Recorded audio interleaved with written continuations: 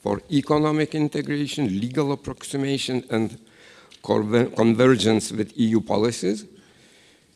Today I have the honor in my capacity of oldest member, or doyen d'âge, to co-preside this meeting on the EP side in the absence of the EP co-chair MEP Nils Ushakovs and of the two EP co-chairs, Ms. Sandra Kalniete and Mr. Kozma Zlotowski, who could not be in Chisinau with us today. I will share this honor with Mr. Sviatoslav Jurash from Ukraine, who is also,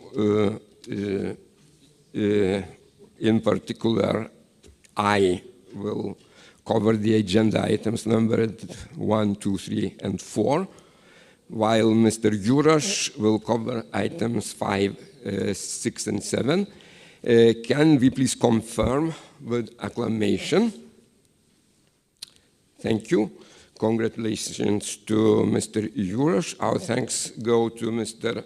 Dumitru Alaiba, Minister of Economy and Digitalization of the Republic of Moldova, Mr. Marko Shevchenko, Ambassador Extraordinary and Plenipotentiary of Ukraine to the Republic of Moldova, and Mr. Georg Ziegler, representing the support group for Ukraine piloted by the European Commission DGNER by video conference, and Mr. Jean-Éric Desagon, head of the European Investment Bank's representation office to Ukraine, also by video conference, who have responded positively to our invitation to participate in today's meeting. Before we start our discussions, I shall stress that as part of its agenda, our committee will be voting today on its amended report on capital cities' economic development and challenges in the post-COVID-19 reality, which, after confirmation by the Bureau, will be then submitted tomorrow afternoon as a motion for resolution to the Euronest Parliamentary Assembly for final adoption. I will also like to inform you that today's meeting is also web-streamed and that interpretation is available in English, French, and Russian. So now, adoption of the draft agenda. Are there any objections? If there are no objections, the agenda is adopted. Then point 2, approval of the draft minutes of the meeting of the Euronest Parliamentary Assembly Committee on Economic Integration, Legal Approximation and Convergence with EU Policies, held on 22nd February 2022 in Yerevan. The draft minutes of our previous meeting jointly held with the Committee of Social Affairs have been distributed to the members and are available in the room. If there are no objections, these minutes are approved. And now we come to the vote on the draft report on capital cities, economic development, and challenges in the post-COVID-19 reality. Co-rapporteurs Mr. Tahir Mirkishli from Azerbaijan and Mr. Kozma Zlotowski from European Parliament. I propose that we move to our next agenda point, the vote on this draft report. So, as per our rotation rules, Mr. Mirkishli was our leading co-rapporteur this time. We had a first discussion on the working document that served as a basis for this report during ordinary meeting of the committee on 22nd February last year in Yerevan. As you could see, logically, the draft report was largely based on this working document. As it was decided by the Bureau, the amendment procedure took place electronically earlier this week, well ahead of today's meeting. This will allow us to have more time for our discussions today. A total of 56 amendments to the draft report have been submitted, of which 51 were approved. The consolidated draft report has been distributed by email to the members of the Secretariat and is also available in paper copy in the room. I would like now to give the floor to the co-rapporteur on the Eastern Partner side, Mr. Yes, I would, but now Mr. Kishuli is replaced by Mr. Bayramov, so I give the floor for Mr. Bayramov. Would you take the floor and add a few words? Yes. Thanks so much, Mr. Chair. Very briefly, I would like to address the report. As Mr. Chair mentioned here, we received 56 amendments, and 51 have been already adopted. And everybody has report. Just what actually briefly I would like to mention here. The report mainly focuses on the impact on COVID-19 on capital cities in AAP countries. And within the report, we look at how COVID-19 impact on different sectors, tourism, SMEs, employment. The conclusion is that COVID-19 has had negative impacts on employment, SMEs, and different sectors like tourism. But the governments of AAP countries, they had already implemented some measures to overcome impacts or minimize impacts of COVID-19. The report also welcomes support from EU side, mainly within the EAP Economic and Investment Plan. And still, of course, the assessments show that still COVID-19 mainly had the negative impact of women and youth employment, as well as SMEs, and also we call international organization and also EU to support women and youth employment, as well as the more channels to support SMEs in AAP countries. Everybody has a report. I don't want to go to detail for each part of the report, but of course I also would like to ask our distinguished colleagues to support this report. Thank you. The floor is now open to discussions. I invite all the members who wish to add something to do so now. Are there any proposals? I don't see any who wishes to speak. So thank you. Before proceeding to the vote, I would like to remind you that for the sake of simplicity, we vote today by a show of hands. Let me remind you that each member has a single personal and non-transferable vote. We have received no request for a vote by separate component, and the committee takes its decisions by a 2/3 of the members who take part in the vote. Is it, I think, clear for all of us? Now let us already proceed to the vote. Who approves the report as amended? Please show your hands. 1, 2, 3, 4, 5, 6, 7, 8, 9, 10, 11. Okay. Thank you. Who rejects the report? No one. So thank you. I think that we can be proud of the adoption of this very important report. The adopted version of the report will be circulated shortly, and I would like to stress that the deadline for amendments for the plenary has been set by the Bureau for tonight at 20 hours local time.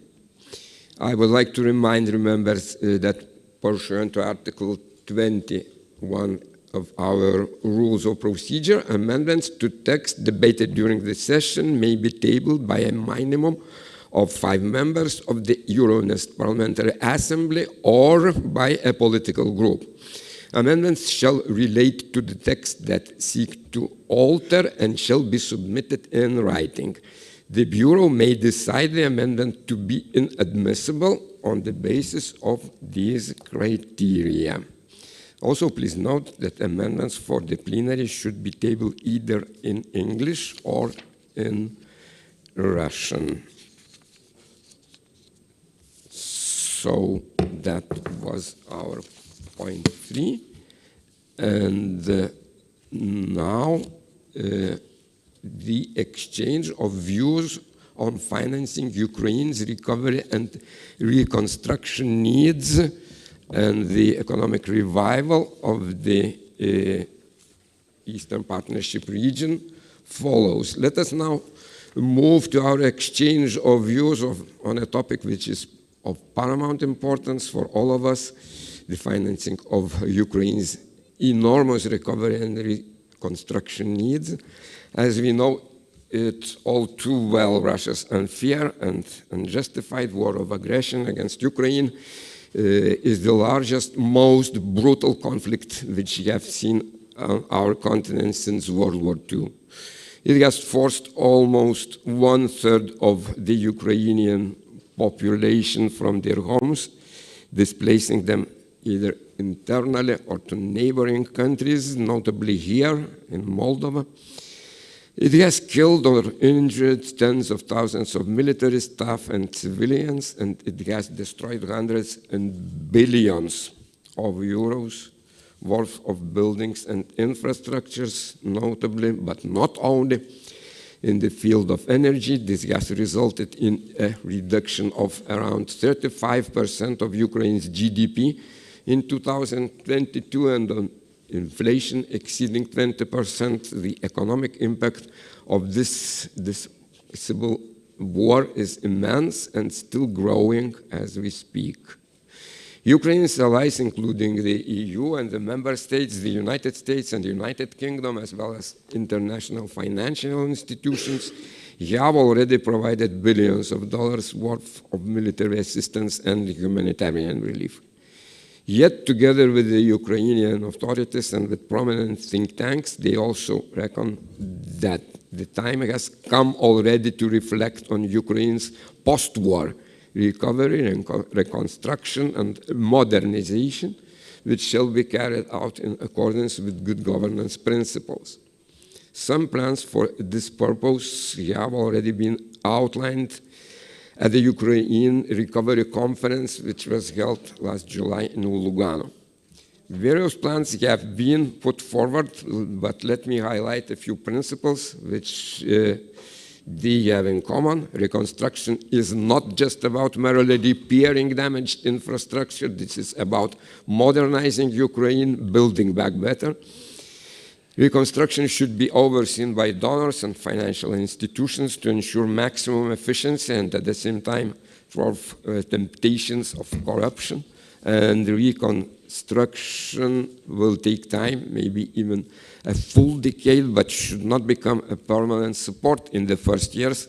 It should focus on grants so that Ukraine is not crushed under the weight of an unimaginable debt.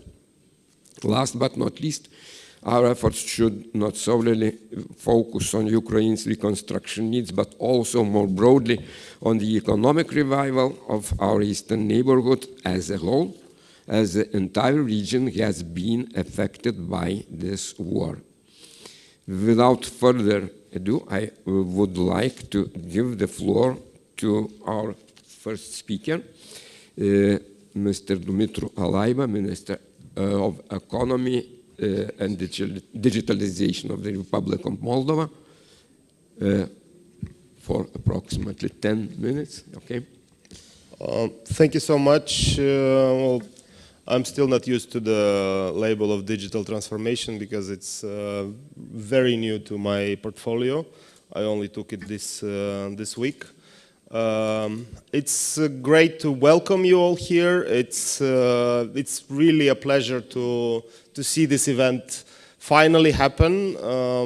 We've been trying, because I'm coming from the Parliament only a few months ago, we've been working to make it happen, and I've had the honor to head the Euronest delegation while in Parliament. We've been working to make it happen for quite a while, but first the pandemic, then this war that started on 24th of February last year made it, among many other things, made this event difficult to time and organized, but we're very happy to welcome you here. Welcome to Moldova once again. When we speak about today's topic, Mr. Chairman, you rightly mentioned this is the bloodiest war and the most destructive war since the World War II, and the economic cost and the destruction is simply incommensurable. We do not know and will not know until this war is over what is the damage that was done, and I'm not going to refer even to the cost of human lives, which has no price, and I'm not going to refer to the suffering and the wasted opportunities of an entire generation.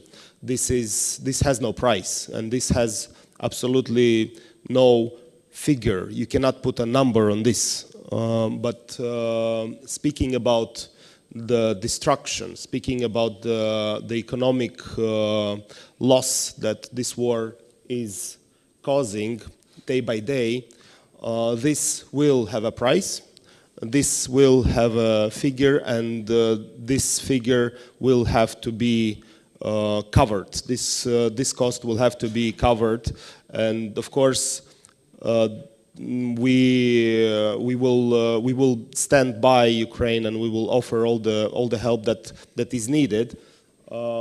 You rightly mentioned one third of GDP only in 1 year is lost. There are estimates that by now the total economic damage is already 2 of Ukraine's GDPs, annual gross domestic products. And this is 1 year into the war. Now, in all this year, the international community, the free world, has proven unprecedented support and solidarity. We have seen one of aggressors' main, most important assumptions and calculations to have a divided Europe, and to have a Europe that will fight among themselves on their differences, and maybe worry more about the price of gas and electricity and worry less about what is happening in Ukraine. I am convinced this was one of the calculations. This has failed. What we've seen is unprecedented support, and what we've seen is a massive show of solidarity towards Ukraine in terms of economic, humanitarian, but also military assistance in order to help Ukraine succeed on the battlefield as well. And I am positive that 1 year into the war, this support will not disappear and will not be smaller. And as we see, it is only increasing in order to cover Ukraine's needs for maintaining the situation in at least a relative stability to the extent that it is possible right now, as the situation on the battlefield is still very difficult and very tense. But what happens after the war is I'm also sure that that the international community will offer this helping hand in order to turn this destruction into economic opportunity, and to have this nightmare that our Ukrainian friends and neighbors are living day by day, to have it in the past, and to turn Ukraine into a real economic powerhouse, if you want. And there will be a lot of investments necessary there. Moldova has been standing next to Ukraine in offering all the possible and necessary assistance. If I only mention solidarity lanes, if I mention all the support that we have, that we were in position to give, we are doing our part. We are a small country, and we have our problems, and we are facing our own risks, of course, but we will do our part as a friend and neighbor. This is not even a discussion. And I am also positive that once this war ends, and it has to end as soon as possible to stop the destruction and to stop the human suffering, this uncalled and unprovoked war, Moldova will also play an active role in offering all the support needed. If we look at the map, I mean, it's we are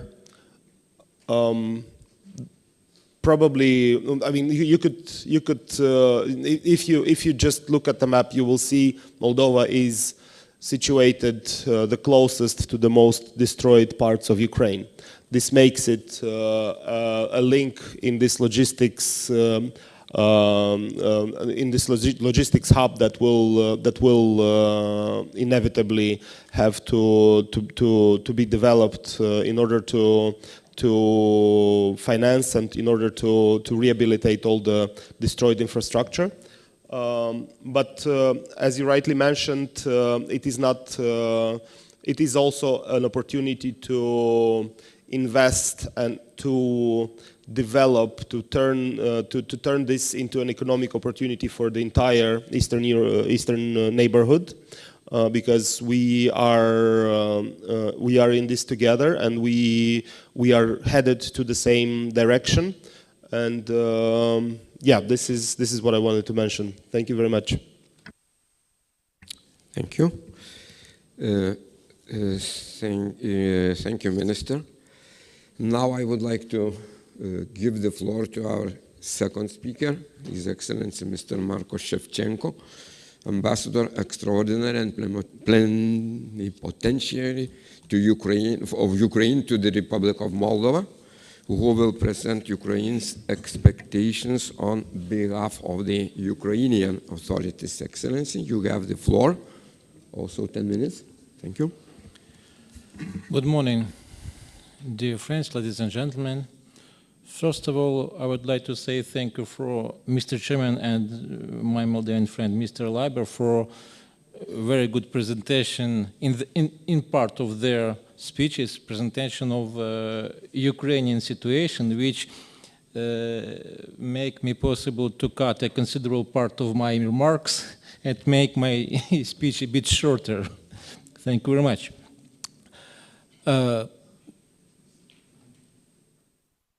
Last year, Ukraine received the candidate status for EU membership. And we already actually working on further steps and reforming of our country, despite the war, despite the damages, despite the large-scale destruction that Ukrainian economy and infrastructure are experiencing. Our government is last estimation made at the end of the 2022 shows that general level of destruction, general level of damages are more than 700 billion US dollars. And while we are talking about reconstruction and modernization, because reconstruction is about the damages made by the war, modernization is our way to be better prepared to EU candidacy and to EU membership. While we are talking about that, I would like to say that reconstruction started on the second day of the war.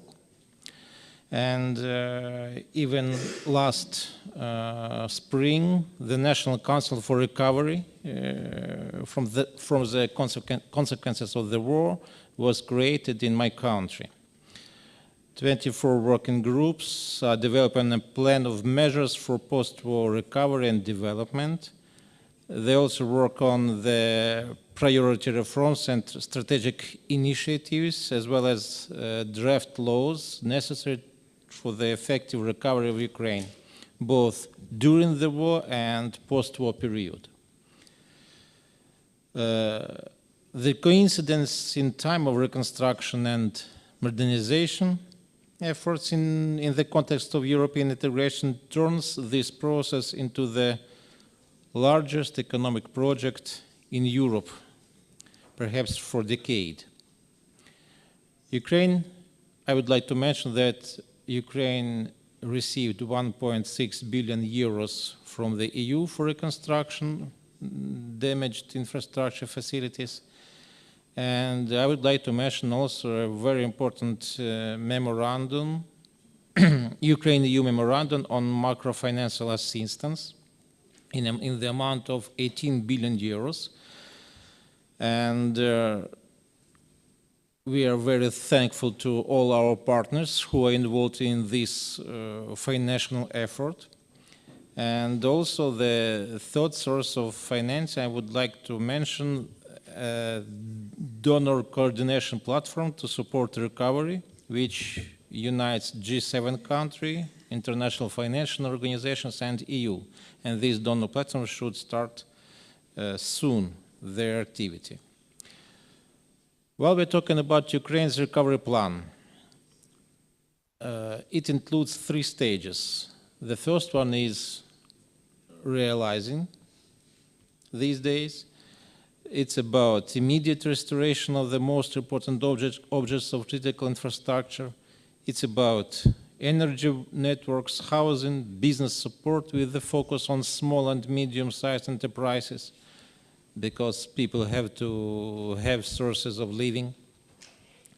And for example, on the first project, Recovering Ukraine, financed by the National Financial Fundraising Platform United 24, nowadays is under realization in its aims to restore houses for 4,000 Ukrainians in the north of Kyiv region, which was under occupation more than a month.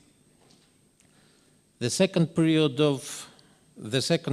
stage of Ukraine's recovery plan is restoration. We expect that it will be realized till the year of 2025. It involves the implementation of the majority of the points of the whole plan: reconstruction of social sphere objects, housing reconstruction, etc. And the last stage, which we plan to be realized in 2026-2032, provides measures for Ukraine's accession to EU, modernization of infrastructure, etc., etc., etc. 3 main areas of reconstruction. The first of them is priority sectors of economy, engineering, energy, defense industry, and agriculture. Another priority. Another area is about improvement of living condition, education, medicine, human capital development, etc. And the third area, of course, is infrastructure, and every week Russia's shellings and rocket attacks made the number of objects, the list of objects to be reconstructed more and more. Each reconstructed object should not be the same as before the war. We consider in our country, and our ambition is to make them better with the focus on modern standards and functionality. The Green Deal, as well as digitalization of all processes, including the majority of public services, will be very important points of Ukraine's recovery plan too. Because the list of tasks, the list of problems which the government should decide with regard to reconstruction and modernization is too long. The special governmental agency was created in January last month. I mean the State Agency for Reconstruction and Development of Infrastructure. And this will be, after becoming fully functional, it will be one of the primary points for international partners to cooperate with regard to reconstruction recovery. Key tasks set before the head of the agency are coordinate requests from the Ukrainian regions regarding the projects to be realized, to work out the mechanism of interaction with foreign donors, and of course management of the recovery objects. I hope that in a short period of time this entity will become fully functional, and we will face the first projects to be realized. I would like to underscore that during the war, Ukraine do not plan to stop any of the started reforms. Our ambition is to make them possible during the war. In order to implement the recommendations of the European Commission, Ukraine must strengthen our efforts to make reforms, to make our life better. And of course,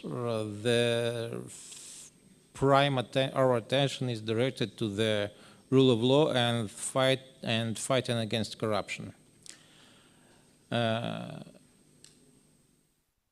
Frankly speaking, everybody in Ukraine perfectly understands that big money creates big risks.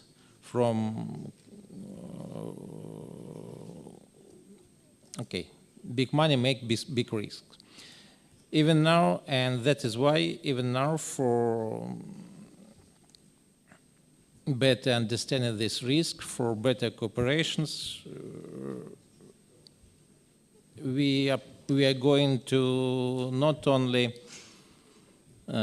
organize reparations of our main facilities, but at the same time we are going to provide for the whole country somewhat anti-corruption safeguards. This applies to the format of the institution that will accumulate partners' funds and their distribution and use on the ground. In order to ensure a unique and transparent approach to the use of funds, Ukraine is currently discussing the creation of a unique platform to which all donors will be involved. And we are thinking about 50-50 partition of representatives between Ukrainian and international organizations on the supervisor body. And the last but very important point of my remarks, in Ukrainian establishment, Ukrainian society is widely spread the idea that a priority in our reconstruction efforts, we should offer a priority for those companies, foreign companies, that were in Ukraine or that came to Ukraine during the war. As well as we are thinking about some priority offers to those companies who left Russian market as a result of Russian war against Ukraine. Ukrainian society consider this decision would be very fair. That is why the President of Ukraine, Mr. Zelensky, recently has addressed to the members of Ukrainian Parliament requesting them to find a legal format to give such foreign businesses more opportunities to participate in the project of a new rebuilt Ukraine. Hope that this approach is understandable for all international community, and hope it will be supported by our donors. Thank you very much. Thank you, Ambassador. Let's go on with our third speaker, Mr. Georg Ziegler, Deputy Head of Unit at the European Commission, DG Neighborhood and Enlargement Negotiations, who is with us by video conference. Mr. Ziegler will share the assessment of the EU support group for Ukraine. Mr. Ziegler, the floor is yours, also for 10 minutes. Yeah, thank you. Thank you very much, Mr. Chair. Can you hear me? Can you hear me? Yes. Could Yes. you please start? Yeah, thank you. Thank you very much for inviting me as a representative of the Commission to this very important meeting. Let me, in the beginning, say that there has been a organizational change in our setup for Ukraine. The support group for Ukraine existed until 31st of January, and as of 1st of February, it was transformed into something bigger, something more stable, in a directorate of the DG Neighborhood and Enlargement Negotiations. So we are now, what used to be SGUA is now Directorate E, and I have the role of the advisor of the new acting director of Directorate E. And Directorate E is something like SGUA XXL, so making it more stable, making it bigger to cope with the huge challenges which we have, of course, when reconstructing Ukraine, but also when preparing Ukraine for the accession into the EU. So reconstruction indeed, and this has been already underlined by my predecessors, the previous speakers, is a huge challenge and is something that's going to go on to at least for 1 decade. The reconstruction process, and this was very much underlined by Ambassador Shevchenko, needs to be embedded in the pre-accession process. So the investments and the pre-accession reforms, they should go hand in hand. That's what you were calling the modernization of Ukraine. This is exactly the preparation at the same time for EU accession, since Ukraine received the candidate status in June, which was, of course, a very big change also in our policies on the side of the EU towards Ukraine, and something which, in a way, directs and gives orientation to the reconstruction. This is a lot better starting position, if I want to say so, than with the Western Balkan countries after the wars there in the 90s, where there was no enlargement perspective at the time. Now we have a clear perspective, and that's why it's very clear that reconstruction of Ukraine is in the end leading to the membership in the European Union.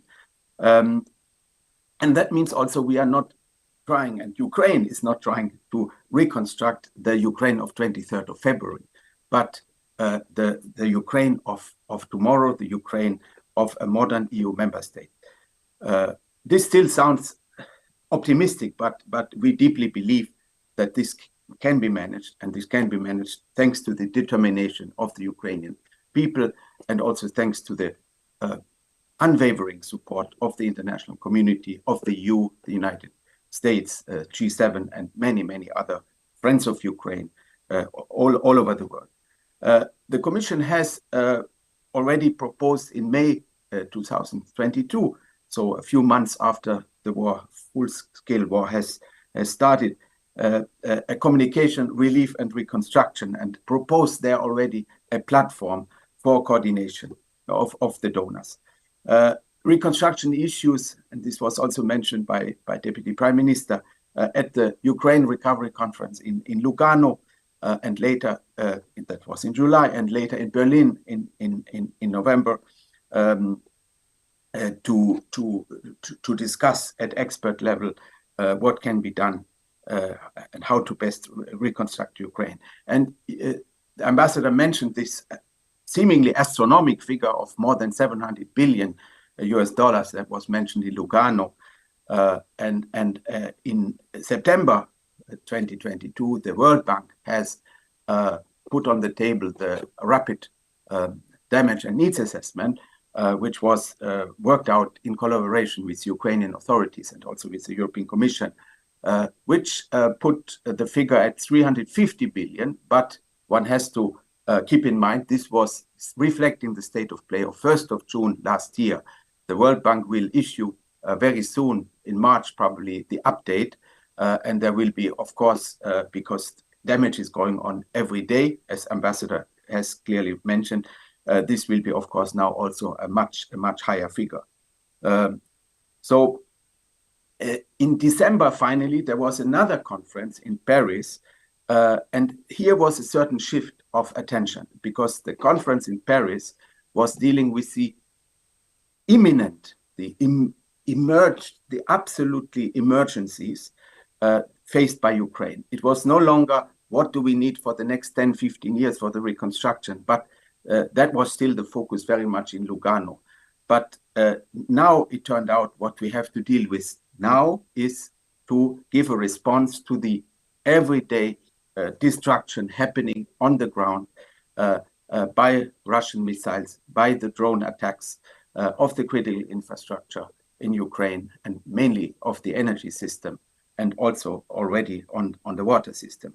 So this shift from long-term immediate needs was dictated by the developments on the ground. And it was felt that before we can really get into reconstruction, we have to deal with these needs, because if we don't manage this, we will maybe never go into reconstruction. And that's why this is now the top priority. The Russians, with these attacks, wanted to make, and still want to make, Ukraine an unlivable place. Of course, without electricity, without water, without heating, you cannot live. And of course, what Russia had in mind to trigger another wave of millions of refugees into the EU or within the country, so that it would make it much easier for Russia to take over Ukraine, because this is still, and we should not forget it, this is still the aim of Mr. Putin and of Russia, basically to take over Ukraine, to dominate Ukraine. And that's why it's so important to defend the sovereignty and the territorial integrity of Ukraine. And we will stand at the side of Ukraine, as has been underlined many, many times. So now we needed to make it a priority to help with the repairs of the damaged infrastructure, and to send money and equipment with this aid. And the Union Civil Protection Mechanism have done miracles, and all member states and some associated countries to this mechanism have sent donations, also with a view of repairing the critical infrastructure. These donations are in-kind donations. They are sent to Ukraine via hubs, which the Commission has set up close to the Ukrainian border in Poland, in Slovakia, and Romania. And from there, they are then transported on to Ukraine. At the Energy Community Secretariat in Vienna, and we have helped with this from the side of the Commission. A special fund was set up to finance urgently needed energy equipment for repairs. So before we even think about reconstruction, we have to think about responding to these dramatic urgent needs. And there is yet another dimension of the urgent needs which have to deal with right now. And this is to help Ukraine to avoid drowning financially. So while budget expenditure have skyrocketed, and this is not just military expenditure, but also social expenditure, for instance, for the millions of internally displaced persons, money for the rehabilitation of the liberated areas, etc. The revenues into the state budget, and this was mentioned by the Deputy Prime Minister, went dramatically down. There is a shrinking economy, there are less taxes, there is less employment with these millions of IDPs that have lost their homes and their jobs. Many companies in the east and south had to be relocated and start the business from a safer place, sometimes from scratch. For 2023 alone, a monthly deficit of some 3 to 4 billion US dollar was predicted. And overall, this means 38 to 40 billion US dollars are needed to maintain the macroeconomic stability of the country. If Ukraine would go down financially, we would see hyperinflation. The National Bank would need to fire up the printing of money, and this would create the worst possible condition for the reconstruction. And that's why this needs to be avoided at any price. We have been rising to the challenge, and the Commission has proposed a new instrument, which, of course, the Parliament knows very well, the MFA Plus instrument, Macro Financial Assistance Plus, which was adopted by Council and Parliament in late 2022. And this is to offer a stable and predictable support to the Treasury, to the Ukrainian budget. Of course, Ambassador said it, and I think Deputy Prime Minister said it, grants is what is needed, but the EU has not so many grant money to give this money in grants. It just doesn't exist. So we are giving loans, but we are giving loans that are extremely preferential. We are even paying the interest rate with our grants. So in that sense, it amounts very much, it comes very close to grant money. And this is this big package of 18 billion euros, which means 1.5 billion per month. The Commission has already dispersed the first tranche of this package. That means 3 billion covering January and February together. And as of March, every month, we're going to pay 1.5 billion, provided Ukraine fulfills the policy conditions in various sectors, which were agreed with the Ukrainian authorities, such as macro-financial stability. There are some measures in the banking and insurance sector, public procurement, customs, rule of law, anti-corruption, energy. There are some policy conditions. They were, of course, lighter than once for a 3-4 year program. It's just a 1 year program. But they're still there, of course, because this macro-financial assistance is not given unconditional. There are always policy conditions. There's always reform linked to it. And the Ukrainian government has agreed. We have negotiated it, and they have agreed to do this in each quarter. Some measures have to be taken. But this is a huge package, an unprecedented 18 billion of macro-financial assistance coming on top of more than 7 billion already in 2022. The United States, of course, will do its share to this operation. So in total, and together with hopefully IMF program, we can cover then this 38 to 40 billion for the Treasury. So the US was last year, I think we have to admit this, and we have to acknowledge this, and we have to thank for it, the United States were the largest donors, militarily, but also in terms of economic aid. But depending on how you look at it, now with this 18 billion package, the EU is becoming at least a big donor as the United States. And if we put into the calculation also the costs for us for helping the millions of refugees in our member state, of course, I think then we would already now be the largest donor. But it's not a beauty contest. Who is doing more? Let's be very happy that we are doing as much as we can, and the United States is doing, and many others are helping. Some of our member states are providing themselves billions to Ukraine, militarily and otherwise. So I think we can be proud of the aid we are giving to Ukraine. And let's not forget also something which is important to increase the revenues for the budget of Ukraine. For example, and this is things you cannot calculate directly into money. This is what we call the solidarity lanes. Solidarity lanes means helping Ukraine, facilitating exports of their products via road, via railway, via inland waterways. And this idea came up when the ports were blocked. And we don't know. The agreement to have the ports opened, it's running out in March. You never know whether it will be prolonged. And in the first months, the ports were blocked.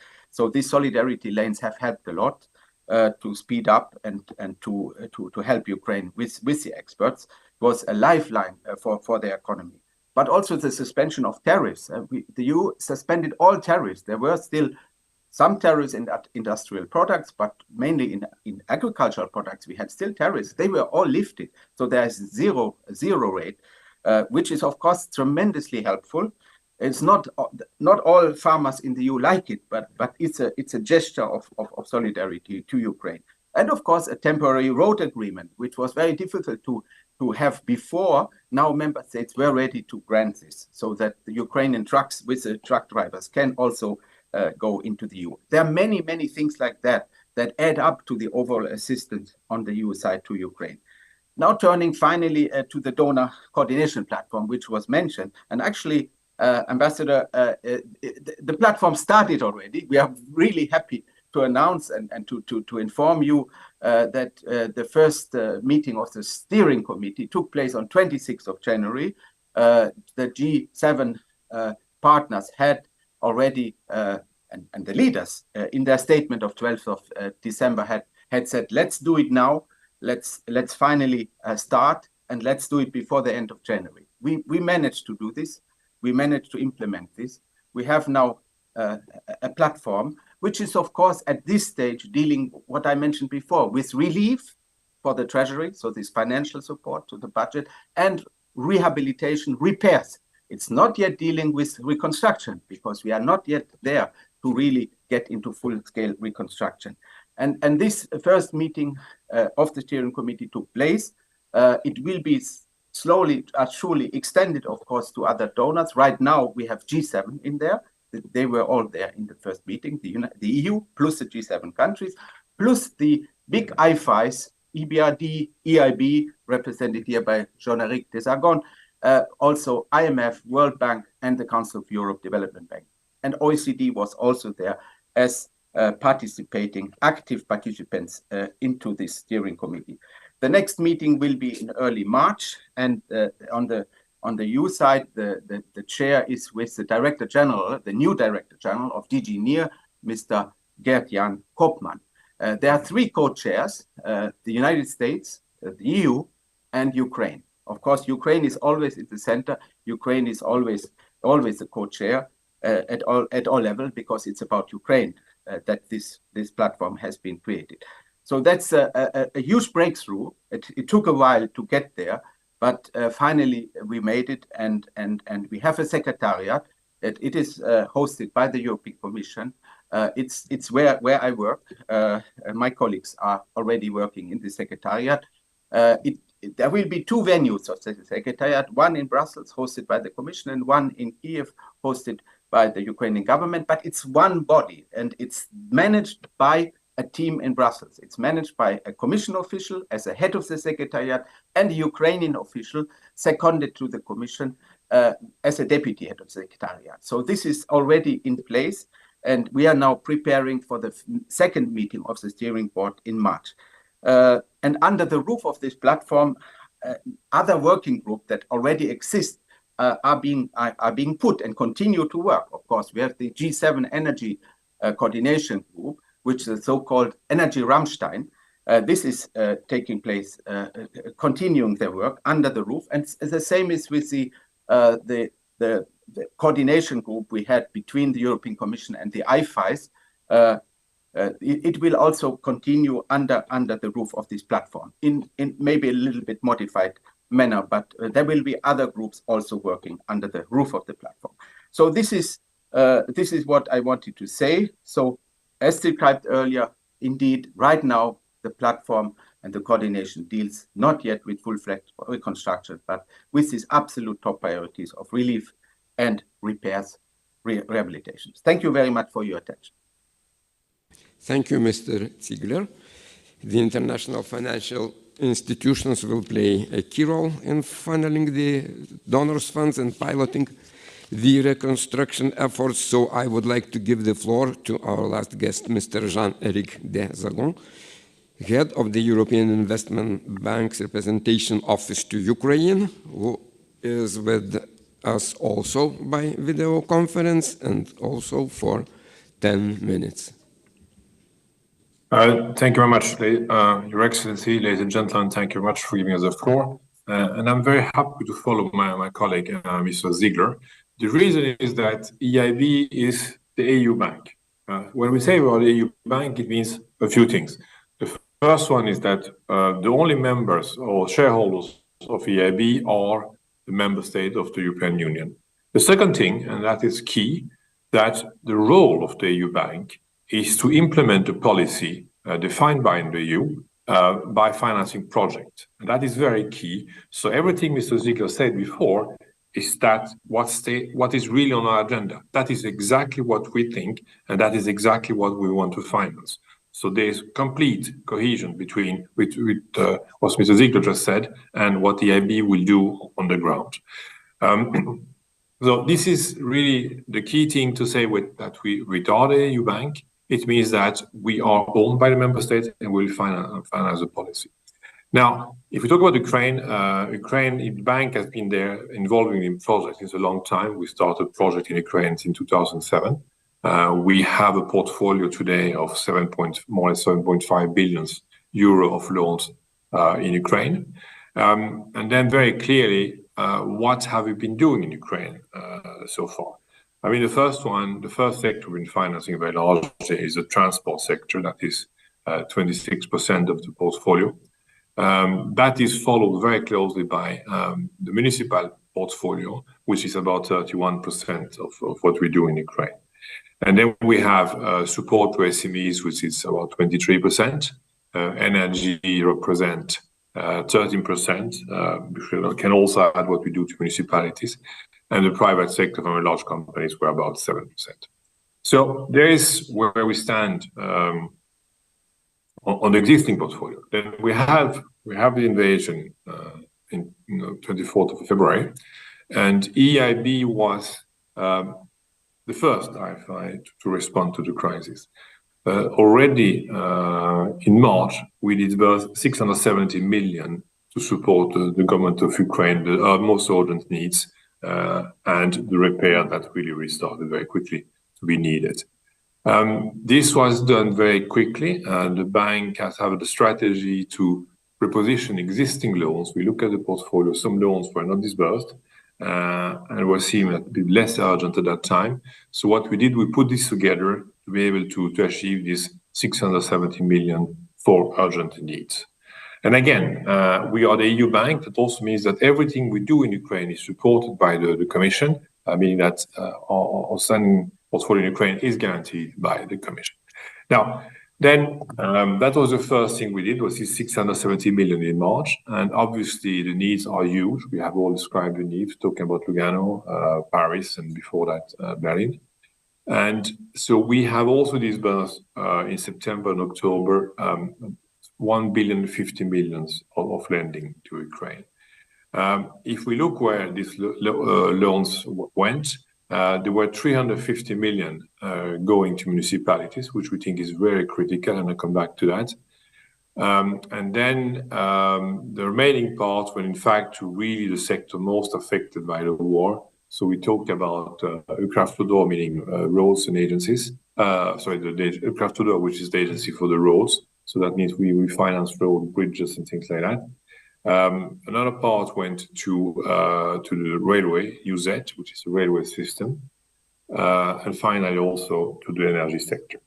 So to summarize, I mean, what we did in 2022 was mainly municipalities with very much urgent needs to restore condition of living of people. I mean, people need heating, they need housing, They need hospitals, they need also schools. And that is exactly what we financed in Ukraine last year. Then we have the three very important sectors. The railways, that is absolutely key in Ukraine today to maintain the capacity of the country. And then we have energy and road transport also. We will continue to finance Ukraine, and the priorities are exactly the one defined by Mr. Ziegler. For example, the security lines is something that the bank is looking into very closely to see how we can support it. And we will do that. The thing is, with the bank also, the good thing being the EU bank is that we can finance all these projects in Ukraine, but we also have, obviously can imagine, very, very good, strong contacts with all the countries, the neighboring countries in Europe. So Poland, Slovak Republic, Romania, and so on. But we also have speeded up our financing in Moldova. I think we had a very important program on energy this year in Moldova. So the bank has the advantage to be fully operational in all the neighboring countries. So when we talk about solidarity lanes, we can also finance them on both sides of the border. So that, in my opinion, is a very important part of what we do. I would also like to stress when we talk about coordination. In EIB is, as Ziegler said, we are a member of this multi-donor coordination group. And I must say, I think the coordination is going quite well. It's going quite well between the IFIs. I think the IFIs, EBRD, World Bank, and EIB, we have a strong coordination. Beyond this very high-level platform, the IFIs are talking to each other each week. We also have we have a local meeting every week. We also talk to each other on a very high level of the vice president. I think the coordination between the IFIs is very good. I also think that the coordination with the government of Ukraine is going very well for the reconstruction of the country. We had recently a meeting with the Minister for Construction, Mr. Kubrakov, the Vice Prime Minister, and it's very pragmatic. Mr. Kubrakov showed us what he really needs urgently. I mean, we have needs of 700 billion, 350, 100. We also defined, if you read the report of the World Bank, you also find some need for 100 billion. But these are a very huge number. But what is really needed today, and Mr. Kubrakov was very precise on that one, and he showed us that he needs very, very urgently 8 billion. And he has already part of that, but there's a gap of something like 5.7 billion. So these are very pragmatic figures, and that is something probably the IFIs can do together, and we can probably finance this gap. So I think what is needed, obviously, is to have a strategic view on the cooperation and construction of Ukraine that is done by the multi-donor group with the G7, the EU, and the IFIs. But it's also important that we are very pragmatic. 100 billion is a very important figure, for example. But if we talk about things like 10 billion, 8 billion, 15 billion, these are things that probably the IFIs can look into much, much closer. So, and that one is working. We have these high-level meetings, but we also have more pragmatic meetings where we really look into actual projects one by one. Now, I also would like to stress the importance of the IFI, and we'll talk about EIB since I'm representing EIB in Ukraine.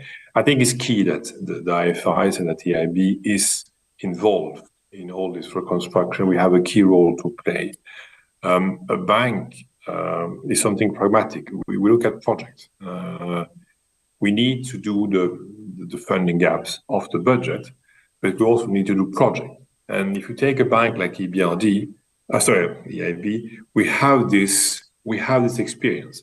EIB is very, very strong in financing infrastructure.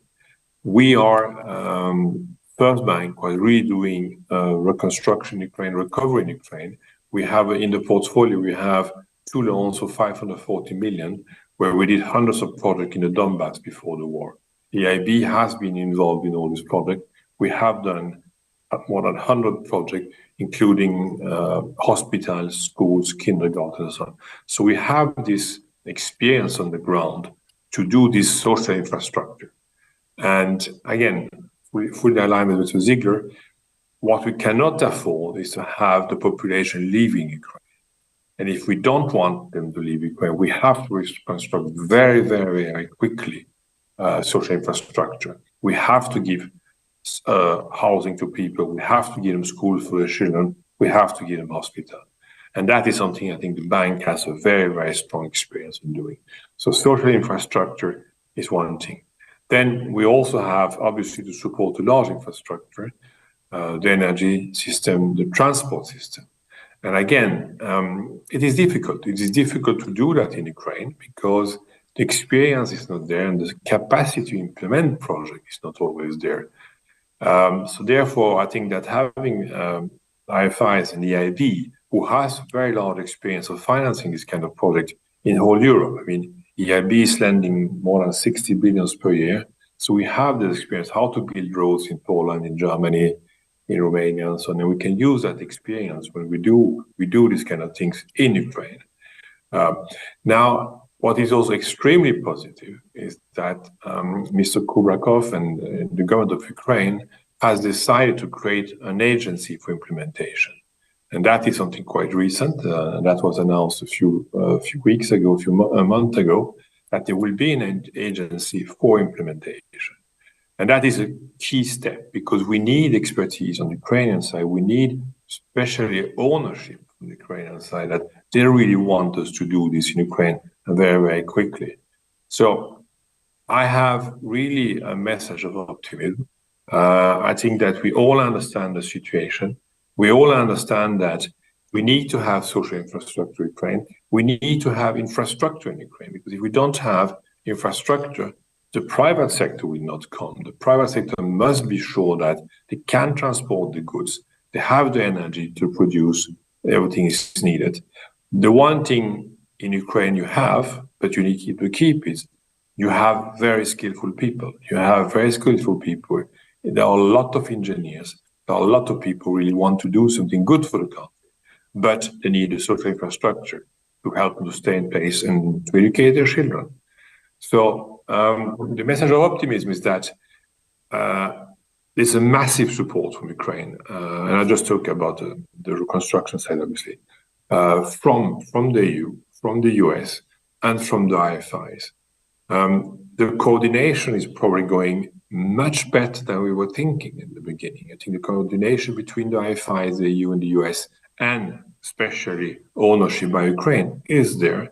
And I see, as I mentioned before, I see this message of optimism also coming from the creation of this agency that will help on the reconstruction and to implement projects. Now, going forward, obviously the bank will continue its activity and we hope to speed it up. As I say, we have a guarantee with the Commission. Due to the situation, it's a bit more complicated, but the bank is currently discussing with the Commission and member states how we can increase this project in 2023 and how we can go forward. I can stop here and we're happy to take questions. Thank you very much. Thank you, Mr. Desagon. So, would there be questions? If not, so the presentations we have heard today offered a wealth of information. I now open the floor to the members for an exchange, for exchanges of views and questions. Who would like to start? Yes, Mr. Mureș. Look, maybe just one question from my side. Good morning, Deputy Prime Minister. Thank you very much for hosting us this morning, and thank you very much for putting the situation of Moldova in the regional context, for explaining, of course, the consequences that the situation in Ukraine has upon Moldova, upon the Moldovan economy. Let me just start, because we are in Chișinău, by thanking Moldovan authorities and the citizens of the Republic of Moldova for the fact that as of day one of the war in Ukraine, they opened their houses, their doors to Ukrainian people in need of support, in need of security. And I'm saying this because the Republic of Moldova was the country that received the highest number of refugees then in comparison to its population in Europe, higher than any member state of the European Union. And I'm saying this because what Moldova did then was important to all of us in Europe, and it was important to Ukraine, of course, as well, because it provided stability at the eastern border of the European Union. It gave us time to be able to cope with the influx of refugees. My question, Chairman, Deputy Prime Minister, also to Ukrainian friends, is what can we, as European Union, do to help the economy of Moldova, of Ukraine, of the other countries of the Eastern Partnership to grow and to develop more by themselves? Yes, we are committed financially. We are doing financially more than ever for Ukraine, for Moldova, for the other countries, and we shall continue to do this. But the question is, what measures do you expect from Europe, Deputy Prime Minister, Ukrainian colleagues, what measures do you expect from Europe which would allow your economy to further develop, to easier, quicker export into the European market, would facilitate European investments? Needless to say that the President of the European Commission in her State of the Union address was speaking about gradual integration of Ukraine into the single market. I believe that everything that we're doing for Ukraine, we should be doing for Moldova, and as much as possible for Georgia as well, you know, given the EU candidate status countries, because this will, getting closer to the EU single market, not only strengthen the economy, but really also bring European standards of living in terms of environment, consumer protection through the adaptation of the European acquis to these countries. Thank you. Mr. Halme. Thank you, Siegfried. Well, indeed, I was and am proud of my people for the support and for the mobilization that we have shown from the first hours of this war.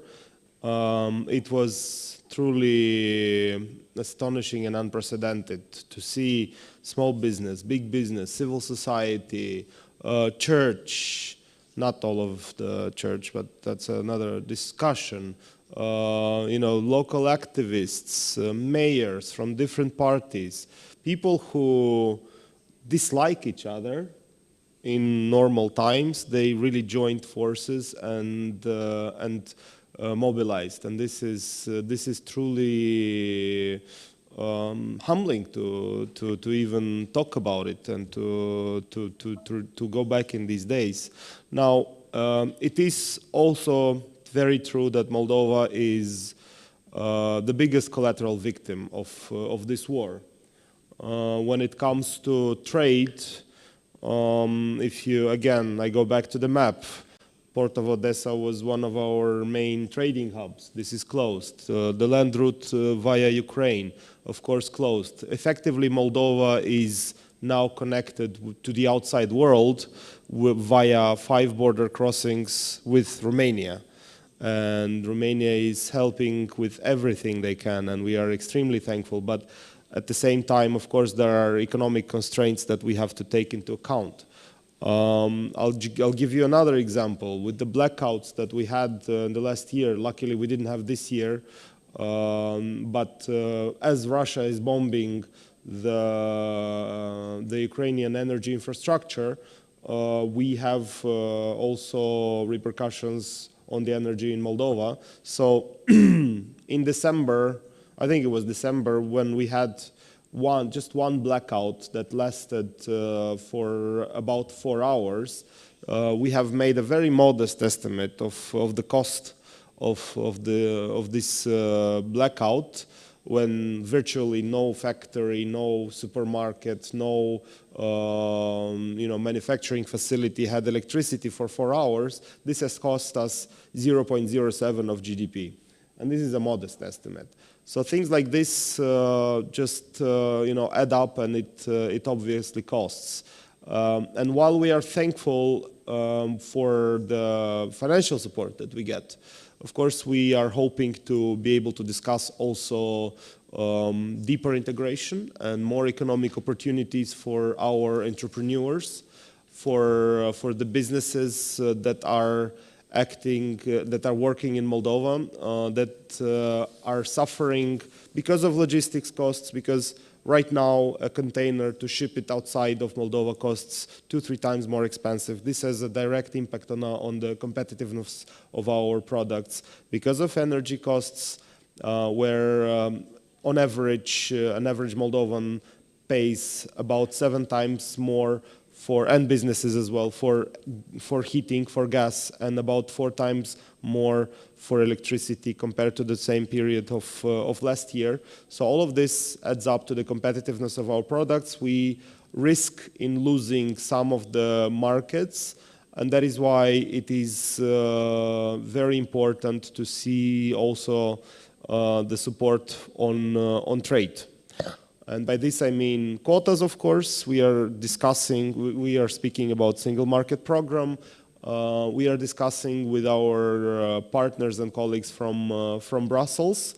And I know that there is this discussion that we are not reaching some of the current quotas anyway, but at the same time, it's a signal. And if I look, we've done a bit of a modeling from the past. Every time, first you had the increasing quotas, and then the trade will follow. So, and because this is a signal for investors, this is a signal for our businesses that there is open way into Europe for this good, and that is why, you know, for example, with apples we are not reaching, but once you eliminate or once you significantly increase this quota for the next year, this will be a signal for investors to move into this market and to improve their quality and to increase the product and, you know, essentially satisfy the European consumer with high quality products. And then, you know, apples is just one example. So my point is, really, we need to, in order to have Moldova and Ukraine as you know, self-sufficient as possible, to the extent that is possible right now economically, we need to also consider economic opportunities and trade and deepening economic integration besides the much valued urgent support that comes with financial support right now. Thank you. Mr. Ambassador. Thank you very much for this question. It is really important for us these days.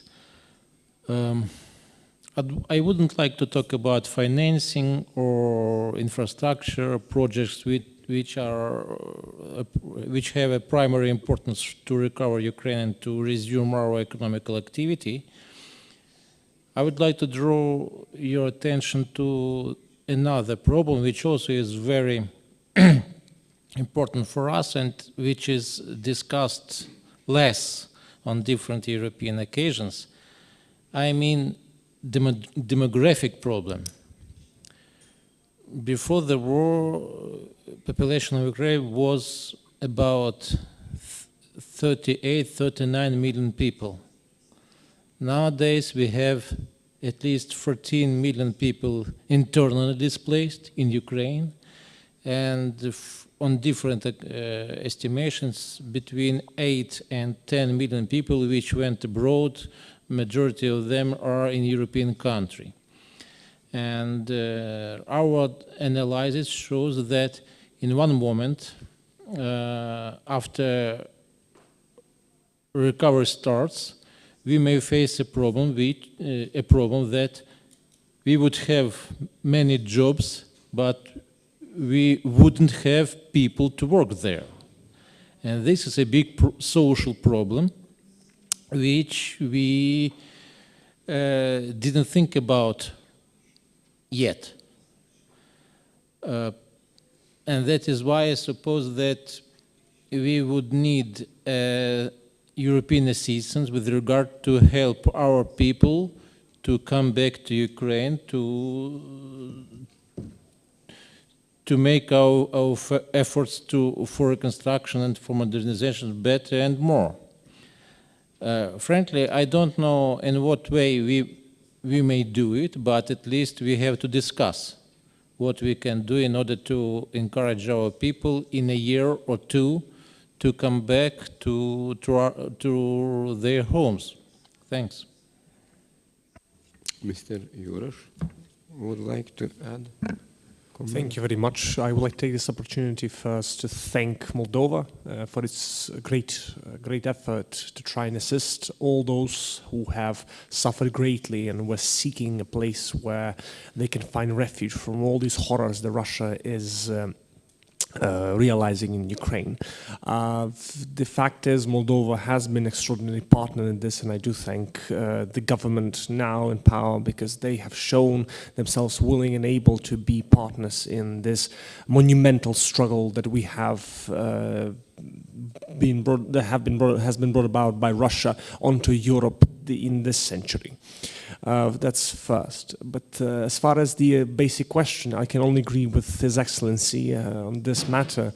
People are key, and any program, any effort to incentivize Ukrainians to come back to Ukraine, for them to return to their country and stay in their country, because not every part of Ukraine is as dangerous as the frontline zones.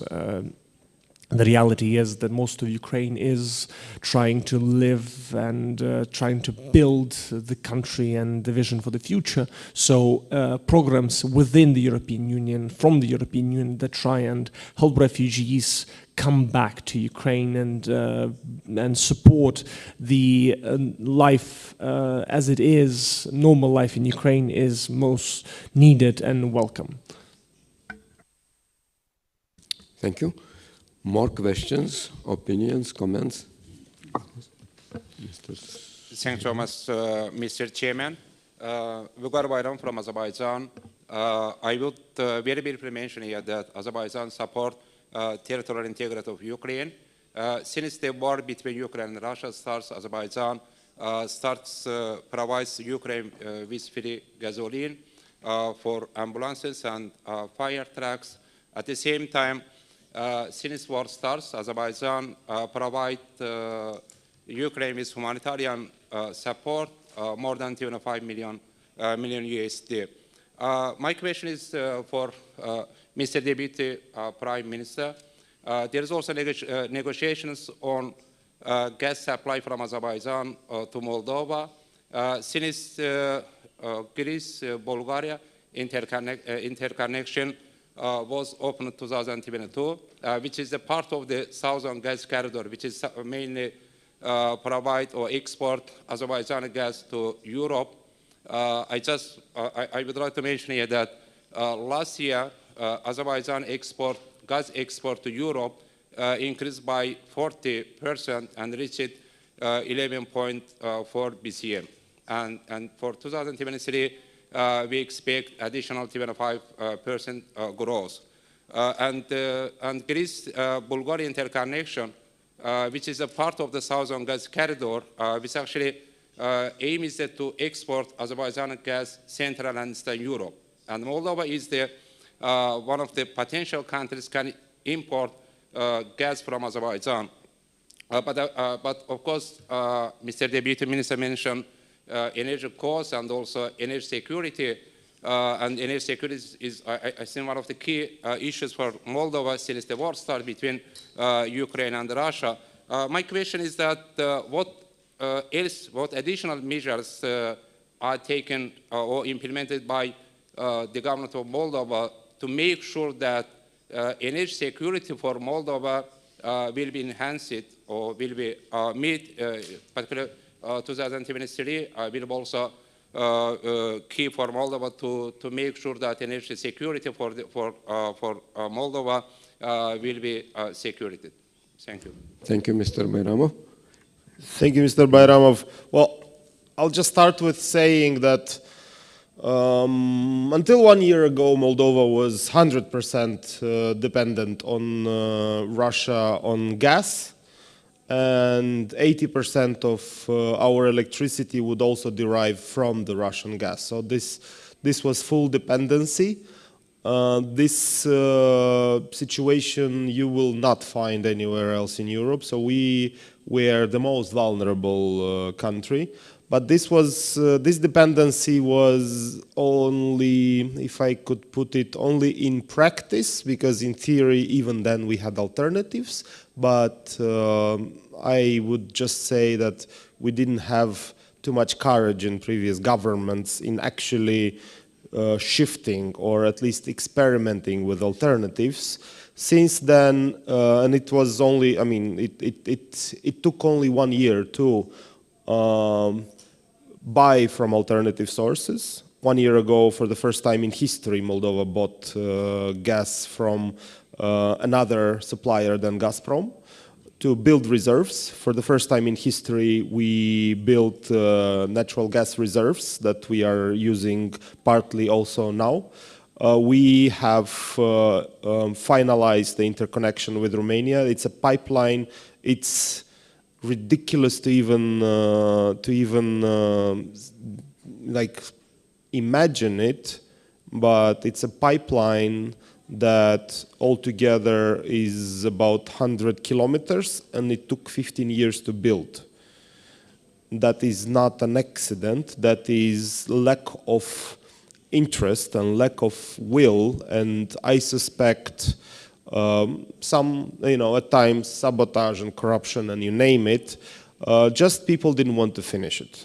For the first time, I was a child when I first saw and heard this mega project that was supposed to ensure us energy independence and resiliency and so on. It was the beginning of the 2000s, and only last year it was finished by this government. It's not my portfolio, it's not my ministry, but we are all a bit aware of the energy situation, and many others that were done only in 1 year. On the electricity as well, we have support from Romania in the most difficult times, because really our planning for this year, in all fairness, we were pretty much ready on the gas, because we were anticipating shortages of supplies, which happened. That's why we had to build reserves. That's why we had to experiment and build from other suppliers and so on.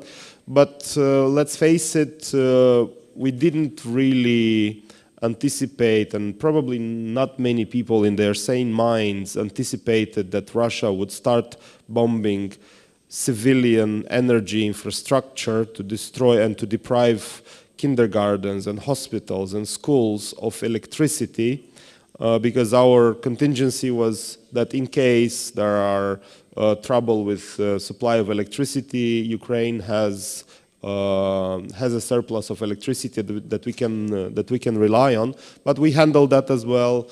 The country did not end up without any electricity. Now, on the electricity, the big project is the interconnection with Romania on high voltage lines. We are part of NSOE together with Ukraine since April last year, April or even May, something like that. There are many, we are moving with very big and ambitious steps in order to ensure our energy resilience and energy security. We are discussing with Azerbaijan, and I'm sure we will very soon find common understanding in order to help us ensure this security and of energy, and also at a fair price. Of course, we have a lot to do in discovering and in promoting renewables, because Moldova can rely much more on renewable energy than we are relying right now. Only 2% of our energy mix is from renewables. We can do much more. We have to invest, and we will invest in this in order to have this part as well. So there are many things, many things that are underway, and let's just imagine that if only 1 year took to move so many things, let's imagine what could have been done in 30 years since we got our independence. Thank you. Mr. Helashvili would like to add. Thank you. Georgi Helashvili of Georgian delegation. First, I would like to recognize the courageous and heroic fight of the Ukrainian people against unprovoked, illegal an unjustified invasion by the Russian Federation, and let me assure you that the government and people of Georgia are with you in this fight. I have two questions. First is to Ambassador Shevchenko, and this is about the potential role and impact of the veterans after the victory of Ukraine. As you know, we waged 2 wars against Russia, if not more, in the last 3 decades, and for Georgia, the veterans proved to be a real challenge after these conflicts. Do you have, I'm sure you have done, thinking about how to turn this challenge into an opportunity for the Ukrainian economy? And I would be grateful if you elaborated on that. And second question is to Sviatoslav Jurash. We both represent our countries in the Parliamentary Assembly of Guam, which unites Georgia, Ukraine, Moldova, and Azerbaijan. And in this context, of course, Western aid, both economic and military, is critical to the victory of Ukraine. But at the same time, our own history of Georgia, Azerbaijan proves that regional networks play an oversized role in the survival and development of our an oversized role in the survival and development of our countries, as well as regional cooperation on those matters. So in the context of Russia's brutal occupation of the Black Sea coast of Ukraine, what do you think are the prospects of our regional cooperation for the reconstruction of Ukraine in future? Thank you. Thank you. Mr. Shevchenko first, yes. Frankly speaking, while we are talking about veterans, at least 2 things come into my mind. First of all, the first impression or understanding Ukraine have and will have big amount of social problems with regard to veterans. First of all of them would have more or less serious problems with their health, including mental health, because experience of all previous modern wars shows that every man or woman who participates in a full-scale war confronts with more or less serious physical and mental problems. And the second thing we have to talk, to discuss, and to develop some policies is about how to use their experience in a peaceful life. And this is the first part of the problem: social integration, social recovery of the veterans. There is a special minister in our government which is responsible for veterans issue. And the second part is more social, more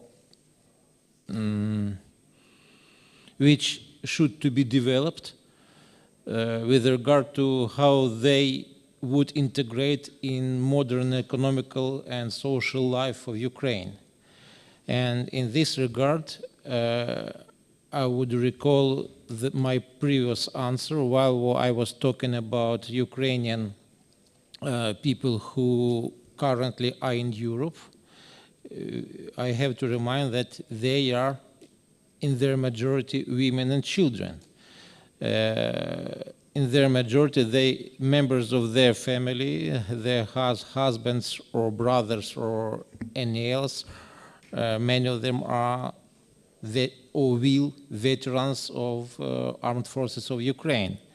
And my personal question is what they would do after the war ends.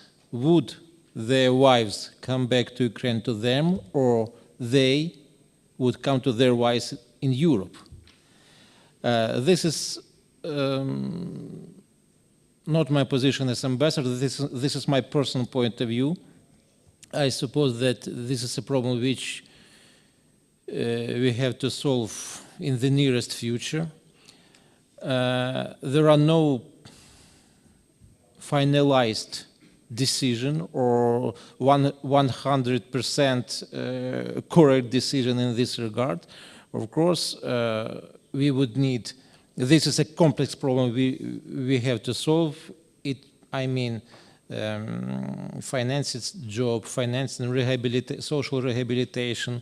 Many of them lived in areas which are under occupation now, and our experience of recently liberated territory shows that they are completely devastating, and it needs a huge investment to recover them to more or less normal life. And everything in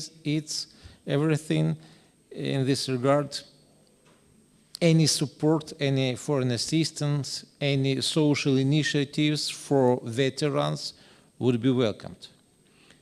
I have no correct and 100 correct, 100 agreed in Ukrainian society answer on the questions. The fact is that veterans' problem is huge and would remain a very challenging issue for decades in Ukraine. Thank you, Mr. Jurosh, on regional cooperation. But I first like to say a word about veterans. Veterans also an opportunity. They certainly present plenty of questions to be answered, but they present also an opportunity because these are driven people who survive the most in defense of their country. These people who can build institutions, businesses, politics for the years to come. And I do encourage institutions like the EU institutions who are searching for a focus for their programs to look at the veterans as a possible potential source of all these people who can achieve results, because they have proven that on the battlefield. On the matter of regional cooperation, first, our countries have an almost uncanny understanding of each other and the problems we are facing. And that's what I would disagree with the point that I made previously about the country that is so graciously hosting us now. Moldova is not a small country. It is a key country to try and understand the opportunities and also the problems in integration to the Euro-Atlantic space by all of our countries. And when we're discussing Guam and other institutions between our countries, that for us is the goal, basically. This cooperation can increase when we build joint institutions, but I hope not simply on parliamentary levels, because parliamentary levels are notorious for having a great deal of talk and not enough act. And as far as action is concerned, I'm very blessed with cooperation with different delegations from our countries, where we back in 2019, right after the elections in Ukraine, and as Ukraine was hosting the Guam summit, offered a chance to create the new cybersecurity institution between our countries. And thanks to all of you, we agreed on that. Because of the COVID pandemic and because of the war right now, certainly that's not something that was implemented, but I do hope ideas in that regard are something can help better and further our cooperation. These joint institutions then bind us together in our common dream, which is certainly the same, that is the becoming part of the global West, and again, destroying the possibility of the East, which has been destroying our countries for all of these years, and taking from them what they have taken from us. Thank you. We have some 10 minutes according to our schedule. I would like to address to Mr. Ziegler and Mr. Dezagon. Maybe they do want to add anything. Can I have a question? No, from my side, I think on the veterans, I can just contribute that we have recently signed a grant agreement with the mayor of Lviv for the construction of a special, very modern building, which would accommodate the needs of veterans. So in that sense, I think this is in the social sphere and in the housing sphere. I think we need to also always have in mind the veterans. And so this is a small contributions we are giving to Lviv to be able to create good conditions of housing for veterans. I just wanted to mention this. Thank you. Maybe from my side, first I would like to say thank you to Moldavia. I mean, about the refugees coming in February, March. I mean, we in the bank had local employees in Kiev that were absolutely welcomed in Moldavia. I mean, they crossed the border, and I remember when they crossed the border. And I also remember how welcome they were. So again, thank you very much for that. You also mentioned the return of people, and I think that is key. And that was all what we said about reconstruction, modernization of social infrastructure. You have to create the willingness for people to return, and I think they will return. I mean, first, obviously, they have to feel safe. That's a military action. But then they also want to return because they like the country, and also they know that they will get the social infrastructure they need. And I would like to underline that next week, normally with the Ministry of Reconstruction, led by Mr. Kubrakov, we should launch a new tender for municipalities in Ukraine to submit projects to reconstruct and to renew the social infrastructure. That should take place normally as from next week or the following weeks. I mean, Mr. Kubrakov is just finalizing the documentation.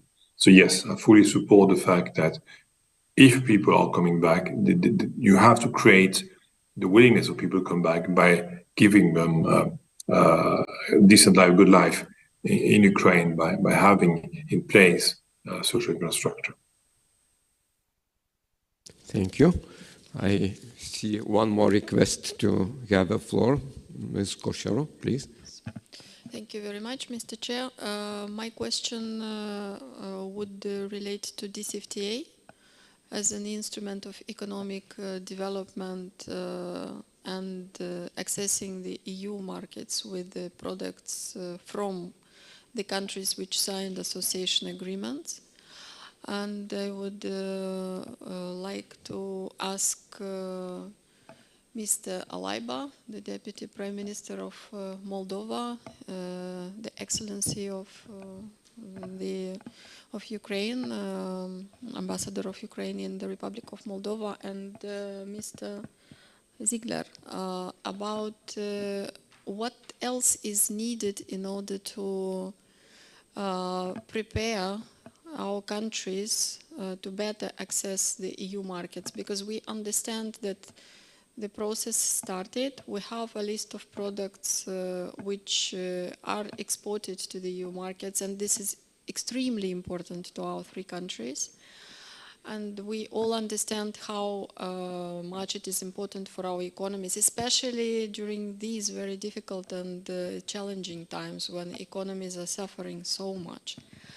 So what else would be needed as a support, as a technical and financial support from the European partners in order to go quicker with this agenda? Because we all understand that the list of products could be extended and we could have much more on this agenda. We could have more products to be exported to the EU markets. And from the European Union, what would be the requirements actually which we need to fulfill in order to be more attractive on the European markets, our free countries? Thank you very much.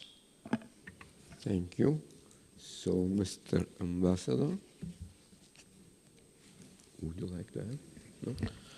On the governmental level, Ukraine has a very good cooperation and dialogue with the EU Commission, different agencies with regard to implementing DCFTA and how it may be improved, including in immediate period of time.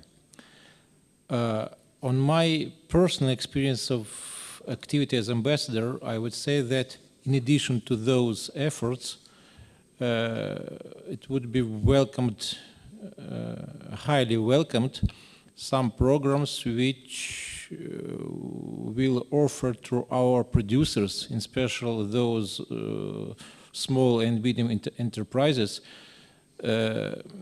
some educational programs, how to cooperate, how to be better prepared to work on European market.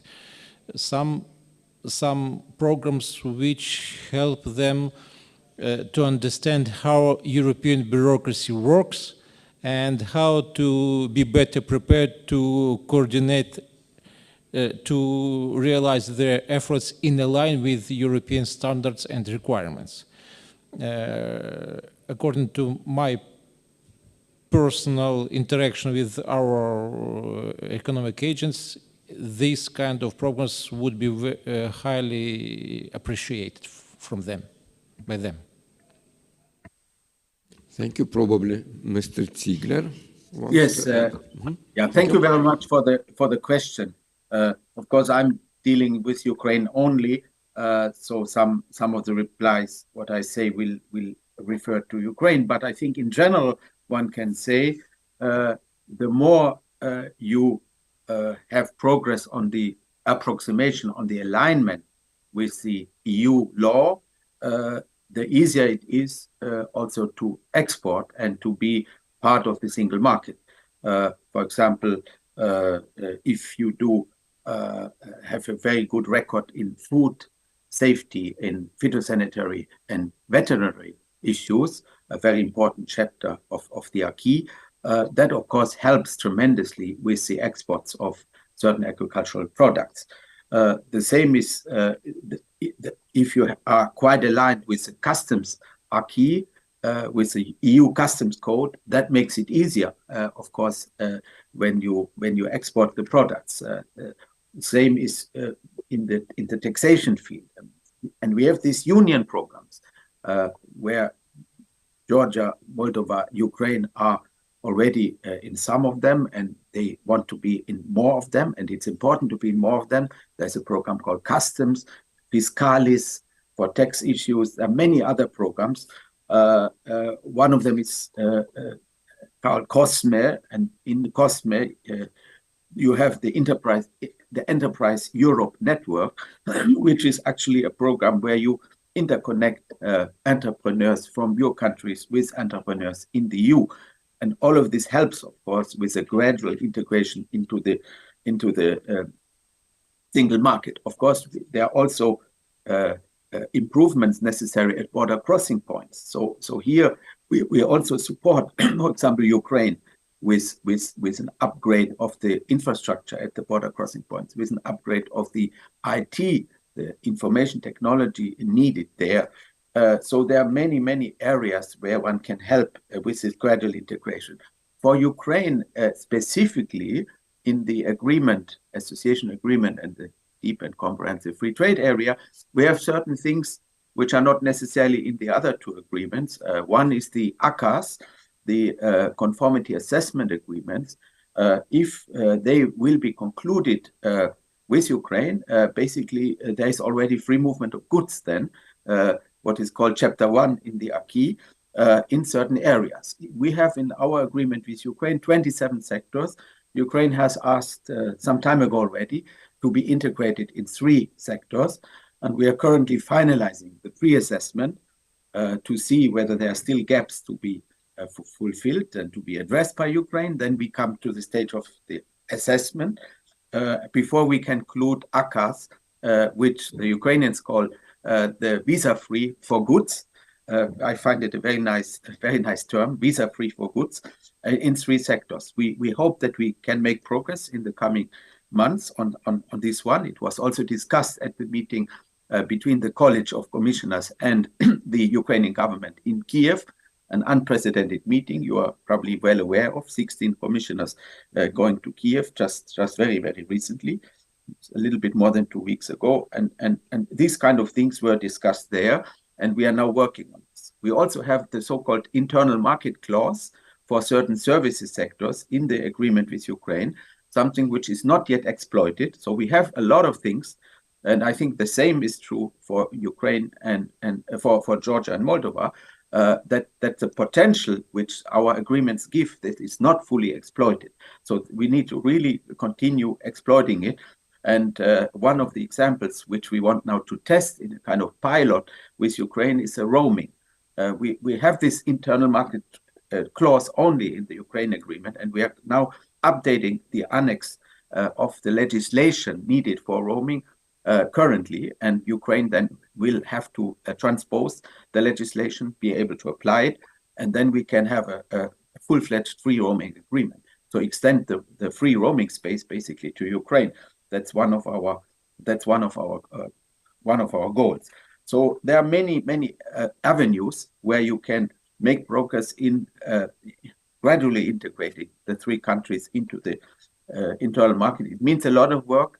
It also means, of course, a lot of support needed. We are ready to do this report. My colleagues dealing with Georgia and Moldova, and me dealing with Ukraine. Over. Thank you. Maybe approach to the end of the discussions on this agenda point. I would like just add some words. Ukraine is the victim of this cruel, unjustified war launched by Kremlin regime. So even if we help in the reconstruction efforts, it is fair to say that Ukraine should take the lead in setting priorities and implementing reconstructions to achieve the best result. Inclusiveness is key, so I wish to invite the Ukrainian representatives to bring together national and local stakeholders, as well as representatives of the civil society and private sector in this complex endeavor. I now finishing this question, and now I pass the floor to my colleague, Mr. Sviatoslav Jurash. Thank you very much. We have several proposals we have received, and there is a suggestion to merge them. The proposals that we have from Mr. Ushakov's for new agenda for the European Neighborhood Policy, UAP economic struggle started by the war in Ukraine. We have a proposal by our delegation, Ukrainian delegation, the impact of Russian war of aggression against Ukraine on the EU and EAP region, post-war economic recovery. We have a proposal from Andrius Kubilius, the EU strategy to support economic resilience of the EAP countries after the victory of Ukraine, and the proposal by the Mr. Margilis, economic impact Russian war of aggression on EAP countries. There's a proposal to merge all of these into one. If I sense it correctly, we take this decision by consensus. Does anybody have any questions or any suggestions in that regard? Thank you very much. So we can merge these proposals into one. As far as the discussion is concerned further, does anybody else have any suggestions or questions or points to discuss in our context, in our committee? Thank you very much.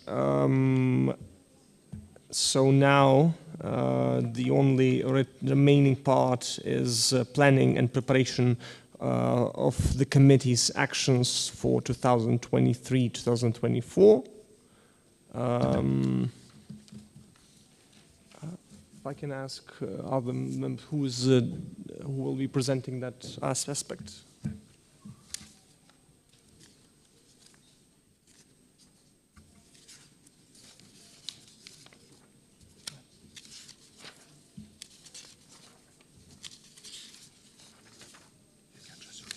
Sure, I apologize. Dear colleagues, as per Article 5 of the Rules and Procedures of the Standing Committees, we shall meet in the principle for a maximum of 2 meetings per year, one of which is to be held during our assembly session.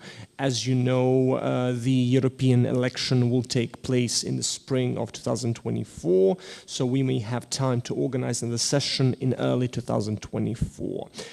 this time in the European Parliament's premises. If we go for this option, then it would make sense to convene our next committee's meeting in the autumn of 2023.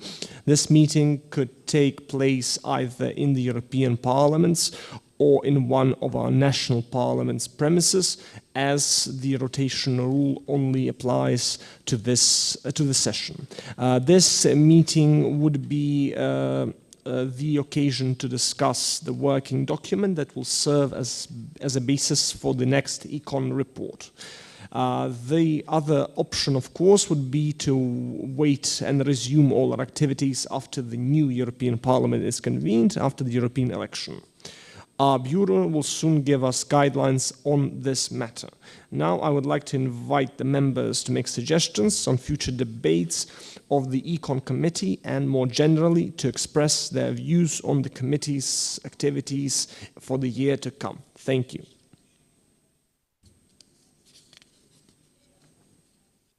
No suggestions. The last point is any other business. Dear colleagues, does anybody have additional remarks to make? If not, I would like to thank you all and thank our guest speakers again for your attendance. I hear, sorry, I apologize again. This is unexpected that I've become a co-chair of the meeting. And coming back to the selection of the topic of the next Econ report, can we agree on the economic impact of the Russian war of aggression on Ukraine and the eastern neighborhood? Can we all agree? Azerbaijan. Thank you so much. Just very briefly, I would like to add that Azerbaijan delegation has also a proposal for topic, which is the first industrial revolution, level of readiness of EAP countries for the challenge. The reason actually why we propose this topic, because the economic structure in the world changed, and for EAP countries, it's also very important to support innovation, to import, to transfer more technology, and also diversification of the economy is also one of the priorities for EAP countries. So the idea for submitting this topic is more like to support industrialization in EAP countries, and also to make ready for EAP countries for further challenges. Thank you. Thank you.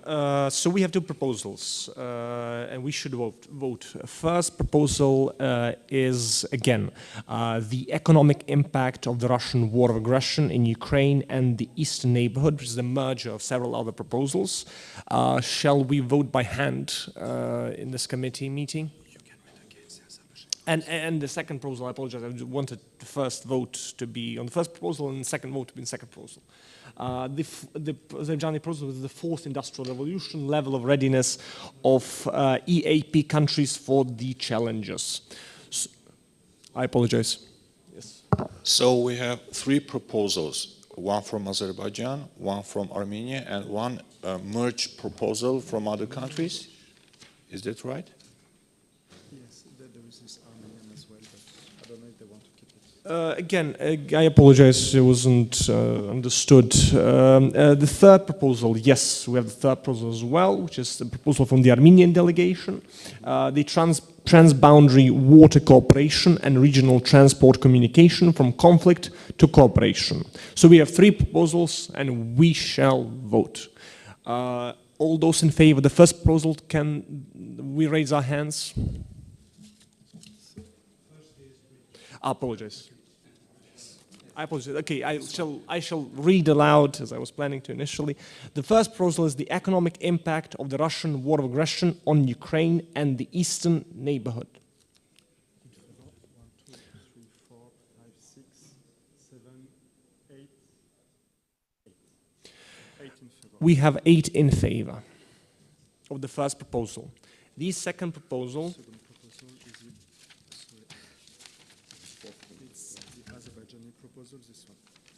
The second proposal from the Azerbaijani delegation is the fourth industrial revolution, level of readiness of EAP countries for the challenges. Can all those in favor raise their hands? Azerbaijan. Who raise their hands? 1, 2, 3. 3 in favor. Unless one, the Armenian proposal, this one.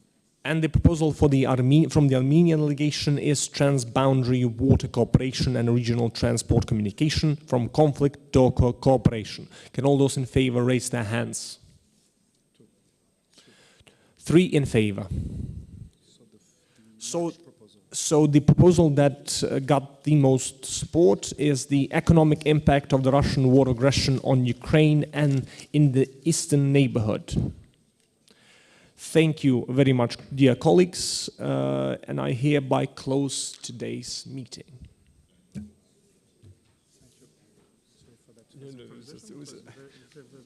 Did you apologize? That's the only thing I received. Yes, because we sent in the meantime we sent some updates, but it was very good. Thank you. Thank you for your help in resolving all this. So it's a good topic.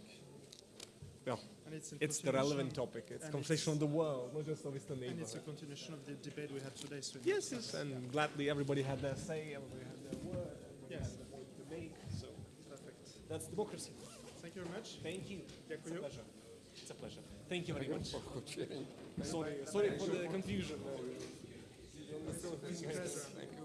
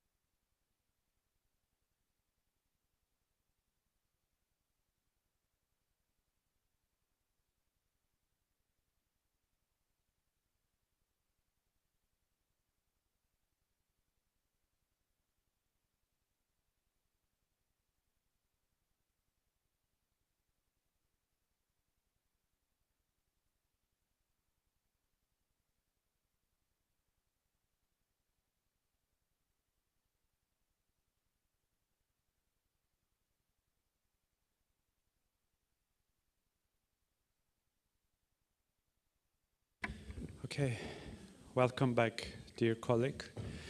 My name is Sarkis Khandanyan. I'm a member of the Armenian delegation and the co-chair of the Social Committee. I welcome you all today to this meeting of our Committee on Social Affairs, Employment, Education, Culture and Civil Society, which we organized with full physical presence after a long time. Let me extend my gratitude to our host, the Moldovan Parliament, and to the external speakers invited to today's meeting. Several of them will join us virtually. Their contribution is much appreciated. Unfortunately, my co-chair, Mr. Olekas, from the EP side, is not with us today, but Ms. Avram kindly accepted to step in for Mr. Olekas. If there are no objections, the agenda is adopted as circulated. So, agenda is adopted. I would like to recall some housekeeping rules first to ensure the smooth running of today's meeting. Interpretation is available in English, French, and Russian. Please note that today's committee meeting is web streamed and the video will be made available soon on Euronest Parliamentary Assembly official website. And I will share the honor of co-chairing this meeting with Ms. Avram, who will chair agenda item number 4. So with this, we proceed to the agenda item number 2. The draft minutes of the last meeting of the Euronest Committee on Social Affairs, Employment, Education, Culture and Civil Society, held jointly with the Committee on Economic Affairs in February 2022, have been distributed to the members and they are available on your files. If there are no objections, these minutes are deemed approved. I see no objections, so the minutes are approved. Now we proceed to the agenda item number 3, presentation and vote on the committee report on the compatibility between vaccine programs of the EU and the Eastern Partnership countries and their alignment. I propose that we move to this agenda item. The two co-rapporteurs on this report, Mr. Olekas from the European Parliament and Ms. Rudenko from Ukraine. We had the first discussion on the working document that served as a basis for this report during the ordinary meeting of the committee on 22nd February last year in Yerevan. The draft report was largely based on this working document. The co-rapporteurs decided that they would like to continue drafting the report largely based on the working document and submitted the draft report accordingly. As it was decided by the Bureau, the amendment procedure took place electronically earlier this week, well ahead of today's meeting.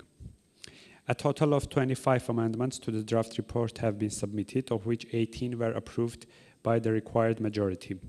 The consolidated draft report has been distributed by email to the members by the Secretariat and is also available in paper copy in the room. Before we proceed to the vote on the report as amended, I would like to give the floor briefly to Ms. Carmen Avram to say a few words on behalf of the co-rapporteurs who could not attend today's meeting. Please. Thank you very much. So, dear colleagues, I'm happy to provide you a summary on behalf of the rapporteurs who unfortunately couldn't be here today, but worked together well to produce this report.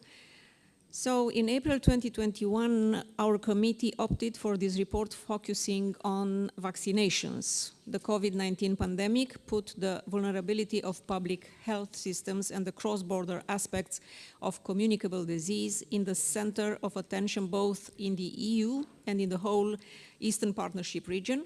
It seems clear that with increasing economic and political integration and people-to-people contacts, this will remain a challenge and a priority for the years to come. It also became increasingly apparent that there is also a link between COVID-19 vaccinations and routine immunization programs, notably through the significant burden on healthcare capacities, but also due to the phenomenon of vaccine hesitancy.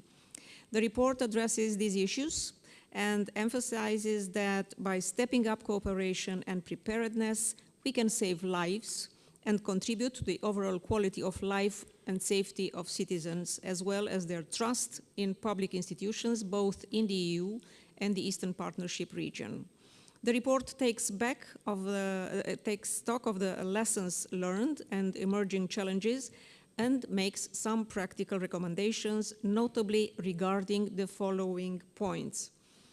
The challenges in vaccination programs, not only focused on COVID-19, but also on the routine vaccination programs in the EU and EAP countries, how to move towards more coordination and approximation of vaccination calendars without advocating for a uniform or a one-size-fits-all approach.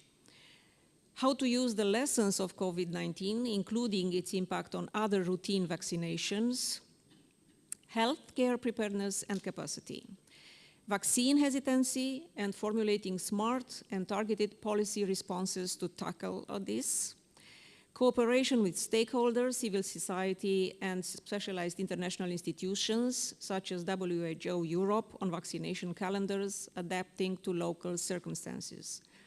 Role of the EU through funding, support, policy coordination and standard setting, and how to best use the Eastern Partnership policy framework to make progress on this issue, and public health outcomes in general, both regarding available resources and adjusting priorities, as well as institutionalized cooperation and coordination. The amendments tabled provided very useful additions and updates to the draft report, notably to reflect the current set of challenges linked to Russia's war of aggression in Ukraine.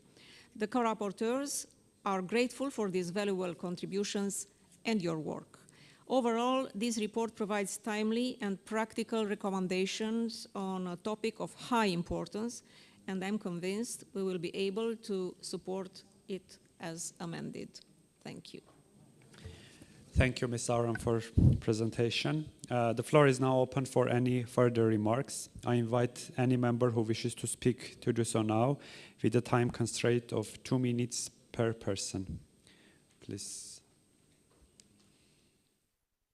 So I see none of the members have remarks, so we can proceed to the voting.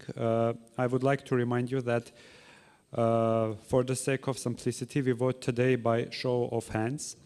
Let me remind you that each member has a single personal and non-transferable vote. We have received no request for a vote by separate component. The committee takes its decision by a 2/3 majority of the members who take part in the vote. Now let us proceed to the vote. Who approves the report as amended?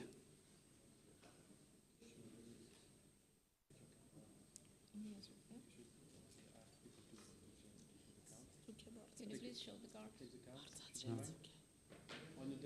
No.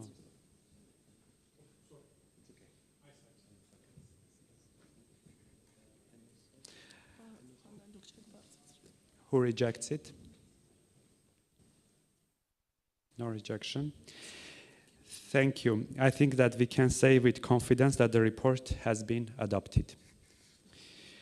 The adopted version of the report will be circulated shortly, and I would like to stress that the deadline for amendments for the plenary has been set by the Bureau for tonight at 8 o'clock local time. I repeat, tonight at 8 o'clock is the deadline for amendments. I would like to remind members that, according to the rules of procedure, amendments to texts debating during the session may be tabled by a minimum of 5 members of the Euronest Parliamentary Assembly or by a political group. Amendments shall relate to the text they seek to alter and shall be submitted in writing. The Bureau may decide the amendments to be inadmissible on the basis of this criteria. Also, please note that amendments for the plenary should be tabled either in English or in Russian. So with this, I want to pass the floor to Ms. Avram for the agenda item number 4. Thank you. Thank you very much. We move on the agenda point, which is our customary exchange of views on a topic of relevance. And unfortunately, this topic of relevance is the thing that we are facing some truly historic challenges. Russia's unjustified and illegal aggression against Ukraine, which has caused destruction and human suffering on a scale not seen in Europe since I don't know, the World War II.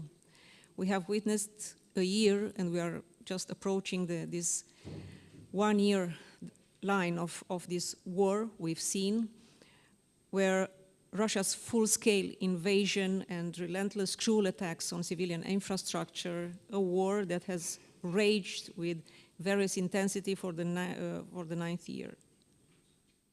This is affecting all of us with its economic and social consequences in the EU and in the Eastern Partnership countries alike. Ukraine is on the agenda of every single plenary session of the European Parliament and across our standing committees. We keep discussing the impacts and responses with parliamentarians from all over the world on all aspects, from food security to energy policy, from humanitarian response to economic consequences. Arguably, no other situation has prompted such a dramatic policy response from the EU, and this is also heavily affecting the Eastern Partnership framework. 8 million Ukrainians have left their homeland, many finding shelter in a temporary new life in the EU and in the Eastern Partnership countries. A similar number have become internally displaced. Moldova had to provide immediate assistance to around 700,000 people fleeing Ukraine from the early stages of the crisis and continues supporting well over 100,000 Ukrainian refugees. The South Caucasus region is also affected. And of course, it is important for us to remember and to understand that armed conflict and humanitarian crises are also very relevant topics for this region. Just let me express my solidarity also in this context to all people affected and my gratitude to all those making sacrifices and providing support. Today, we have the opportunity to hear from some excellent speakers and experts on the impacts on and the response. And I'd like to give the floor now to Mrs. Maria Honchar, who is a European Studies Program expert, Ukrainian PRISM. She will join us by video link. Good afternoon. Is she here? We are expecting Mrs. Kowal-Honchar to talk to us about the situation in Ukraine. I'm here. Am I connected? Hello, good to see you. Hello. I'm glad to see you online as well. Welcome, and we are giving you the floor. Mrs. Kowal-Honchar, you have 8 minutes. Thank you. Thank you very much, Ms. Abram. Thank you for your word. Thank you for your very good introduction to one of the topical issues which is now taking the attention and the efforts of the whole Ukrainian society.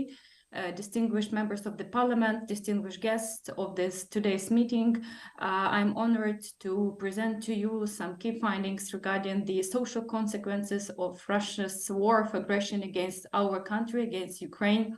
And probably these findings would lead us to a discussion of possible policy responses by the EU bilaterally, but also in the Eastern Partnership policy framework. First of all, as a starting point, I think you are well aware that in the very first months of Russia's war, the humanitarian situation in Ukraine was deteriorating very rapidly, reaching catastrophic scale in some cities. And it is now still the situation, especially in the frontline cities and villages. There are still villages and cities where for instance, the delivery of food and water supply is administered only by military or by volunteers. So we do not have, any significantly better humanitarian situation on the ground. So the supply of basic goods and services to some parts of the country is disrupted and is, of course, causing lots of humanitarian challenges to our country.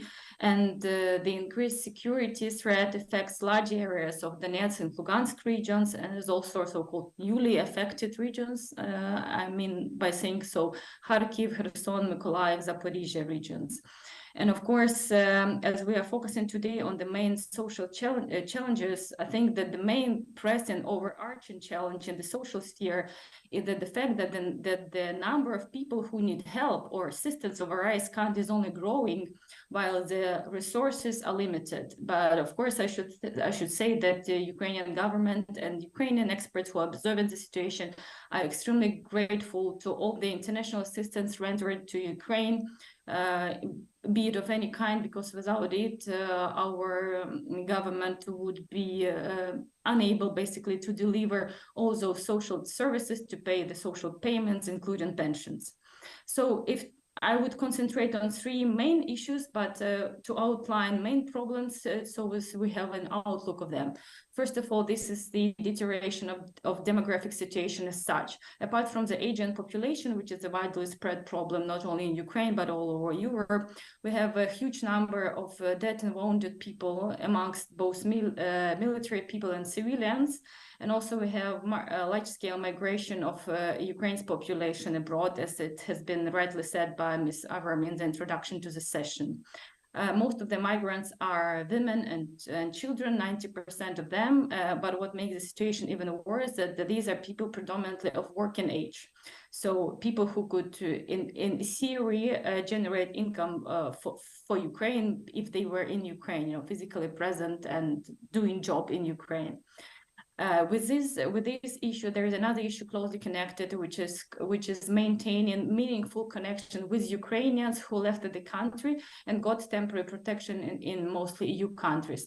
So we're also striving with these issues of losing the connection. Of course, there are people who are going from time to time back to Ukraine, but if you think of people who have fled from very eastern regions of our country to abroad, this situation is even worse. They are losing these connections to Ukraine. Of course, the issue of internal displacement, which was also mentioned here, and the issue closely related to that of readiness of local communities to accept new people. And very peculiar issue here is the social protection of people with disabilities in a more narrow sense, like how to help these people, what rehabilitation offers can communities offer to them, how can they be socially integrated. Apart from that, we will also have labor market problems. I will be talking about that a bit more in details later.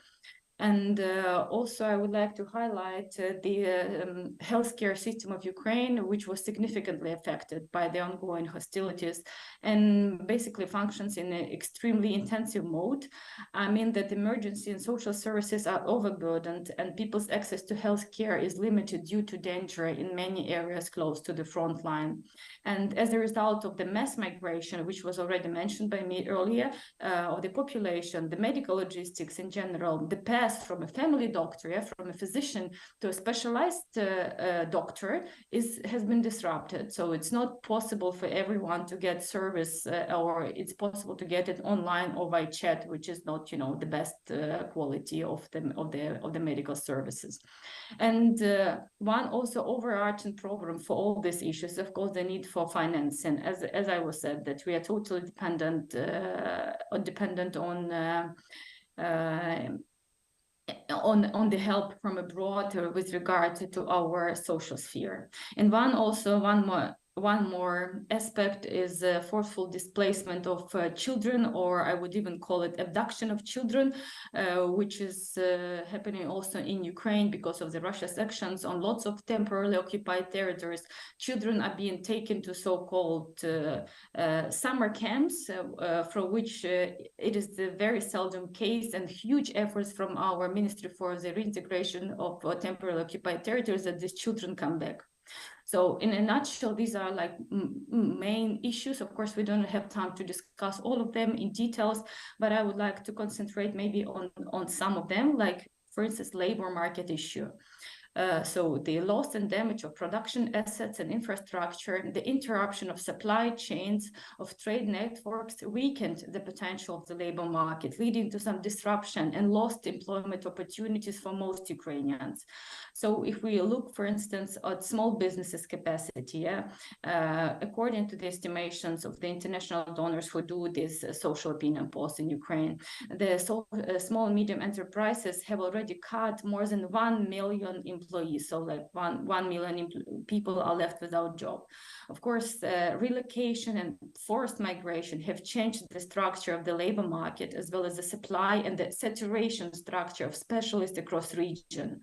So you can imagine that in the regions most affected by Russian military aggression, the number of jobs decreased and competition increased.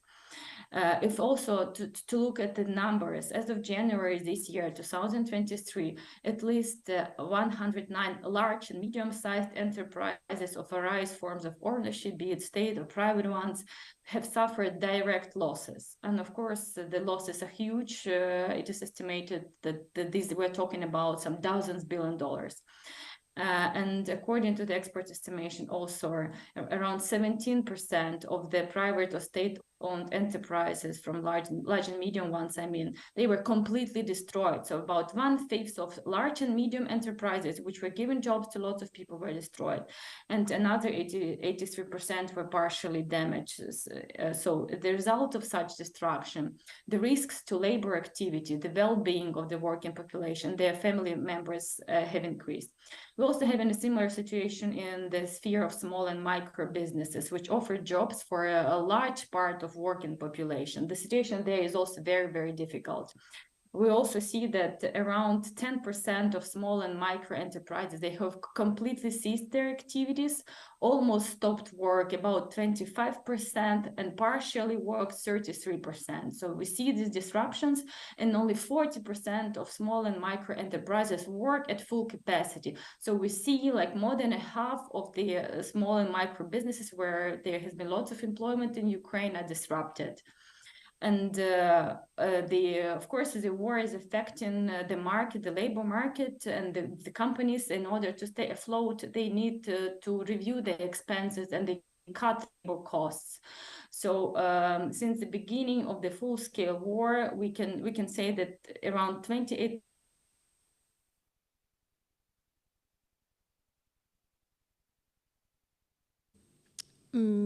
Ms. Sonchar, are you still there? Yes, yes. You were cut for a few seconds. And please I'm sorry for that. Try to wrap up in a minute or two. Thank you. And also, we have also lost lots of skilled labor. I would say that we'll have lost doctors, lawyers, teachers, engineers, IT specialists, and journalists. And a peculiar issue is also that we have an increasing number of workers with disabilities because of the ongoing hostilities, and their level of workability and the list of jobs that they can perform are different from the pre-war period. And there is a need to adapt to this new situation, as there's a need for employers to offer new opportunities after the rehabilitation will have taken place. So, of course, we have another issue of this uneven distribution of internally displaced people in Ukraine, and this relocation means that in some parts of the country that there are lots of labor force, but smaller proposal of jobs. And there are also some particular industries, the pharmaceutical, food retail, medical, transport industries, where the problem with personnel is particularly huge. And the last point here regarding the labor market, that we have lost lots of people who were employed in the service sector, be it like hairdressing, cosmetologist, I don't know, various type of care. There were lots of women people who were employed in the service sector, and lots of them fled to the EU countries, and they started their own businesses there. And it's a huge question to the Ukrainian government whether these people will be back and how this sector is going to function later. And the last but not least is a problem of the shadow sector of the semi-legal employment because of the disastrous financial situation for many companies. We see the spread of the precarious employment, that people are avoiding to pay taxes, and of course, and the ILO, if you have looked at the statistic provided by the ILO, during the last year, they see a decrease in financial activity, meaning that either the companies ceased to pay salaries, or there has been a sharp decrease for almost 5 million jobs. We don't know really whether they were actually closed those jobs or they went into the shadows. It's an open question. But there is like a huge array of issues in the labor market. Thank you very much. I am ready to talk also about other issues. If the distinguished members of the Parliament will have the questions, I would be happy to answer them and maybe to talk later about other issues as well. Yes, thank you very much. It will, after all speakers are going to have their presentation, then we are going to have some, hopefully some remarks from our members here. Thank you very much for all your valuable insight and for describing us the situation there, a country that has been affected in all possible ways. Our next speaker is Mrs. Irina Rayevska on behalf of the Ukrainian refugees in Moldova. So we will have the opportunity to hear firsthand from a speaker coming from the Ukrainian refugees in Moldova. Mrs. Rayevska arrived from Odessa, and her personal testimony is much appreciated by all of us. Mrs. Rayevska, if you are here, I'm here. We are very glad. Oh, you are exactly here, right here. Thank you for coming, and you have the floor. Thank you. Thank you. Ladies and gentlemen, honorable guests and hosts. First of all, I would like to thank you for the opportunity to speak on behalf of the Ukrainian refugees here in Moldova. My name is Irina, as it was said before. I'm Ukrainian, I'm 40 years old. I hold a PhD in linguistics, and I work as associated professor at Odessa National University, and I lead the Department of Translation and Interpretation in my university. I arrived to Chisinau on the 24th of February. That morning, the lives of millions of people, millions of Ukrainians changed. And I believe that that day changed the lives of millions of people in Europe and all over the world. Lives of adults, lives of children, lives of businessmen, vulnerable people, and so on. That day I woke up at 4:30 a.m. approximately because of an unknown, horrifying sound which put end to many my dreams and many dreams of millions of Ukrainians. Sounds that later on unfortunately became very familiar for Ukrainians, and that sound for me symbolizes death and horror, and that sound changed the Ukrainian nation forever. I'm from Odessa, a city well known abroad even before these tragic events, but now it's known also for the grain corridor agreement. In Odessa, I was living quite close to the Odessa Sea commercial port, and that day, early in the morning, I had a hope. I hope that that strange sound was coming, or was provoked by a fallen container, something I had heard before. I rushed up to read the latest news, and it was already obvious that the worst scenario, the terrible fact, it was real. It took me some time to grab documents, some savings, clothes, school books of my daughter, and some toys. I went to my parents' home, and I couldn't think, I couldn't understand, I couldn't decide what I was supposed to do. And I was outside with my father, he was smoking his cigarette, and there was another sound. Later on I found out it was another missile which struck the Odessa airport. And my father told me, he looked into Mars and he said, if you should leave, you should make a decision and leave right now. So I put my daughter in the car and our trip had started. We were passing by some buildings on fire because some missiles arrived on the very first day to Odessa, and I saw smoke from somewhere, and city roads and highways. It was a great challenge. There were huge traffic jams. And then on the highway, I saw the military trucks carrying missiles for air defense systems going towards Odessa. And at that moment, I realized that I was doing the right thing, and it was real. It wasn't something which we couldn't understand. So I arrived to Palanca BCP. It took me more than expected, and then we passed hours and hours waiting for passport control, and we arrived to Odessa, to Chisinau. For the first months we lived, we were hosted by a Moldovan family, a family of friends who started calling us even before I took the decision to leave Ukraine, saying that they were waiting for us, their home is open for us. During the first days, really, we were shocked. We were just following, reading all the latest news from Ukraine. But what I would like to say, I really was surprised in a good way by the hospitality and openness of the Moldovan people. And it's not only my experience. I saw it on the news. I heard it from other Ukrainians I met here in Chisinau. People, just ordinary people from the nearby villages, near BCPs, cooked soup and placentas and were giving food to people, men, women, children, who crossed the border.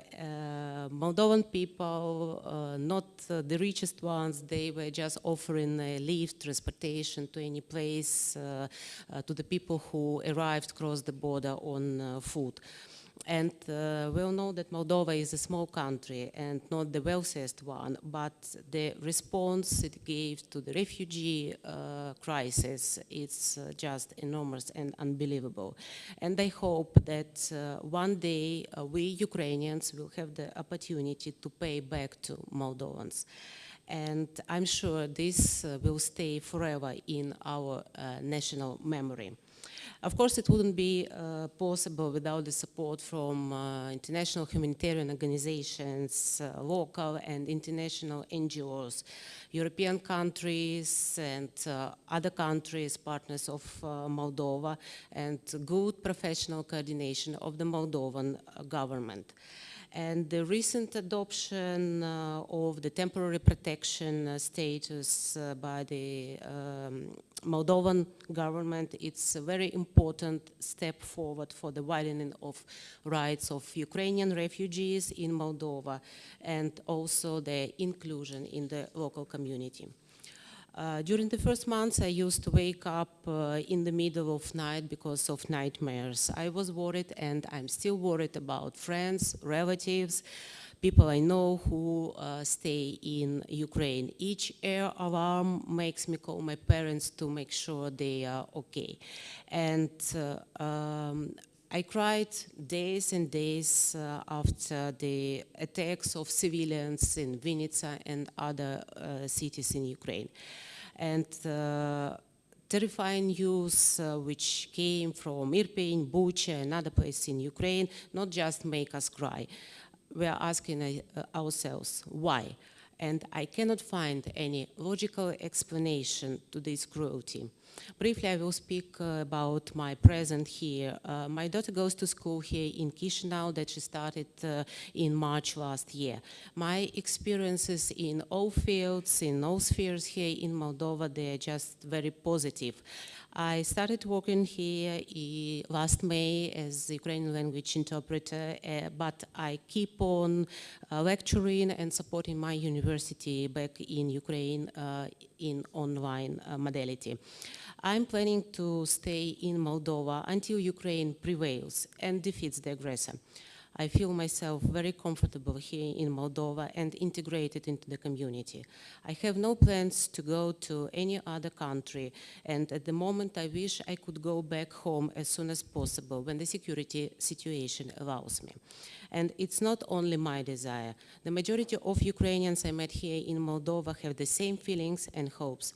I strongly believe in our victory, and I know that also a lot of all Moldovans do. I've heard many times here from the local people that they just admire the way Ukrainians fight for their land, freedom, identity, paying a very high price. And they're doing it not only for their victory, but also for the freedom and peaceful nights of the neighboring countries. A couple of days ago, I was asked by a friend which city you dream to go to on your next trip. And you know what I said? I'm dreaming of going to Kyiv, Lviv, and of course Odessa, my favorite Ukrainian cities. I want to go to my Ukrainian cities. I want to see them peaceful and safe, full of life and joy, as they were before the 24th of February. Thank you for your attention.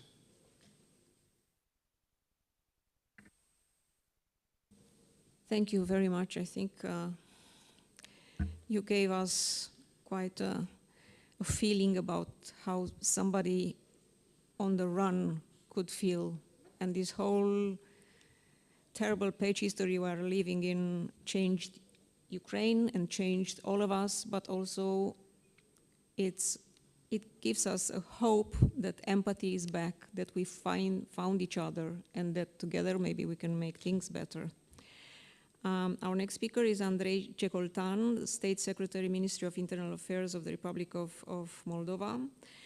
Mr. Cecoltan will shed some light, hopefully, on the situation in Moldova that is affected on multiple levels by the war in its direct vicinity. Mr. Cecoltan, welcome, and you have 8 minutes. Thank you. Thank you for my presentation. So first I want to thank you for the possibility to speak in front of you regarding the conflict and humanitarian crisis and its social consequence through the eyes of Ministry of Interior. At the beginning of 2022, the Ministry of Interior had a precise action plan for this year, had mechanism of work, and had specific procedures. Suddenly, on February 24, we understood that all our plans, mechanisms, and procedures all calibrated for the peacetime. And now we were in a full wartime. Our neighbor was involved in a typical war, as most of you know from your past or from historical books. But Republic of Moldova was involved in a hybrid war, as we understood later. At the beginning, we operated with the terms of hybrid threats, but after a time, we understood that it was a really war. Moldova Ministry of Interior has only 18,000 staff, more than 10% being blocked or vacancy. And all our indicators increased more than 10 times. Just the request of asylum increased 4,000 times. And we only had 4 people initial set up for this. Our contingency plans were prepared for an influx of 20,000 of people. In reality, we have more than 700,000. It means 37 times more. On our territory, the number of cars were increased with 1/3. It means more than 500,000 of cars on the same roads. More than 120,000 of refugees decided to settle in the Republic of Moldova, increasing the number of population of 4%. It's the biggest and it's the largest value in the European space. Okay. To manage it, we built 6 temporary placement camps for refugees and set up a temporary bus station. All these are direct consequences of the war in Ukraine. At the same time, as I said before, we were involved in a hybrid war. When I say hybrid war, what I mean, actually? Energy blackmail, the contract between Moldova Gas and Gazprom, political blackmail of energy dependence, Even the situation in Transnistria was mentioned as to be negotiated. Manipulation of the population in Gagauzia and Transnistria. Something like Russia will give you the cheapest gas. Another one is bomb alerts, testing the capabilities of special force and rendering the intervention capability vulnerable through fake bombs threats. More than 400 messages, it's like was phone and email messages about planting mines starting in June. It was more than 9,000 policemen involved and more than 9,000 spaces or location. Like targeted objective was Chisinau Airport, educational institutions, courts, medical institutions, shopping center. Another part of this hybrid war was protest, organized by fugitive oligarchs through the opposition by funding the participants, paying for transportation or other facilities for the protesters, directing demonstration into violence with organized group putting pressure on law enforcement. Even now, a so-called protest is organized in front of Opera Theatre. Before starting this protest, 6 persons was arrested because having with them knives and some others, but they don't should to have. Okay, something else about this hybrid war is radicalization of the population, manipulating public opinion in two directions. The first one, Russia solves the situation, and the second, the government are submissive to the West and sell the country. More, compromising leaders, cyber attacks, hacking private social media, publishing information taken out from the context. Planning to change the legal order, attacks on political leaders with increased credibility. Fake news, propaganda, manipulation to increase pro-Russian sympathy and increase distrust by government. Violation of airspace, missiles parts, surveillance objects that was found in Moldova. Multiplied cyber attacks on governmental sites. And don't forget about the blockade of the transport routes on the Black Sea. And means all these routes come from Moldova to the land. And just imagine that all this happened at the same time. So it wasn't like one after other. It was all on the same time. And we managed it with the same number of staff like it was in a peacetime. It was possible only by changing the mechanism and protocols and our rules. One of the most important things we understood is working together, united within the Ministry of Interior. The challenges we had in front of us required a different approach. There were no more pure police work or border police work. All our subdivisions, National Police, Border Police, Migration and Asylum Bureau, firefighters and rescue team, Carabiniers, they have worked together, having one common mission, to ensure peace and security for all the population of the country. It means Moldovan nationals and other nations that found our country safe here. We need to further innovate and develop new mechanisms, not just to exchange pieces of information and share evaluation, but jointly work on assessment, jointly use common secure communication lines between countries for operatives on the ground. And we already started to do it by creating the EU Security Hub in Chisinau, after the joint decision of the JAI meeting in Prague last year. Another example is to have Frontex in Moldova in record time, 2 weeks. Last year, we were at Moldovan and Romanian border together with Frontex. And this year, we were at Moldovan and Ukrainian border. So, the mechanism of EU are operating outside EU, meaning the security border of EU enlarged, and Moldova is part of it. We did the same with Europol, CEPOL, and many other EU bodies will join. Despite of this, we did not forget for even a second of our development agenda.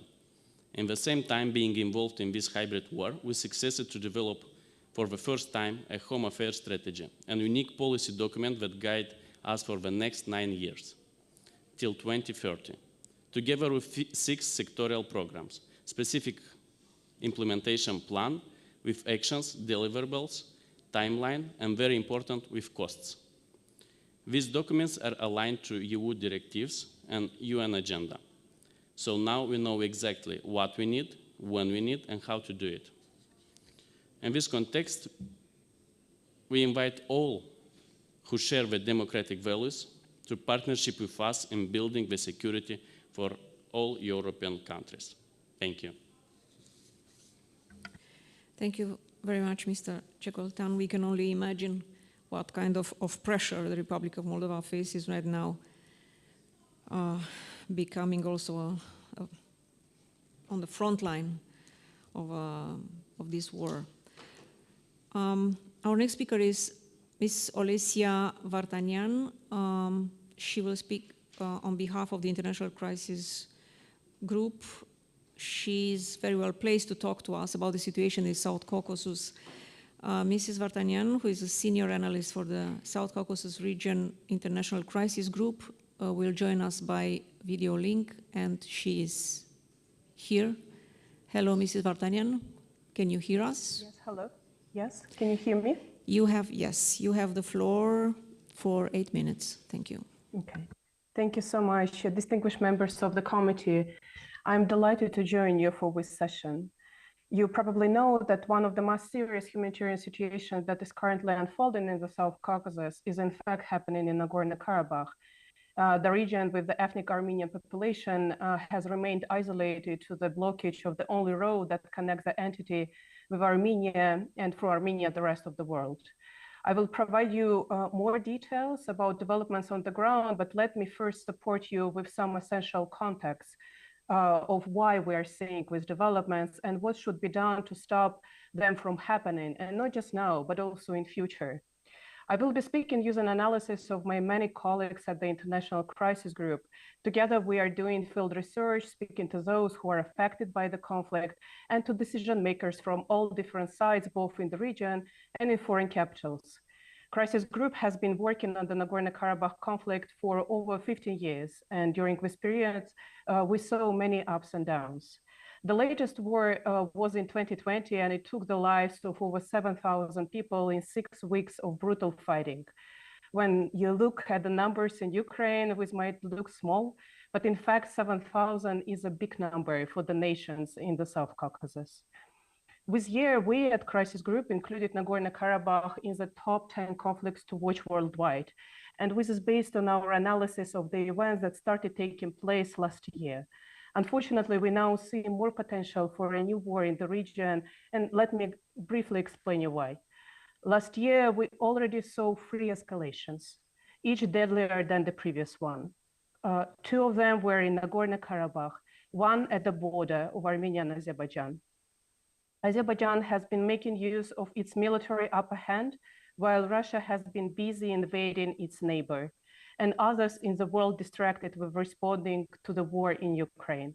As a result, last year, Azerbaijan could seriously reinforce its positions that now provided with significant military advantage should a new fighting start.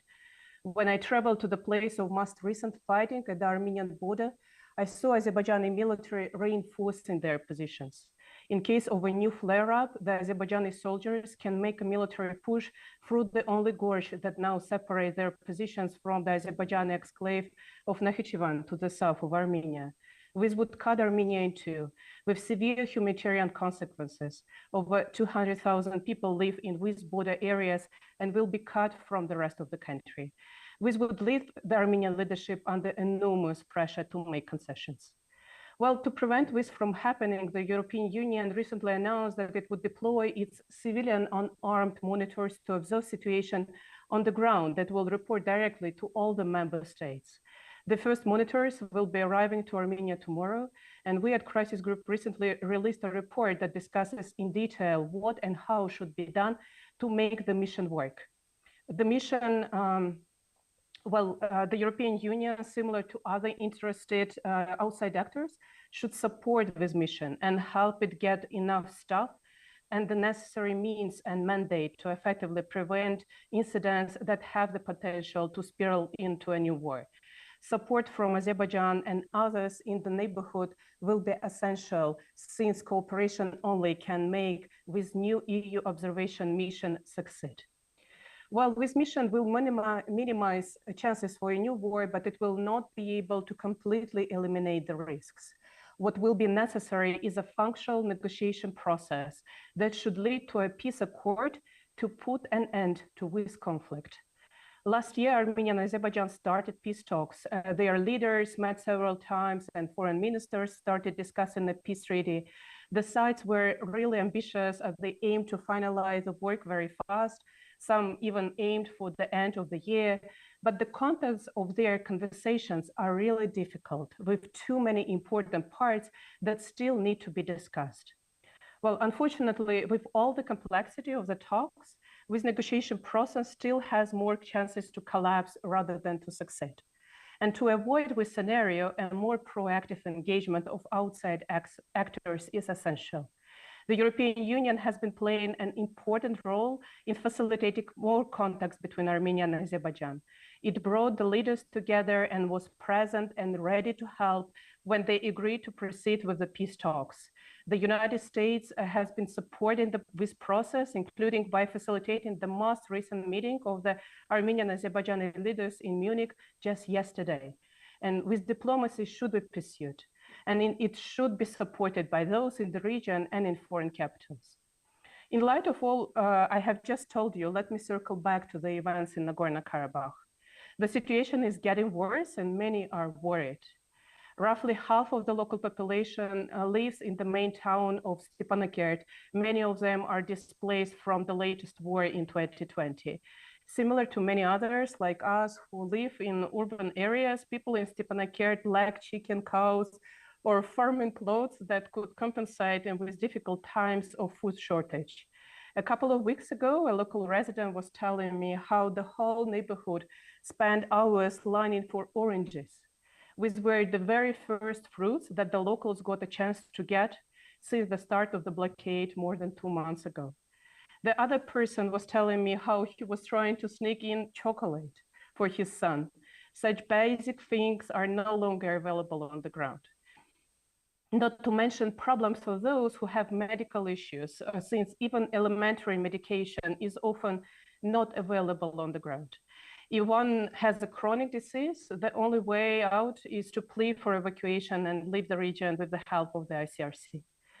Another important problem is a regular shortage of the natural gas supply that leave many locals with no heating. And this is a mountainous region in the midst of the winter. The natural gas gets delivered from Armenia through Azerbaijani controlled territory. In the past, anytime there was a problem, it got fixed within hours. Now it takes days, leaving the locals with no heating. Well, unfortunately, these problems make many to start thinking whether they will have a chance to have a normal life, or it's better to start packing to leave Nagorno-Karabakh. And unfortunately, people start considering relocation. But again, as you can see, with developments in Nagorno-Karabakh are only the most recent manifestation of tensions. Indeed, more diplomatic pressure to relieve the situation is necessary, but what is also needed is a path for ending with cycle of crisis and flare-ups, each one bloodier than the last. One way forward could be the calls for resumed contacts and talks. During the summer, the EU and the US started working on a new track between Baku and Stepanakert. Such contacts could really help with resolving any future problems on the ground. They will also provide more confidence to the local Armenians that they will not be forced out of their home. Since I got a couple of minutes left, let me briefly touch on the situation in Georgia. Due to the Russian invasion, Georgia saw a major influx of the Russian citizens, and some estimates show that they are now around 10% of the Georgian capital. Well, I can tell you that I can definitely feel the difference when I walk in my hometown in the central streets with so many people now speaking Russian. Well, a debate about the careful stance of the Georgian leadership on the invasion has poured oil on the flames of a deep and now years-long political polarization in the Georgian society. But with all this in mind, in fact, last year was one of the most peaceful since the 2008 war here in the region. We saw less incidents along the lines that separate Georgia from its breakaway regions. With this, because Russia is now lacking an interest to provoke any major crisis in the neighborhood that would disperse its diplomatic and military resource from what it's doing illegally in Ukraine. With this Russia's interest, at least for the moment, and the Georgian government was right to make use of this new reality, that it decided to pursue its peaceful policies on the breakaway regions. Unfortunately, it led to the reputational losses for the Georgian government, and indeed it is still unclear what will be the Russia's next step.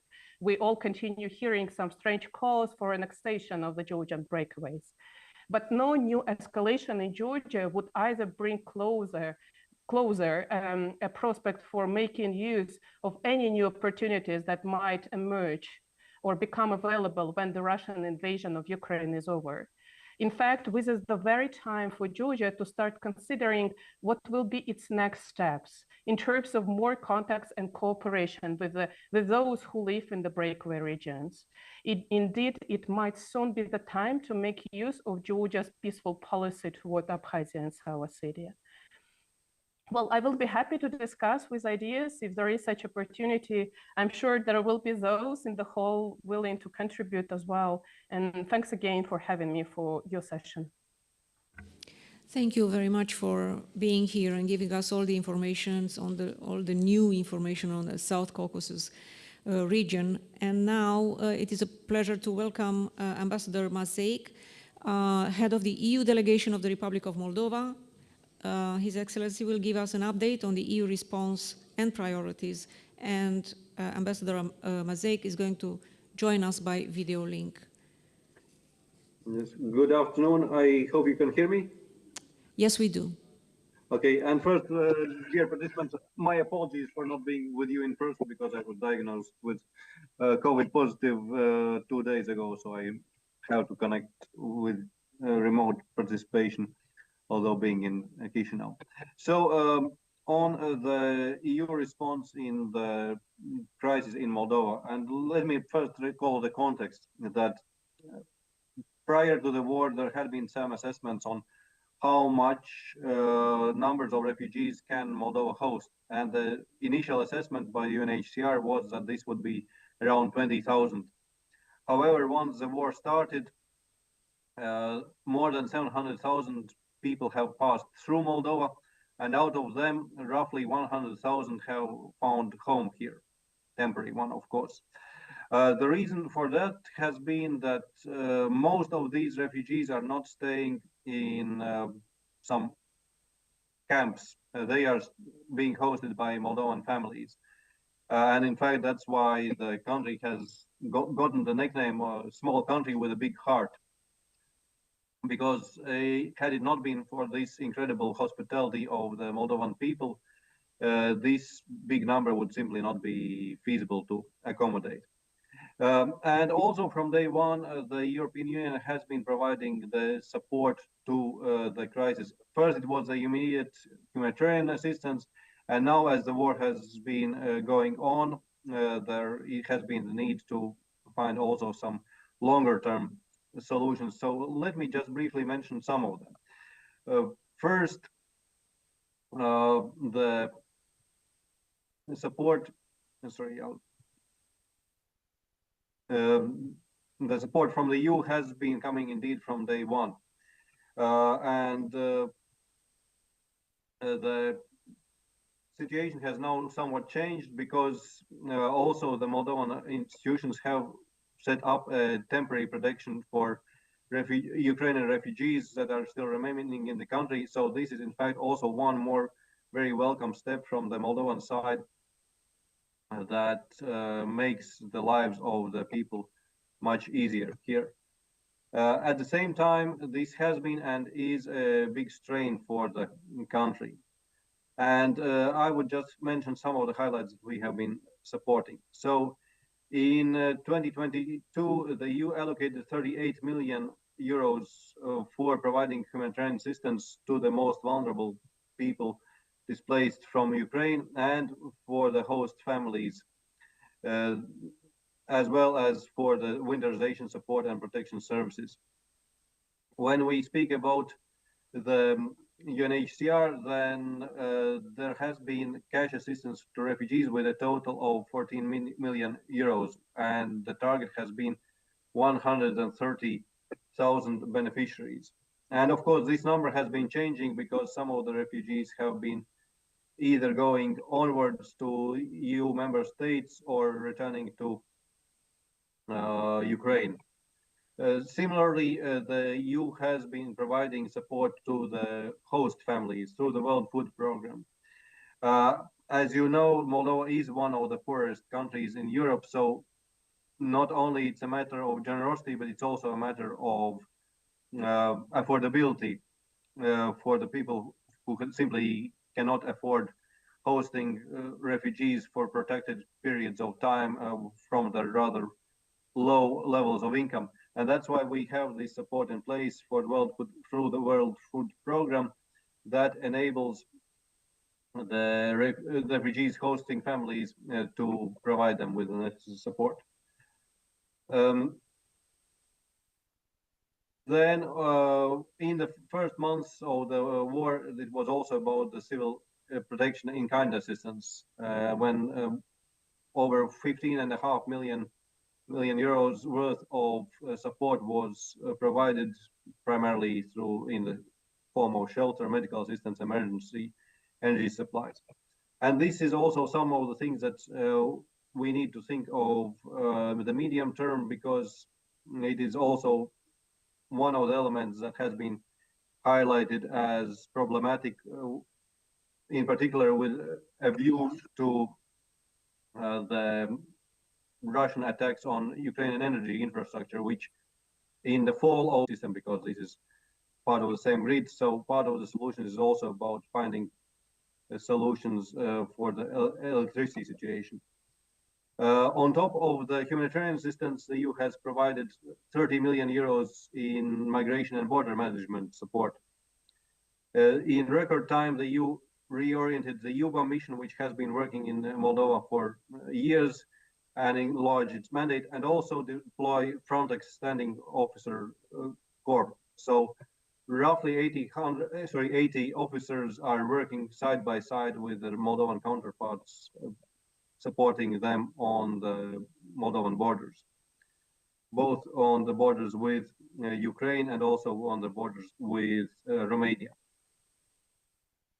So in a nutshell, the EU has provided 123 million of additional funding covering the full spectrum of the assistance needs as has been requested by the national authorities.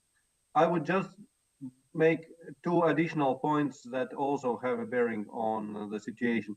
One is the risks, and this is something that both the national authorities and we have been monitoring to the extent possible, because these people are by definition vulnerable. So there are some risks that are elevated, like in particular the risks of trafficking.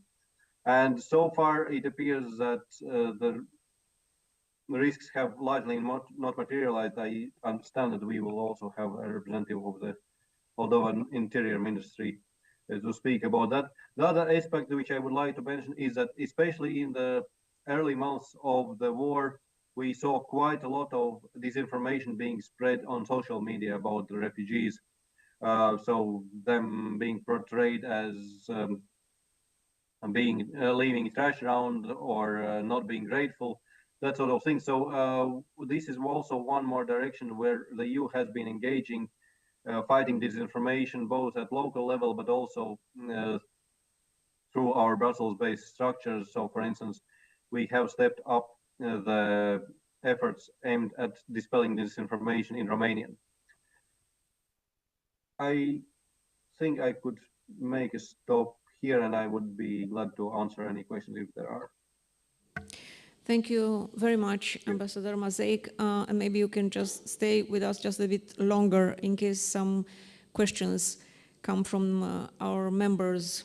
So you have now the opportunity to share your views and to comment or to ask some questions to our speakers. Yes. Jurash. Sorry, my name is very difficult and very Ukrainian.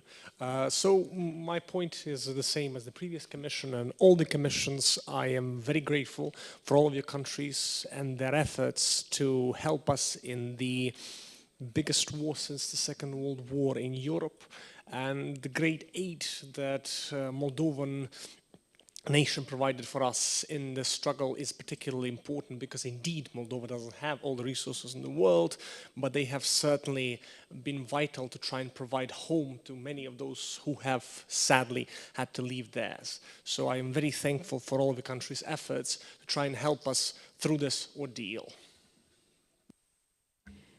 Thank you very much. Mr. Mamadov. Thank you very much. Dear friends, distinguished members of Parliament. So there is no doubt that conflicts and wars cause big destruction, economic crisis, ecological disaster, human tragedy, and also create serious social problems. So as you know, my country is one of these that experience all above-mentioned challenges in the history of our independence. I will have a number of the questions and comments to the speakers. I thank all of them for their speech. And my first question will be, of course, to Madame Vardonian, and also to international community, to international organizations. And when they make this all this accusation against Azerbaijan, my question is where international organization, including the Inter-Crisis Group, was over 30 years, when we can talk about the social impact that my country faced over the 30 years.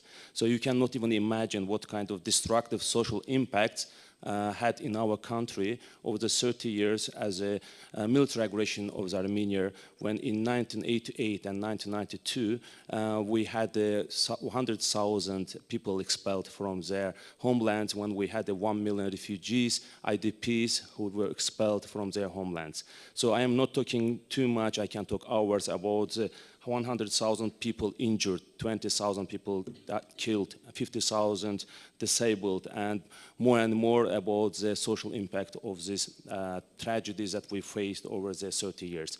And despite this serious problem, of course, and occupation and economic difficulties, Azerbaijan has implemented consistent measures to solve the social problems of the refugees and internally displaced persons. I will not list the state programs for improving the living condition and increasing employment of refugees and IDPs.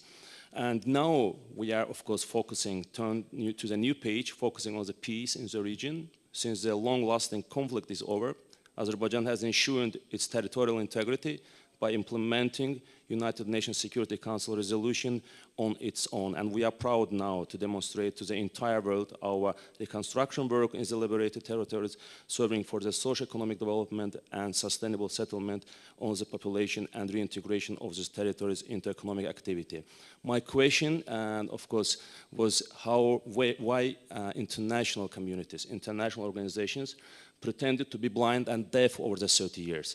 And of course, there was allegations about Azerbaijan on the Lachin Road, which is really fake and groundless. So I can bring a number of the statistics. Every day, 60 big trucks are moving to ensure humanitarian support to Azerbaijani citizens of Armenian origin in the Khankandi. And there are 2,500 cars moved in response to allegation which we heard from international organizations. So I can talk a lot about this, which is maybe not the issue of this discussion, but I would like to underline one more issue about the social impact of the war on the Ukraine. So as we have to underline that Azerbaijan, as you know, is supporting the territorial integrity of Ukraine, and it's really commendable that we see the strong support, strong solidarity among the countries in support to Ukraine. But in terms of the social impact, as you know, Azerbaijan, on the top of the economic support to Ukraine, we are also providing social support. And as you know, as a result of these wars, usually children are most vulnerable. And we are happy to underline that my country is receiving children who suffered from the war to provide the social rehabilitation support. So question to the international community, to European Union is, what kind of mechanism are you going to implement to address these problems related with the social support to the children providing the public health support to those who are now living in different countries? And what kind of mechanism do you propose in order to bring to call different sides to bear responsibility for the social impact of the war? So this is my few comments, and I'm sure that my colleagues will bring much more. Thank you very much. Is there somebody else?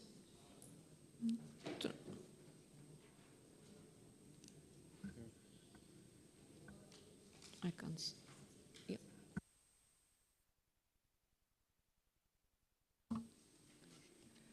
Please. Thank you, Madam Chair. Dear colleagues, I would like at first answer my Azerbaijani colleague. He asks, why is international community deaf?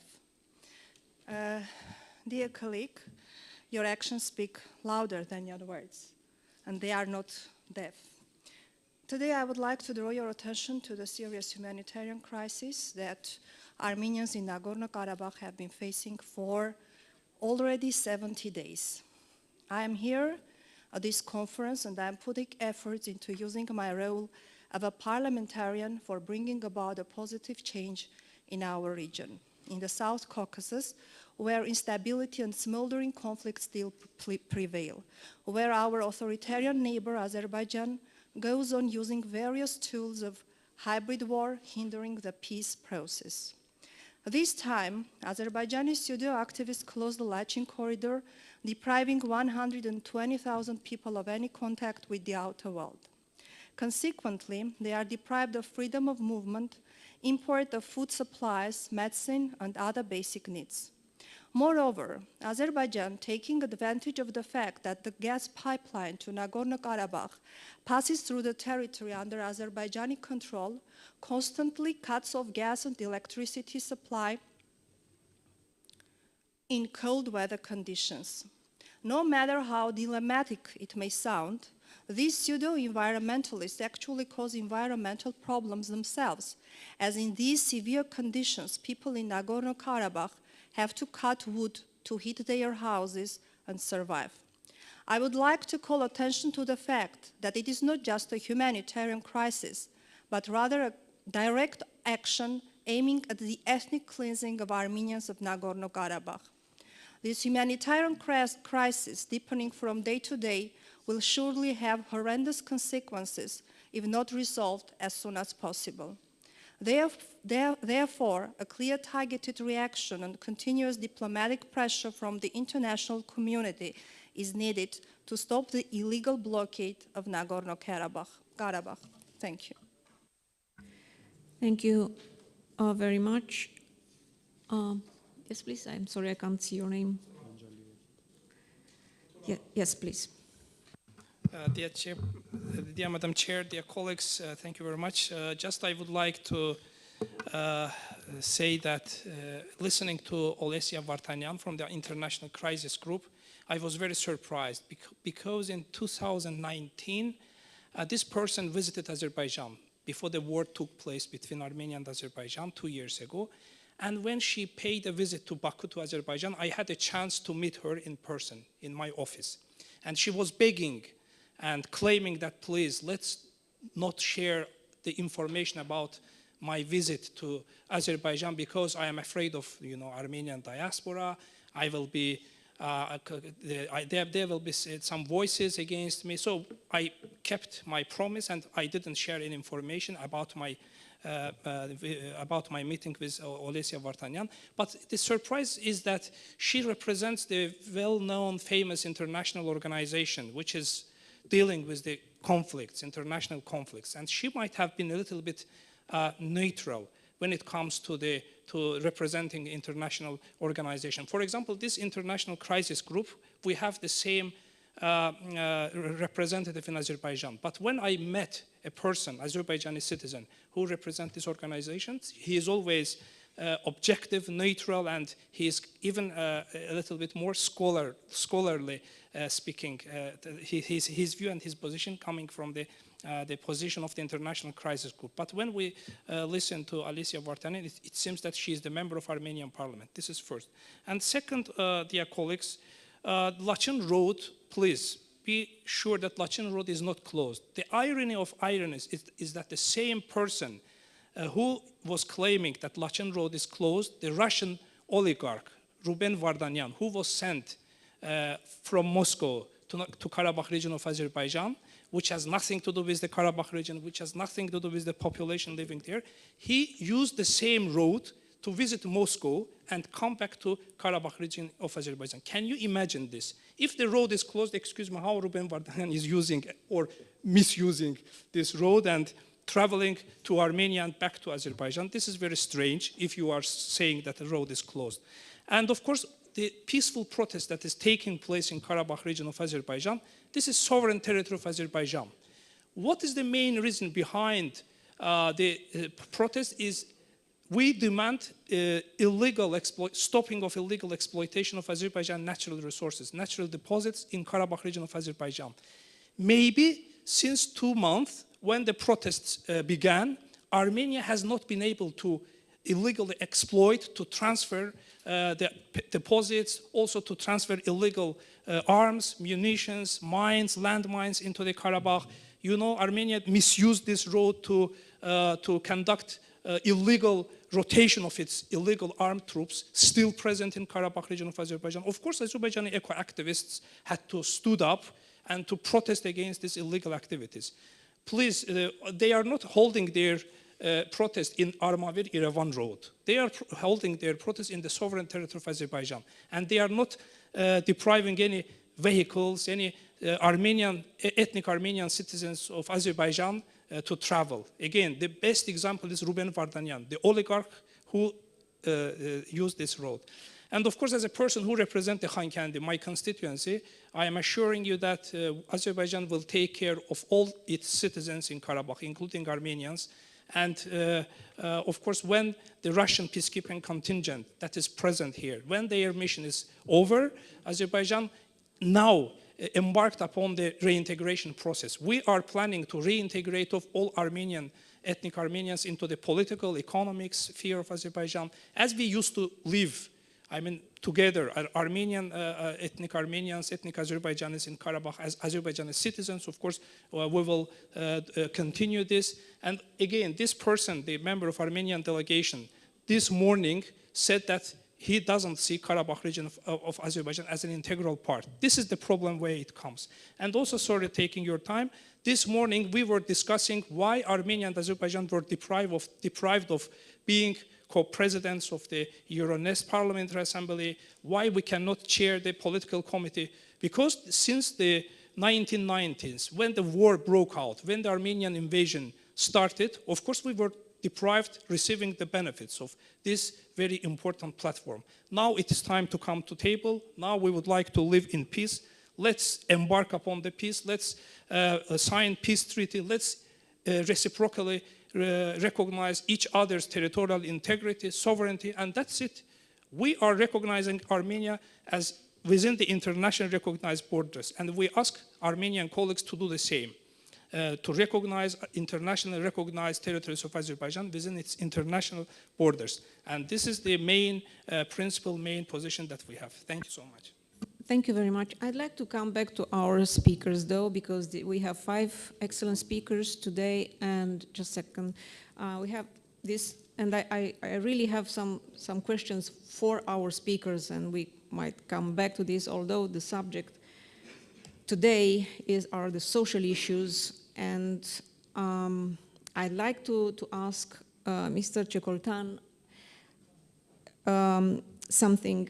There are informations right now that a new assault, a new wave of attack could happen in Ukraine because the 24th of February is soon, and there are always informations and reports regarding a huge attack concerning Ukraine. I was wondering if you take into consideration this issue, if you are preparing, do you expect a larger number of refugees to to come to Republic of Moldova, and also to our first speaker.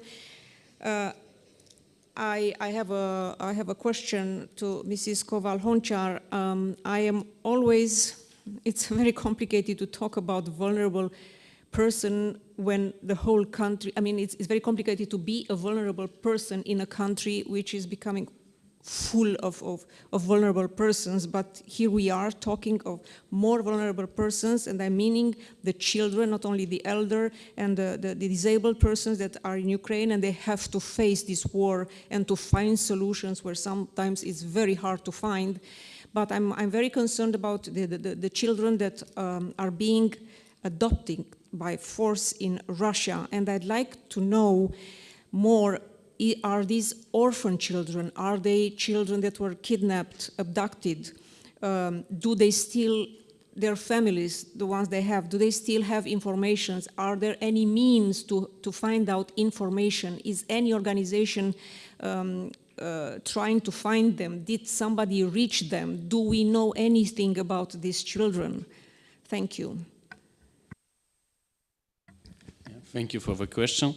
So the first part of your question, actually we have a lot of information, but it's like working, informative information. We don't know for sure what it will be on 24, and not only 24, 23 or 5 for sure. I think there are some people in this year who knows for sure. But what I can say for sure, but now we are more prepared. And now we know exactly how to work, how are the mechanisms, and how to manage if the influx of a person will be bigger than it was. So we are more prepared for now. Thank you. Thank you very much. Is Maria Honchar still online? Yes, I'm here. Do you have more information Yes. about the children? Thank Yes, you. as I'm talking to you, I hear air alarm raging now in Kiev. So this is, as what was already said by Irina, that the danger is imminent, and we hear the airlines going off every day, and it's happening right now as well. So and as you see, as part of the very tragical issue that we are getting in a way accustomed to that, as you see, I still here continue talking to you despite this danger. This is part of this process taking part in our country. Regarding your question, Madam Chair, regarding vulnerable people, I share your opinion. Yes, that indeed the whole of society has become vulnerable due to this exposed danger that we're facing now. But yeah, there are particular children and particular elderly people and people with disabilities whose life is now even in more danger than lives of full able people in this sense. Because one aspect of that is the evacuation of people who are close to the front line. It is very often we see the cases from the volunteers who are coming to the very vicinity of the front line, be it Bakhmut, be it anywhere else, and trying to convince people to evacuate from those territories and proposing them a helping hand, and people refusing to do so because of their personal convictions, because they're afraid. They don't know what is expecting them in the other city where they could be evacuated, how their life would be. Often the argument is that my parents were born here, my parents died here, my grandparents, and that's where I will continue living. How can I find a job in another place? How can I sustain living somewhere else? So this is a huge problem. You're absolutely right. How to better protect vulnerable people. And regarding your second point regarding people who are abducted by Russia and forcefully taken from the occupied territory, there are issues like, for instance, in Kherson region, when Russians were withdrawing their troops, they were also taking people who were in the orphanages in Ukraine, regarding whether there's connection to them. As I see the information, the Ministry of Reintegration of Temporarily Occupied Territories is taking care of that, and they are taking care of that on a case-by-case basis, because every case is peculiar and what they are trying to do.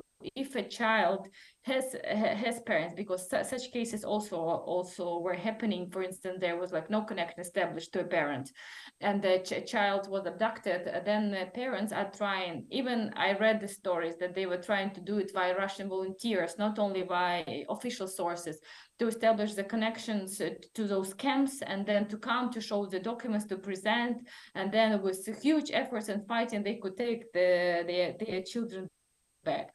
But in general, the situation is harsh. We are talking about some thousands of people who were taken not only from Mariupol, when it was one of the worst cases, but also from Kherson or from Kharkiv region to Russia. And as I said, it's a case-by-case basis, and from time to time we do read the stories, and we do hear the messages from our government that some thousands of children are coming back. But in a nutshell, I would say that the problem is not resolved yet.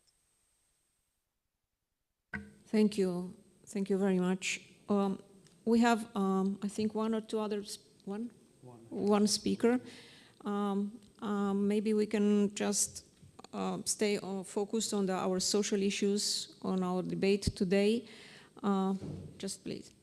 I'm sorry, I can't see your name. My name is Haik Amijanyan from Armenia, and Madam Chair, please believe me that social issues have no nationality or state of origin. So with all due respect for the victims of other conflicts, people who live in Nagorno-Karabakh have the right to be regarded by their rights. First of all, I would like to state regarding the Azerbaijani delegation, we are not the only ones who are stating that Lachin corridor is blockaded. European Parliament states the same. Vast majority of PASA officials state the same, and very many other international organizations.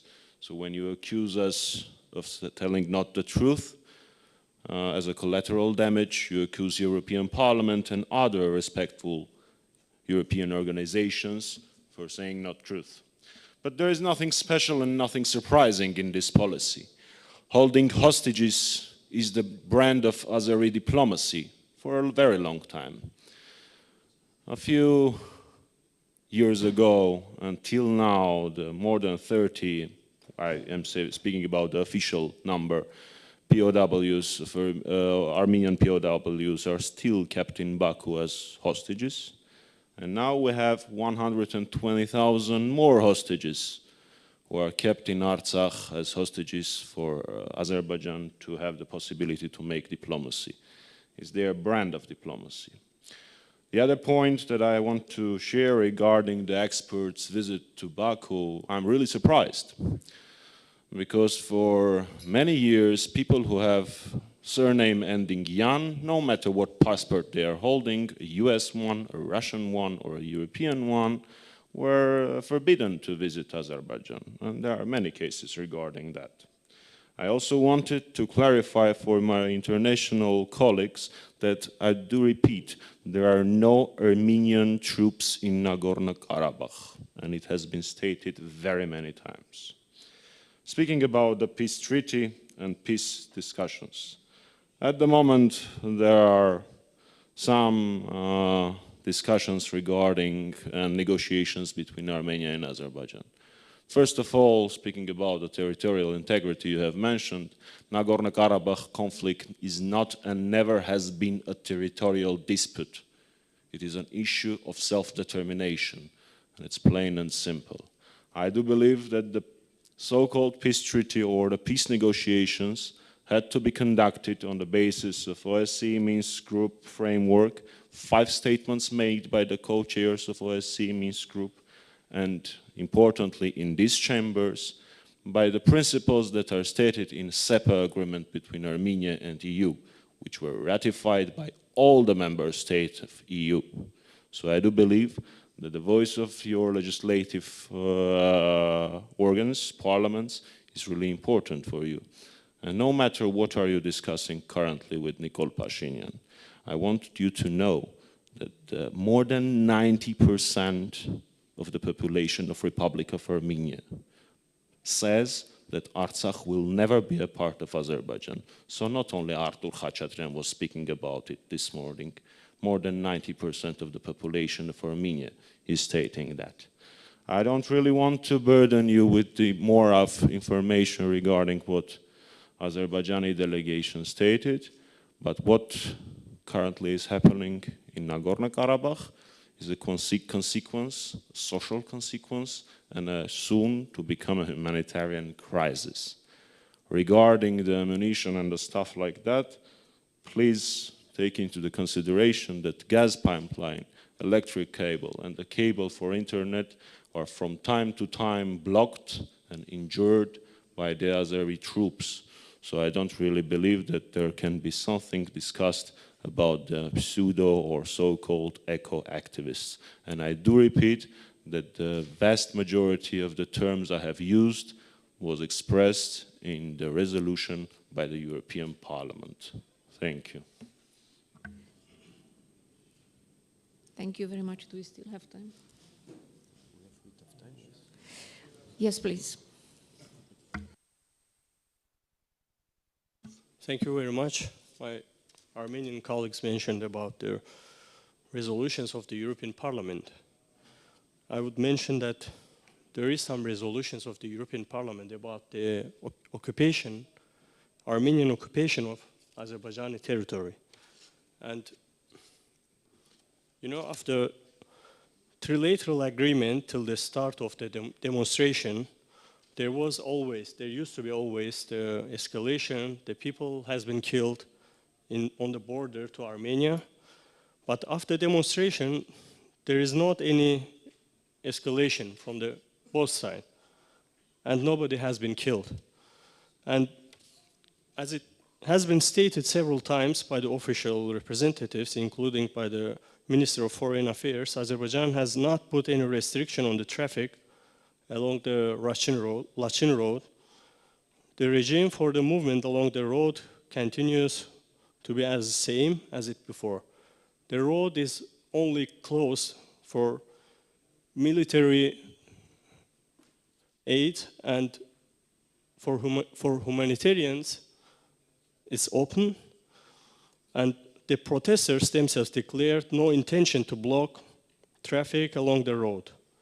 On the contrary, in response to manipulations, the representative had made it clear that they are ready to facilitate the movement of civilian vehicles, especially emergency vehicles. Thank you. Thank you very much. I'd suggest to go back to our speakers, and I was wondering if Ambassador Yanis Maseik is still online. Yes, hello, happy to see you again. Yes. I was wondering if you have some inputs regarding what was discussed today, our topic, the social issue in this new world we are living in, and the new challenges that we are facing. If you have new input regarding our topic today. Okay, well, I could add one more aspect which I touched upon briefly in my first intervention. There was a question about the rights of children and the implications for them, and in particular on the health field. We do not have a particular focus on this. However, we have a much enlarged support program for Republic of Moldova. Basically, our support for the country has gone up. If in the past we were, in a year, we would have programs worth 30 to 60 million euros, and for the past year, our support, if you add everything up, was some 840 million euros. And of course, this is beneficial to the country as a whole, and both to the host society and to the refugees. When it comes to the children, there are two aspects that I would like to note. One is the health aspect that was already asked about, and there we are strengthening the whole Moldovan health system. And it's very good that now Moldova has in place this temporary protection mechanism. In other words, what they were already providing to refugees de facto when it came to health services, because they did provide more than just the minimum and emergency support, then now it is also established by Moldovan regulations that refugees are entitled to more support. And the second aspect, which is relevant to the children, is education, because in the case of Moldova, there is roughly 1/3 of the refugees are children. And there, of course, education is very important. And this is an area where the work is ongoing, because most of the children are still engaged remotely with their Ukrainian education system, and some children are also in Moldovan schools, but as we understand that for the time being it is the minority. So it's one issue to be thought about, how to integrate children more in the broader society, because it's not because of lack of goodwill from the host country, just that so far it hasn't resulted in all the children being engaged with the children of the same age group. And one more social aspect which may be relevant is that when we have been talking with the member states about the resettlement of refugees, we have suggested to them, and they have taken this up, to prioritize those people who have special health needs. In other words, for instance, those who either have cancer treatment or some other disorders that require quite expensive treatment. But the reality there is that quite often the people do not want to leave Moldova because they have families here or they are closer to their homes in Ukraine. So this is something that is rather difficult to address. I think that would be my additions at this point. Thank you. Thank you very much. And I would like to ask if any of our special speakers today wants to add something regarding the topic of our debate today, if they're still, sorry? Yes, I would love to say something, if I may. Yes, please. Yeah, I will be very brief. Thank you so much, Chairwoman, for this opportunity. There were some questions posed to me personally and also to my organization, and I'm definitely not a politician, so I will try to speak on behalf of my organization and also kind of keeping the mandate that crisis group, a difficult mandate that crisis group has. I would say that one tragedy does not justify another tragedy, and this has been the truth not only in the context of Nagorno-Karabakh, but in many other conflict zones where I have been working for more than 15 years. We have been at crisis group calling to acknowledge the realities and calling for the peaceful solution for many years. As I said, we have been working for 15 years. I have been with the organization for almost 7.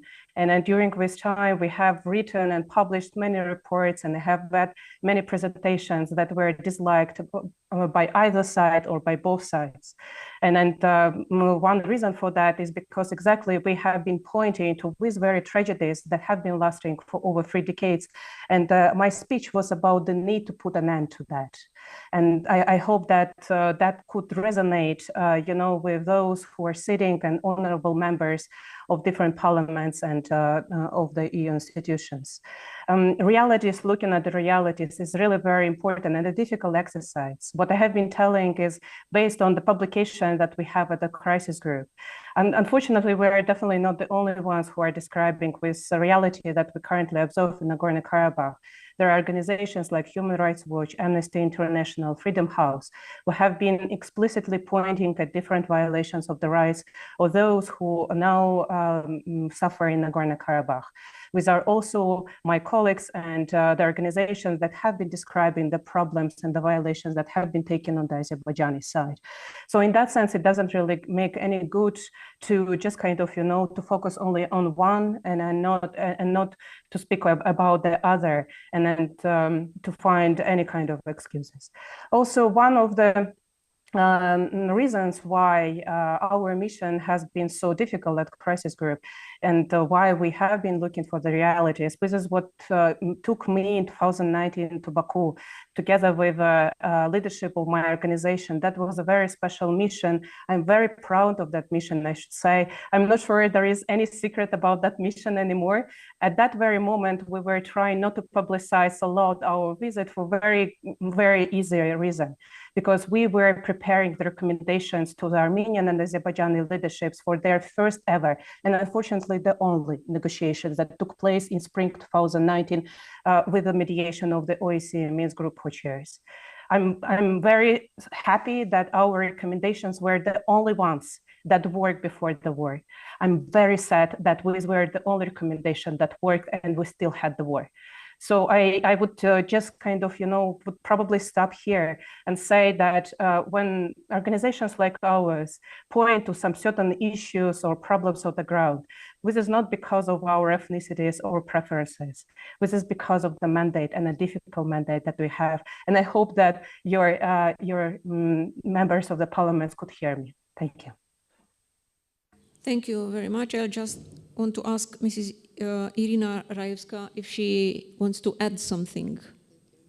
Okay, then, so I'm giving the floor back to my colleague, Mr. Handanian. Thank you. Thank you. Now we are proceeding to the agenda item number 5, topic of the forthcoming committee report. I suggest...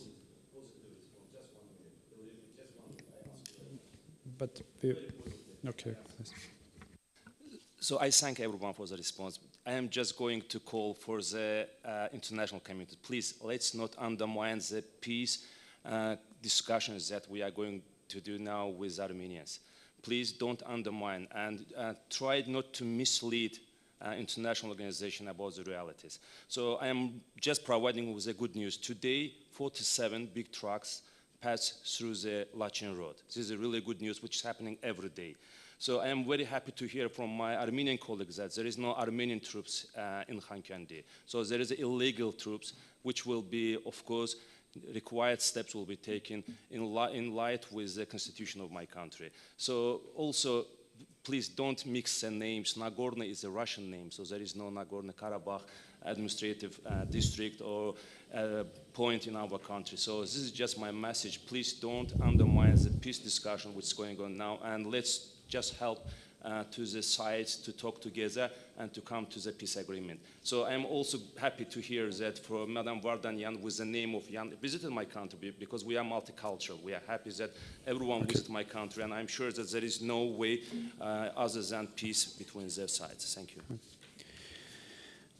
I believe when we count the tracks every day, how many trucks are passing through Lachin corridor, we therefore confirm that there is a problem. In our respective cities, we never count how many trucks are bringing food or medication. So that somehow confirms from your side that the road is blocked. And I believe that the international organizations are assessing the situation based on the situation on the ground and expressed it in their reports. However, we already moved to the next agenda item. I suggest that we proceed to this item and to the topic of the next report of our committee.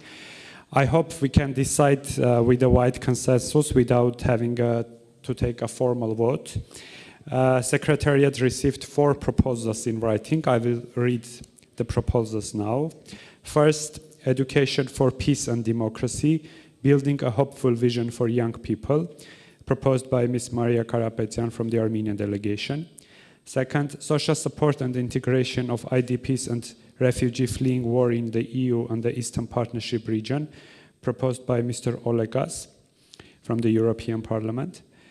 Third, promotion of intercultural dialogue in the changing geopolitical environment of the Eastern Partnership, proposed by Member of European Parliament Tomasz Frankowski. And the fourth, intercultural dialogue as the main tool of peace, security and prosperity in the 6 countries of the EU's Eastern Partnership. And this is proposed by the Azerbaijani delegation. Dear colleagues, before passing the floor for your remarks on the next topic of the committee. I would like to share my thoughts as a co-chair for the future topic.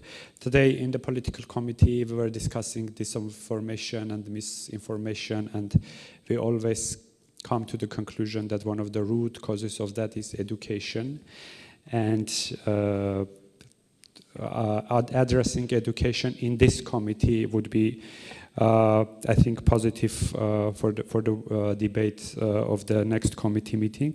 Also today's presentations, both in the Ukrainian context and Nagorno-Karabakh context, we heard that the children are deprived from education, and there are obstacles to receive education in the conflict contexts within Eastern Partnership. So my suggestion would be to stick the topic that covers the education, but its floor is open if any of the members want to make contribution to this discussion, please.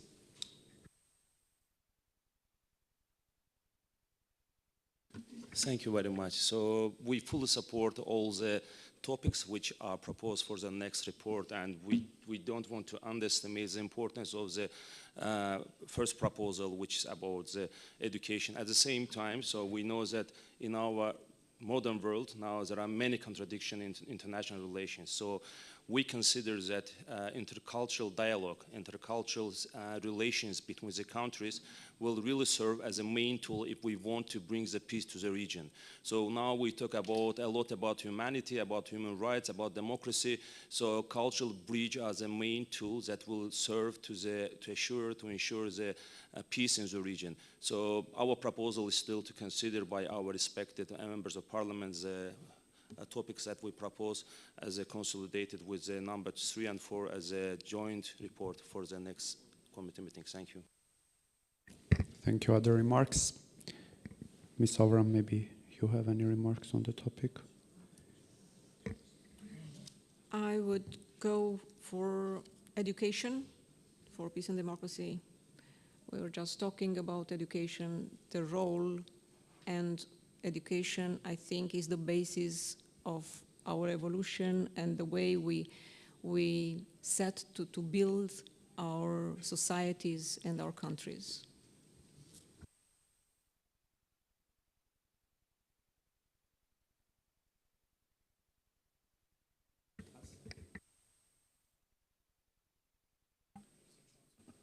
Thank you. I think those proposals go very well, I mean, with the situation what this committee is dealing with.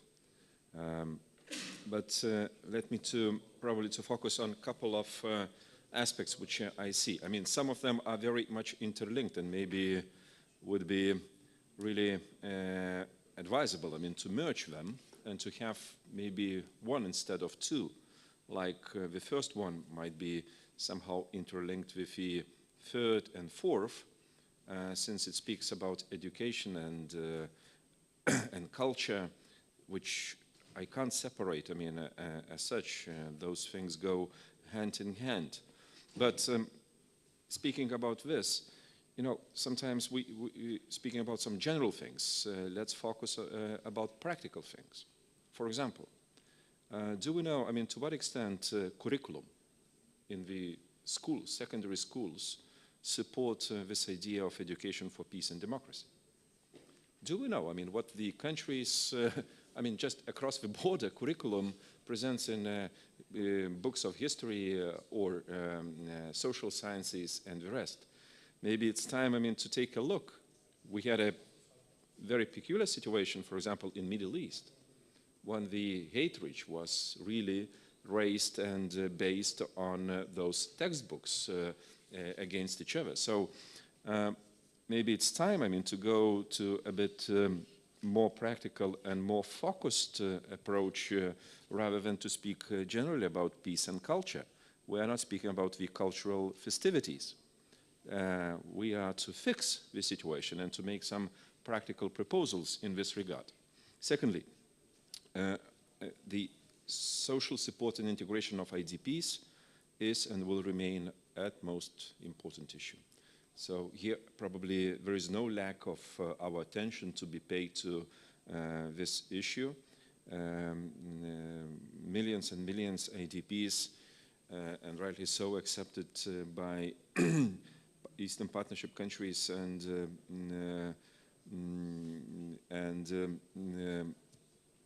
EU. That's why I really support focusing on this issue, finding again practical solutions and maybe recommendations of some individual member states which use domestically. So that's why, for me, this list of proposals looks good. Again, I would rather propose, very practical approach and aspects. Specific instead of general. Thank you.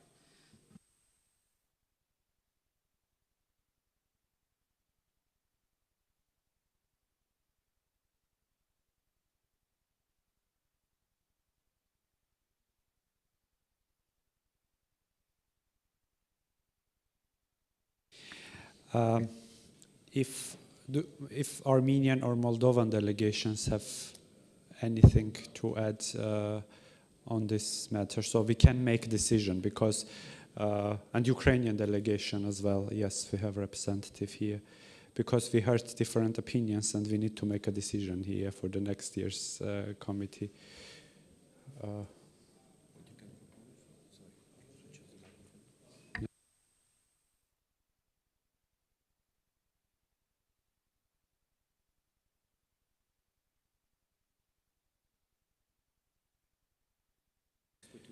Okay, we will take a couple of minutes with Secretariat to, based on the suggestions, to make a general one title for the next year committee, and we'll come back. Just a couple of minutes, please.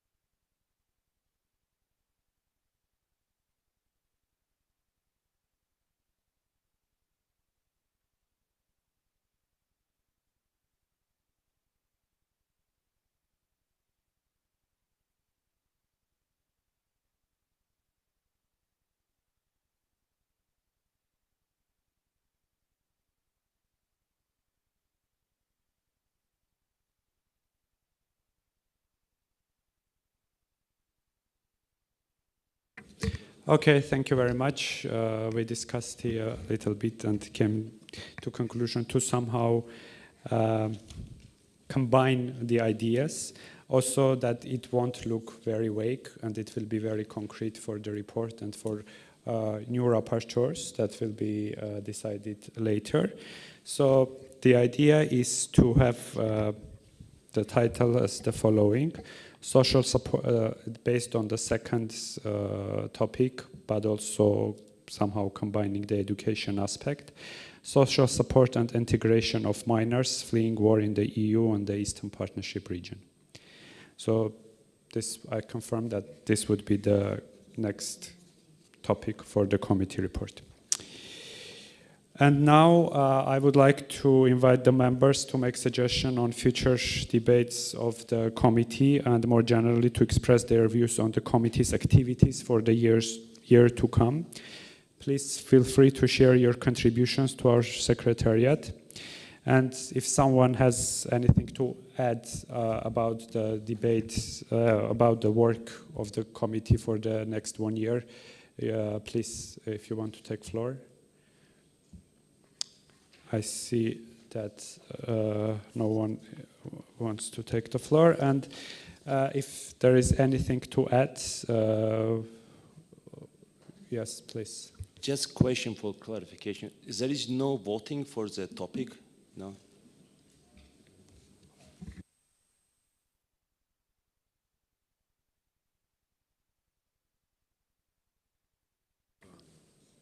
Okay, if I'm told that if there is a request to vote for the topic, we can vote. Just question, because I very much support what is decided and what will be decided. Just you came to compromise, combining the first and second, but as it was mentioned even before, so we just ignore the third and fourth altogether, which was talking about intercultural dialogue. That's why I would be more than happy to vote for that.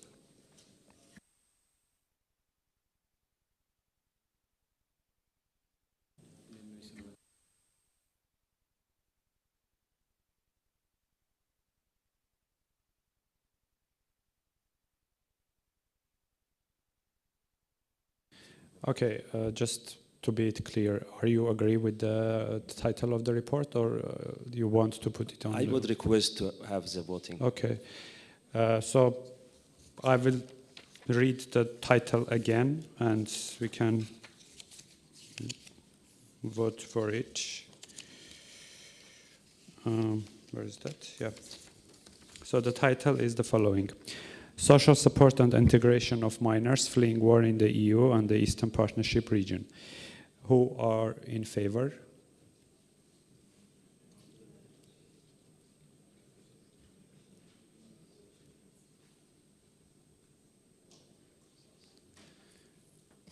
Who are against? Yeah, and abstentions? Okay. 4 abstentions. 4, yeah. 6 in favor and 4 abstentions. Therefore, the title for the report is adopted. With this, I would like to thank you all and thank our guest speakers again for their attendance and contribution. I wish you all the best, and hereby I close today's meeting. Thank you very much.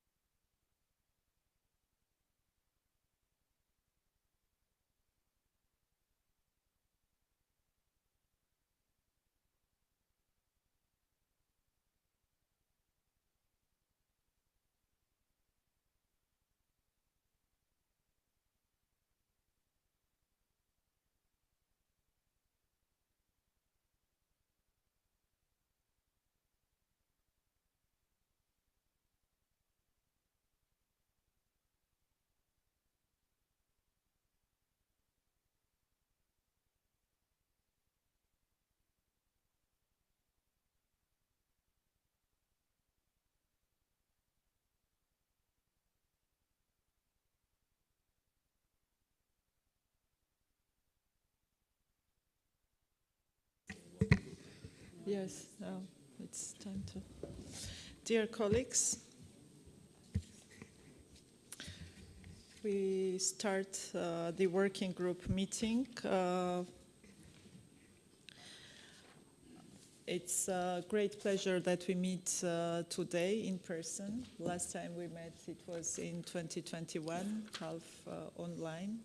Still, COVID-19 pandemic was sort of ruling our meetings.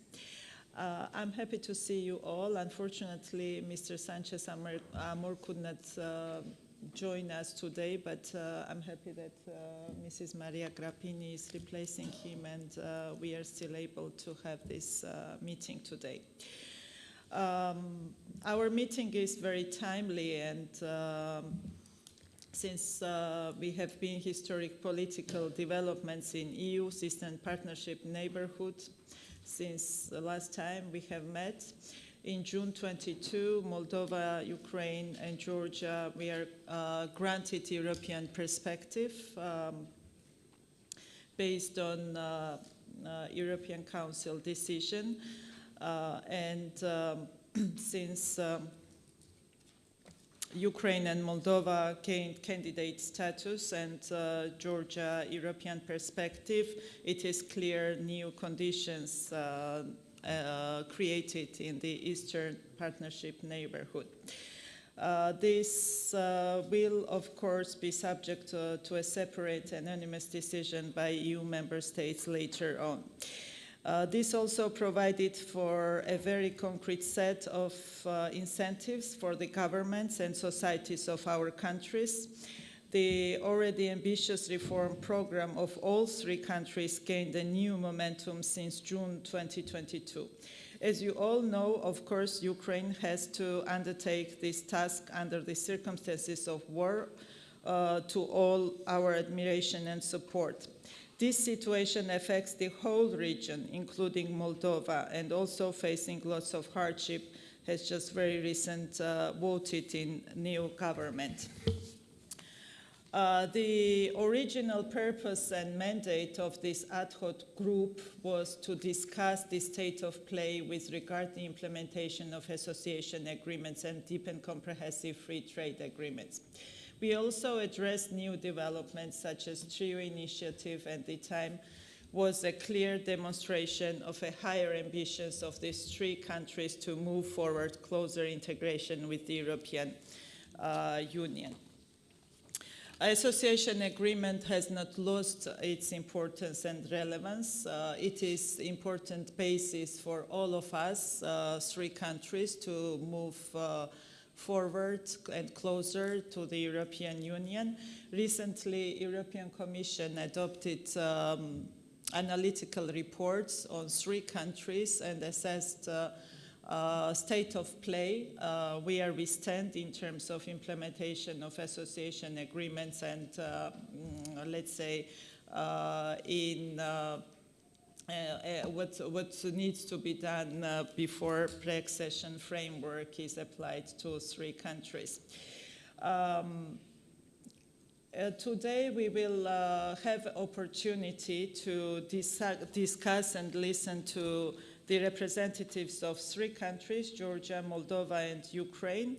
And I propose to adopt our agenda. We have speakers from Georgia, from Moldova, from Ukraine. From Georgia, we have David Bugiashvili, head of the EU Assistance Coordination and Sectoral Integration Department, Ministry of Foreign Affairs of Georgia.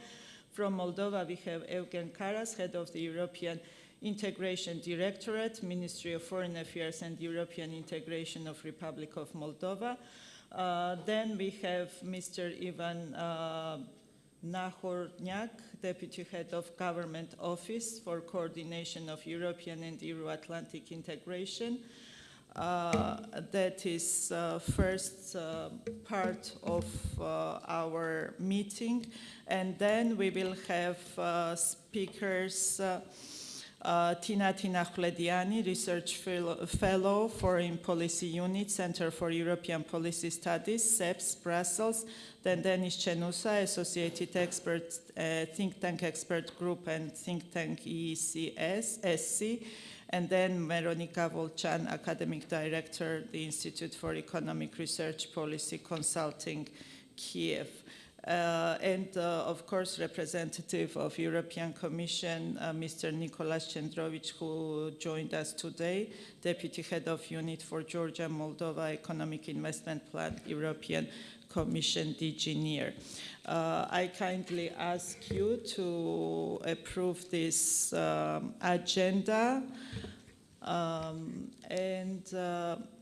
we can start our discussion, and I will invite our first speaker, Mr. David Bugiashvili, Head of the EU Assistance, Coordination and Sectoral Integration Department, Ministry of Foreign Affairs of Georgia, who will join us online. Thank you very much. Can you hear me?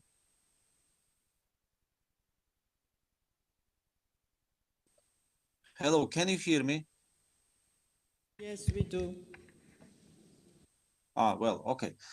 Thank you very much. Thank you for having me. Thank you for organizing this meeting, which, as was mentioned, provides a very good venue, very good space for exchange on a very important topic, European perspective and assessment of integration reforms in the 3 associated countries. As it's quite timely, as was mentioned, because Commission analytical report was recently published with respect to the 3 countries, and it can be taken as a basis for our discussion in general for taking stock of the implementation in 3 countries. In parallel, when it comes to the political part, within Georgian case covers 12 recommendations. Process is going well, and it's a condition to the granting candidate status to Georgia, and it's being well implemented. 2022 was really historic for the country. Decision of the European Council recognizing European perspective for Georgia turned EU-Georgia relations to qualitatively new and higher level. This is something that 12 months ago, it was difficult to imagine that European perspective could be open for associated countries, including for Georgia. Prospects for EU membership is a strong incentive for the country to continue and to give additional drive to the reform process, to move forward the implementation of the association agenda and association agreement. In short term, Georgia is committed to implementation of the 12 priorities identified by the European Council, and which is being conditional to the candidate status. In this regard, many of the recommendations have already been implemented, new legislation adopted, some in the process, new institutions being set. In a nutshell, it's an anti-corruption agency which is already operational, which was set already operational, head of anti-corruption agency appointed, staff being recruited, capacities of the data protection and investigation agency increased, judicial reform strategy adopted, legislative amendments on proactive consideration of the European Court of Human Rights decision in the Georgian courts adopted. Concrete measures have been taken towards tackling organized crime, gender-related issues, and many other aspects. This is inclusive process where civil society has a very important role and is actively in ones, de-oligarchization, judicial reform, electoral reform, the legislation, the legal acts have been prepared, but based on the request of the Commission, law on de-oligarchization was sent to the Venice Commission. Same applies to the legislative package on judicial reform, and election-related legislation was sent for the assessment to the ODIHR and OSCE. When it comes to the polarization, which is also one of the most challenging ones, this is something when both sides have a role. It's up to the ruling party, but also opposition. And this is something that government and ruling party have done everything, but we hope that oppositional parties also will take decision to join the process and to contribute to the joint goal of the Georgian government and Georgian people, which is European membership. As was mentioned, analytical report on 2nd of February has been published, which proved that Georgia is well advanced in terms of legal and institutional approximation with the EU acquis, which was particularly evident in the areas of economic and monetary policy, social and employment policy, enterprise, industrial policy, education, science, innovation, and many other areas. There are areas where we think that Georgia could get a much better assessment, but still, despite of that, this report proves that legal convergence with the EU is quite satisfactory, and we are committed to go further. Just several days before publication of this report, several indexes have been published, including 2020 where Georgia has been progressed. And in terms of corruption perception, Georgia is positioning it at the same level with the EU member states, at the same level with Italy, Slovenia, Czech Republic, and outrunning many of the EU member states, 12 of the EU member state countries. We are not losing time, and in terms of implementation of reforms, we are moving forward the process. In this context, just recently, a new law on procurement, public procurement, has been adopted, which proves Georgia's full alignment with the EU acquis in procurement sphere. Number of legislative acts are being drafted by the government and will be submitted to the Parliament in the coming months. For the moment, Georgia has implemented about 50% of the association agreement commitments, which is proved by the latest study, which was made with the active involvement of the experts from the EU side. This has brought actually to the delivery of practical benefits to the Georgian people, Georgian society. Visa liberalization, which is one of the most tangible benefits that Georgian people received from the in response to the Georgian government's intensive reform efforts. Apart from that, DCFTA, which makes possible to be more resilient in reforming and diversifying our economy. Since signing of the association agreement, Georgia increased its exports by 20%. Also, EU has become one of the major trading partners. Thanks to favorable business climate and greater openness to investments, more and more European companies are willing to invest and do business in Georgia. We are developing our transit potential by offering alternative transit routes for delivering energy resources from Caspian through the Georgian territory. And at the same time, Georgian government is investing in development of a transit infrastructure, connecting Europe and Asia. Black Sea underwater electric cable, which will go through Georgian territory and through the Black Sea and will connect Georgia with European electric grid, will provide quite a good opportunity for Georgia for increasing our investing potential, for increasing our attractiveness of Georgia for investing in green energy, wind, solar, to be produced locally and exported to the EU market. Apart from this, Black Sea digital cable, which is one of the major priority for Georgia, is going to kind of transform Georgian territory as a digital hub in the region, connecting with Europe and Asia.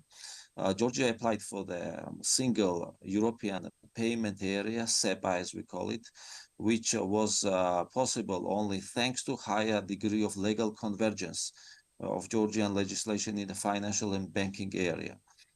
We are also working on harmonization of the roaming tariffs, as well as continuing engagement in different programs and projects. Georgia has demonstrated highest absorption capacity of the EU expertise, EU assistance, and particularly EU expertise, namely that applies to the twinning programs, which is reform-driven programs.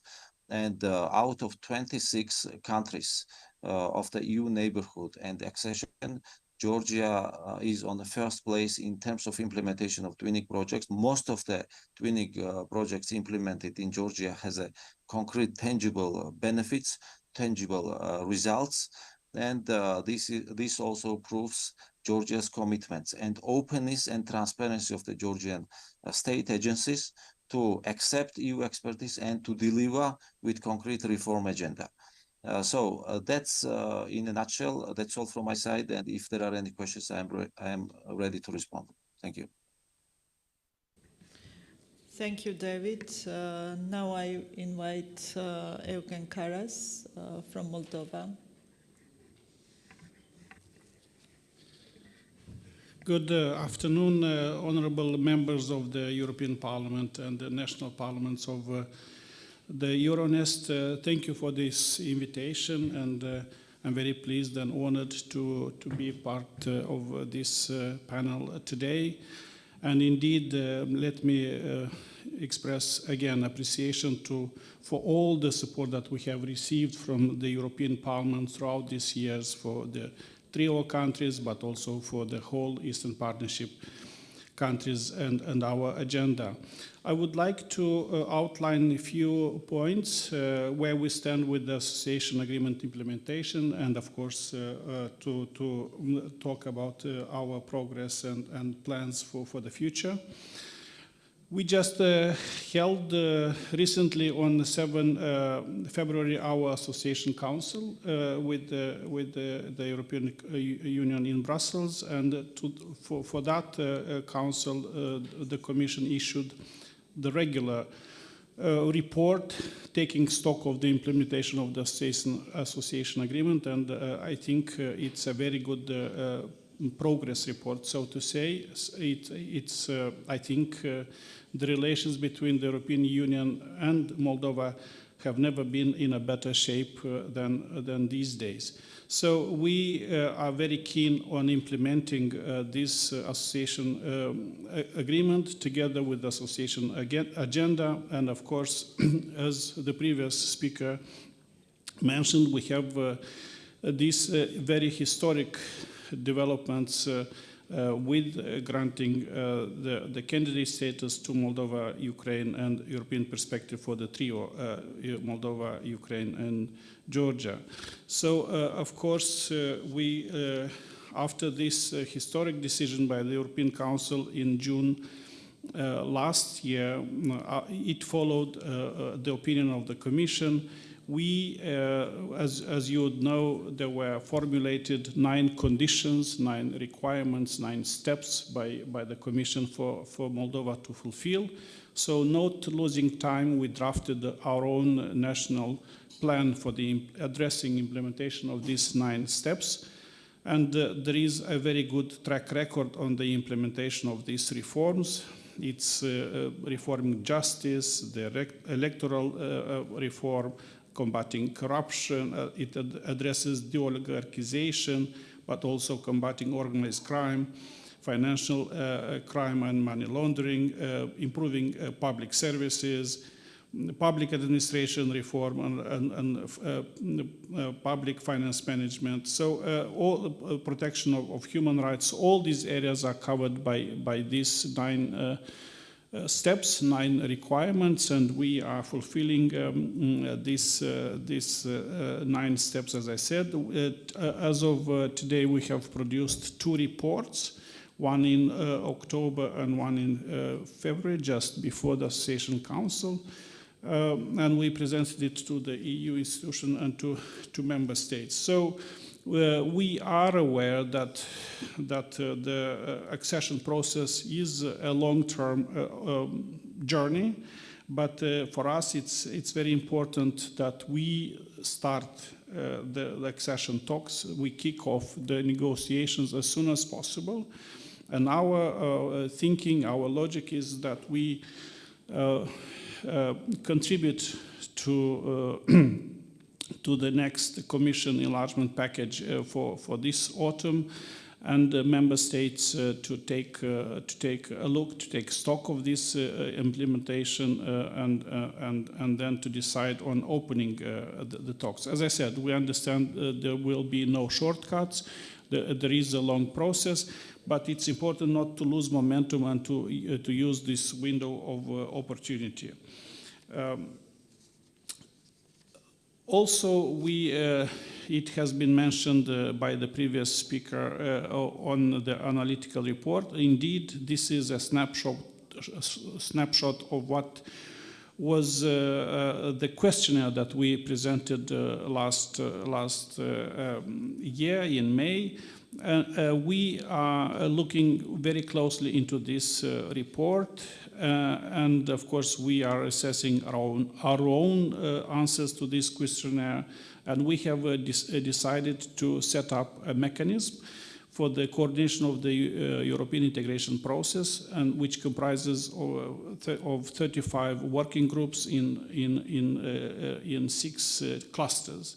So we look forward to these groups to present our national contribution to this reporting of the Commission, but also to draft a national plan for the implementation of the acquis. And that would put together, of course, what's in the analytical report, in the opinion of the Commission, but also what's in the association agreement and association agenda till 2027. So, of course, justice sector is a major priority for reform, and we will continue to improve with the help of the European Union. Now, if I could also refer to other areas where we are enhancing our cooperation. So, of course, the brutal war of aggression on behalf of Russia against Ukraine has changed the situation in the region and in Moldova, and we are in a situation to have a new assessment of our security and defense. So, and that's an important pillar of our cooperation with the Union these days. And we have in place a high-level security and defense dialogue with the European Union since last year. And we are increasing our cooperation in defense and security. The European Peace Facility is in place. We had an important contribution by the European Union in 2021, but it increased significantly in 2022 up to 40 million euros. So this is indeed a reaction to this brutal war against Ukraine. And of course, we are trying to get as much as possible in terms of help from EU, but also EU member states. The energy and energy security was one of the issues that was mostly affected by the war, and you would know that the prices went up 5 to 7-fold times. And of course, for us, it was very important that EU was by our side, both financially, but also Romania as a member state was very helpful with electricity, but also with supply of gas. Transport. We have in place an agreement on liberalization of the transport for goods in this period of time, and this has been extended. And we have participated in the known EU solidarity lanes for Ukraine. So this is work in progress. So we continue. And we have become a member to the treaty, to the Transport Community Treaty. On trade, EU has continued to be the main trading partner for Moldova. More than 60% of our exports go to EU market, and almost 50 imports are from the EU market. EU financial assistance has been very, very important this period of time, including macro financial assistance. We had 150 million allocated by the EU, of which 50, the first tranche 50 was disbursed in 1st August last year, and we look forward to the next disbursement. But also budgetary support, and also additional money has been promised by the EU, including by Commission President upon her travel to Moldova to face the energy costs and energy security difficulties. Maybe very briefly on the Eastern Partnership as a whole. Of course, we in December 2021 approved the priorities of the Eastern Partnership after 2020. But indeed, we have now a new reality with the trio having the European perspective and Moldova, Ukraine having the candidate status. So, in our view, we need to rethink and to recalibrate how the Eastern Partnership will operate, and specifically we think about the financial instruments, because what of course we are now until the current multi-annual financial framework, including 27. I think our expectation is that maybe after this financial cycle to think about a new, well, at least the trio countries be covered by financial, pre-accession financial instruments of the EU, such as IPA. So I think it's work in progress. We do understand that the Eastern Partnership has been an important vehicle for us for this rapprochement with the Union. We wouldn't be here if it weren't for the Eastern Partnership and for the association agreements that we negotiated are implementing. But I think we need to a bit to rethink and to see how better to fit, and that Eastern Partnership is also helpful to our accession talks and path to closer joining the Union. And as Georgian colleague mentioned, we are more or less in the same, I think, situation with SEPA. Roaming, looking forward to joining a framework so that our people benefit from roaming taxes. We are joining more and more EU programs. Recently, we have signed 3 more programs, EU programs joining. So a lot of things on the table, a lot of deliverables, and we are happy to see this state of play. Thank you very much, and I stay ready to answer any questions. Thank you. Thank you, Eugen. Now I invite representative of Ukraine, Ivan Nahornyak, to join us. Hello, do you hear me? Yes, we do.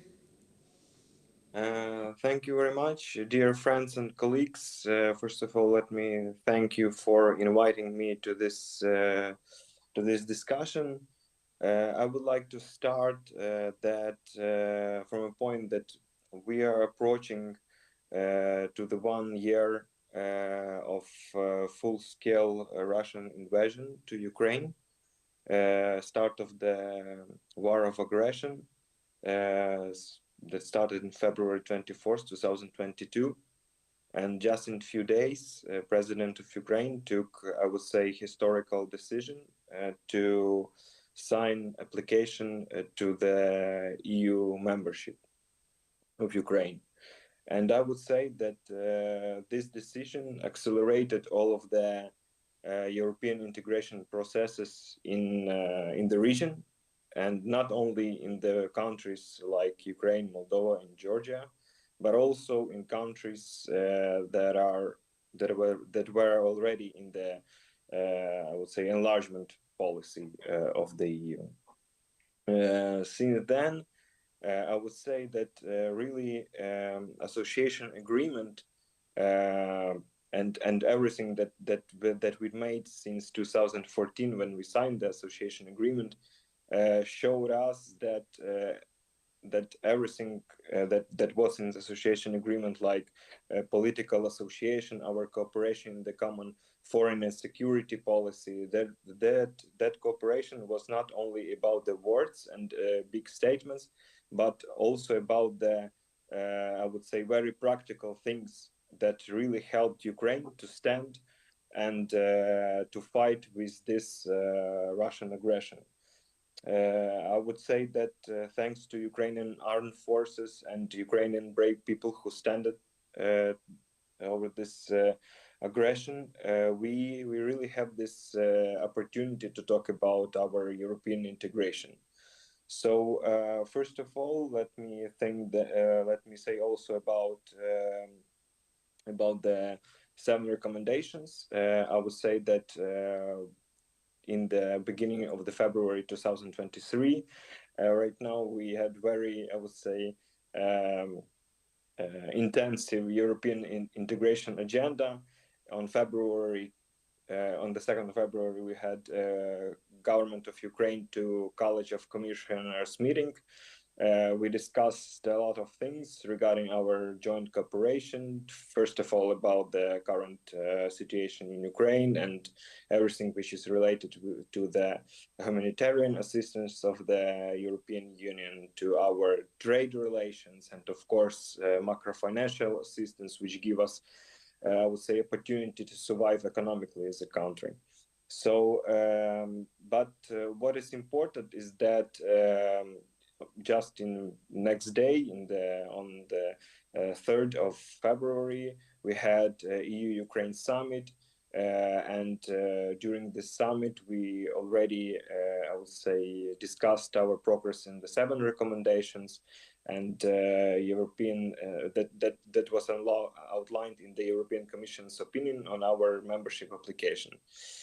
So this recommendation, they stipulate a number of important structural reforms in different areas, including judicial reforms, the fight against the corruption and money laundering, implementation of anti-oligarchic legislation, adoption of a new law on media and media freedom, as well as ensuring rights of national minorities. And following the result of the summit, both Ukraine and the EU, we mentioned the good progress of Ukraine in this regard, and our political leadership, they have big intense impetus to finalize everything related to this 7 recommendation till the end of this spring, and following the spring update, we will make even more, I would say, progress till the end of the summer. So right now we have 72% of implementation of the association agreement. I would say that even during the war, we made very good progress, plus 9% since 2021. And our next plans is to analyze the analytical report of the European Commission that was published on the 2nd of February, and accelerate everything what we can do in terms of implementation of the recommendation of this analytical report under our obligations in the association agreement. So I think that till the end of the year, we will show even more progress. And we will finish the year with presentation of our national program of acquis approximation. And this will be a very big step forward in terms of our next plans, which is start of the negotiations and implementation of the current EU acquis and approximation of the EU legislation. Thank you very much. I'm ready to your comments, questions, and we'll be happy to answer. Thank you very much, Ivan. Now now I would like to ask Maria to continue with second half. Thank you very much. Dear colleagues, many thanks for this contribution of behalf of the government representatives on the impressive and challenging work. Now we will hear from experts who have long been involved in the assessment of association agreement, the DCFTAs, and are very familiar with the ongoing reform effort and legislative process in the three countries. They are all contribution to the recent CEPS publication entitled EU Accesses Prospect of Ukraine, Moldova and Georgia, first response to the condition set by the European Commission. Now, because we don't have many time, give the floor to the expert from 5 minutes each to address each country. And last speaker is representative of the Commission. You have 7 minutes. Okay. Now give the floor Mrs. Tinatin Achivladiani. I think it's correctly. Research Fellow Foreign Policy Unit Center for European Policy Studies, Brussels, Belgium. Please. Thanks a lot, Ms. Graffini. Indeed, my surname is difficult to pronunciate, but you were very close. Now, I would start that David was Ms. Bugiashvili was already quite informative on Georgia. So I will use this 5 minutes to just complement just the expert assessment on this. And I will just start saying and mentioning that it's been a very instrumental year for Georgia. And I think the best, basically the measure of where the Georgia stands or what the people want is the latest results of the public opinion polls, where we see that still more than 80% of the population are very much supporting their unwavering European choice. And this is a starting point. And this is why there's been really a lot of expectation and the pressure from the public and from the civil society on showing the progress on the 12 priorities set out by the European Commission in June 2022. Now, in terms of the assessment, I would say that the process is started. Mainly this has been working around the 9 working groups that are set up at the Parliament of Georgia, and the process is there. And we can distinguish among the 12 priorities, the ones that we see the work in progress, but there are shortcomings, they're not yet met. The second group is the ones that are mostly met. And the third group where we see there is some process, but this is not addressing the core issues. Let me zoom in very briefly to each of the categories. In the first group, where there is a work in progress, but there are some shortcomings, I can lay out the functioning of the state institutions. Here, obviously, the engagement of the civil society was key. However, there are still some shortcomings that need further improvements. I can be more detailed, but I will not, spend too much time on it. But I can only mention one thing, for instance, setting up the new bureaus, which is very good, but it really lacks some, let's say, investigative power. So there are shortcomings that could be simply improved once taking into account the recommendations set out by the civil society. The same refers to the struggle to the high-level corruption, where Georgia had a very high, very good, solid background to build on. However, in this direction, recently in the international indicators, we also see some regress. Human rights, there is a program adopted, it's very good, but in practice there are serious shortcomings. Also, we can see that in the recent resolution that European Parliament has adopted, I think this week actually, for instance, the case of President Saakashvili and the others. Civil society's engagement has been very welcomed, and it's very good that civil society has been engaged in the whole process, but again, there are shortcomings that need to be addressed. And the same holds for the public defender. Again, the process was very inclusive with some shortcomings, but the final outcome, new public defender, is not elected, even though the current one has already, out of the mandate. So this is why these are the priorities that There is a work in progress, there is a process in there, but that need to be extended and advanced. Now, the ones that are mostly met refer to the ECHR judgments, fighting organized crime, and also the progress on the gender issues. This is where Georgia really showed quite immense progress, and obviously there is always room for improvement, but these are the priorities where we see most of the progress. And the final group, which are the problematic and which very much reflect the, the environment that has been in the country, and they do not really come as a surprise. These are the 4 priorities. The mainly political polarization, which then reflects all the issues in the country, judicial review, the oligarchization, and the media freedom. Now, in all these 4 priorities, it has been a very key document for Georgia, Charles Michel's agreement. It's still there, right? Charles Michel's agreement exists, and Georgia has all the recommendations from the Venice Commission, all the recommendations from the civil society, all the recommendations also from the EU. What is left is really proactive enforcement of all this. Also, let me note that obviously political responsibility comes on the ruling party. However, this is a joint process. This requires the engagement of all the opposition parties, of the civil society, and this should be really the joint process. It's not easy. It's not easy for any of the countries. It's not easy for Ukraine. It's not easy for Moldova, obviously, but this is why the forces should be united, and the Charles Michel's document should still be given the priority. Now, so overall, to just in a nutshell, to assess it, as I said, there is a process, there are the shortcomings, and Georgia can simply play more proactive role in requesting more recommendations.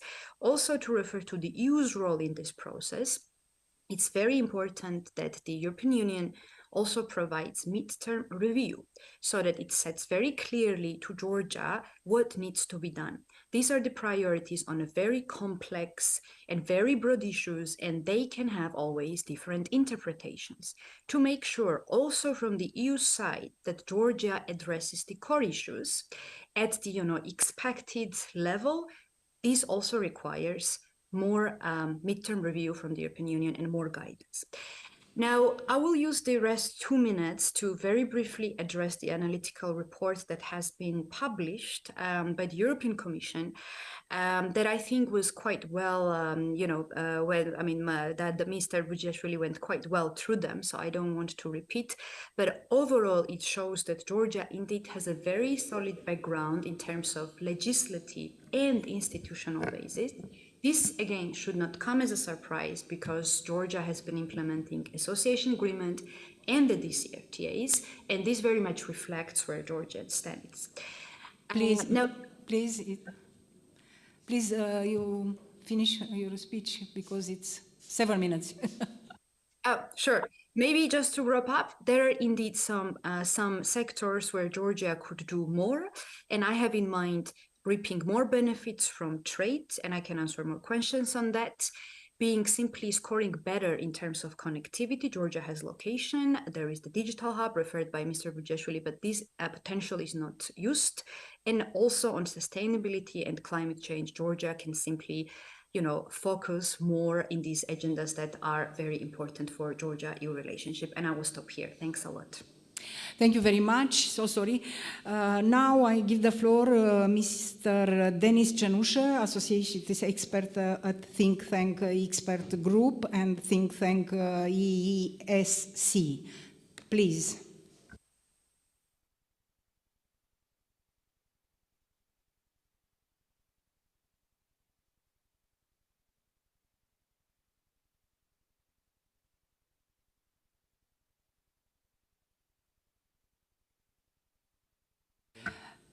Please, Mr. Denis Cenusă, you heard us?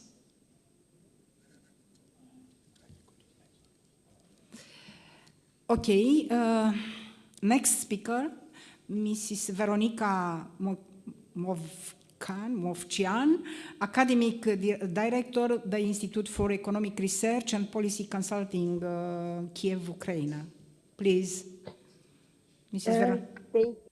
Thank you very much, dear colleagues, dear friends. It's my honor to be with you today and discuss this extremely important topic, especially discuss it for all three, or that is for Ukraine, Georgia, and Moldova in parallel, because it allows comparing the trends and see how we can benefit from each other in the joint goal of becoming the EU membership. Ivan Nagornyak already presented quite thoroughly what Ukraine did, so I will follow Tina's approach and try to generalize a bit what happened in Ukraine and how the EU and the European Parliament can help the country to move further. First, what happened? Ukraine had or has basically 7 recommendations to implement that can be tentatively split into 2 categories. One are more politically sensitive recommendations that concerns judicial reform, fight against corruption, de-oligarchization.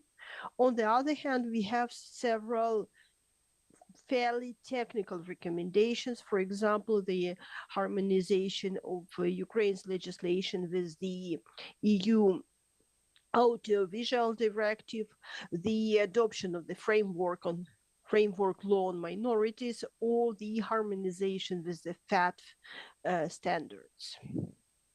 Why I said political and technical? Because for more politically sensitive recommendations, definitely the debates are much more needed to ensure that the society and the parliament and all stakeholders are ready to implement the required decisions and agree on their substance. It doesn't say that the other one are not like flawless and easy to pass, but here we have a fair significant number of technicalities. Basically, Ukraine did a good progress in all 7 areas, although quite differently. As expected, in technical issues, Ukraine did the most. The new law on media, the new law on national minorities, the new laws aligning with FATF standards have been already passed.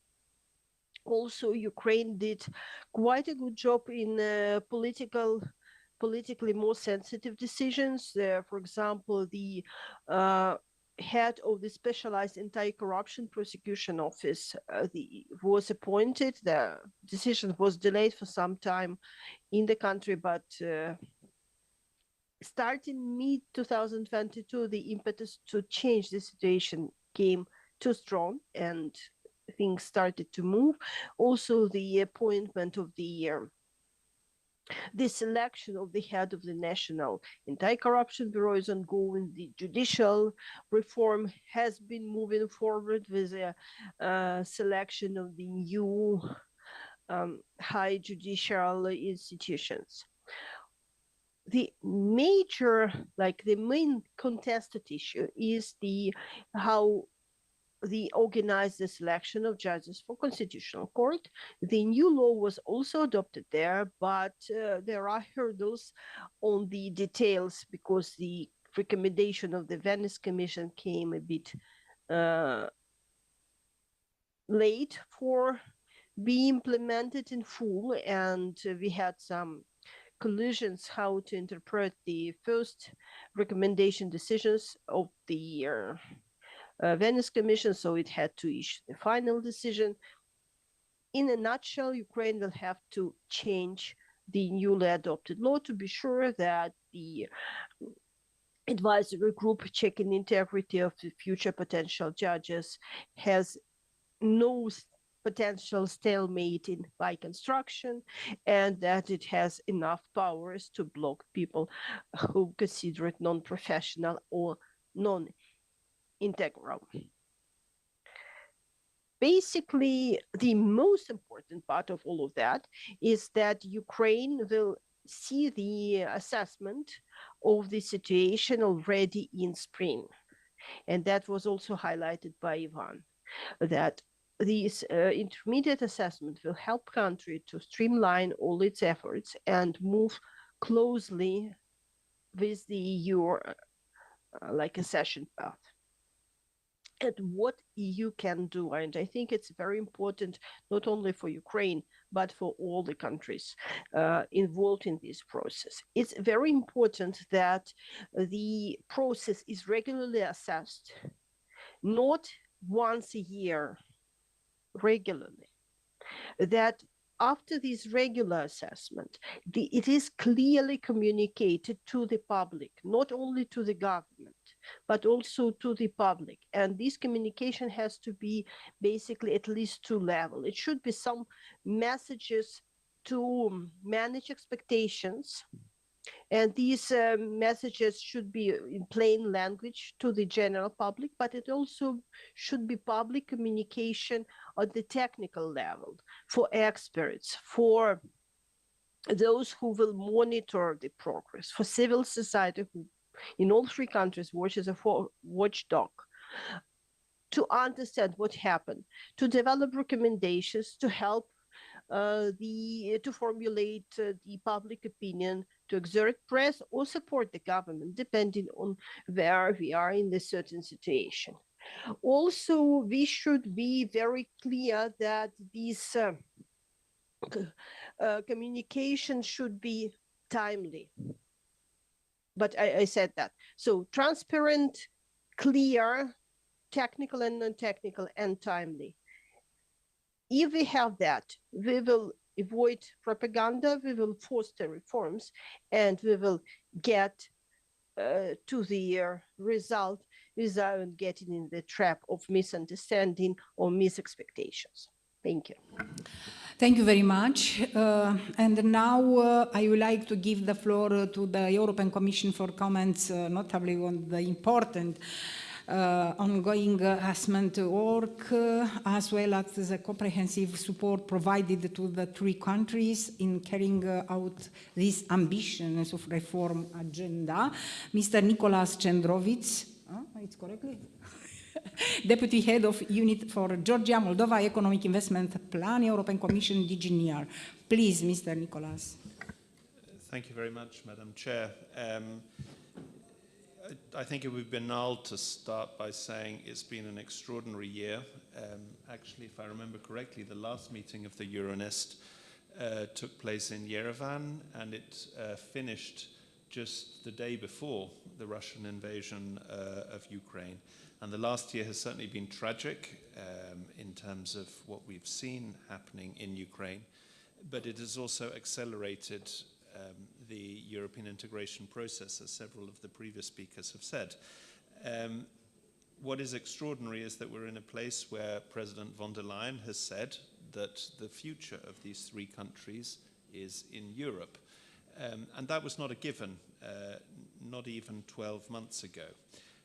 It was also not a given that the recommendations of the Commission to grant candidate status to Ukraine and to Moldova and a European perspective to Georgia, this was adopted by unanimity. And it seems like the discussion that we're having today has already almost banked on those historic decisions, and we're looking at what are the next steps. So I'll say a little bit about the process, and if the chair allows me, I can say one or two words about how we see the work being done by each of the countries. The first thing to say is that accession is very much a merit-based process, and we in the Commission, we like to insist on this.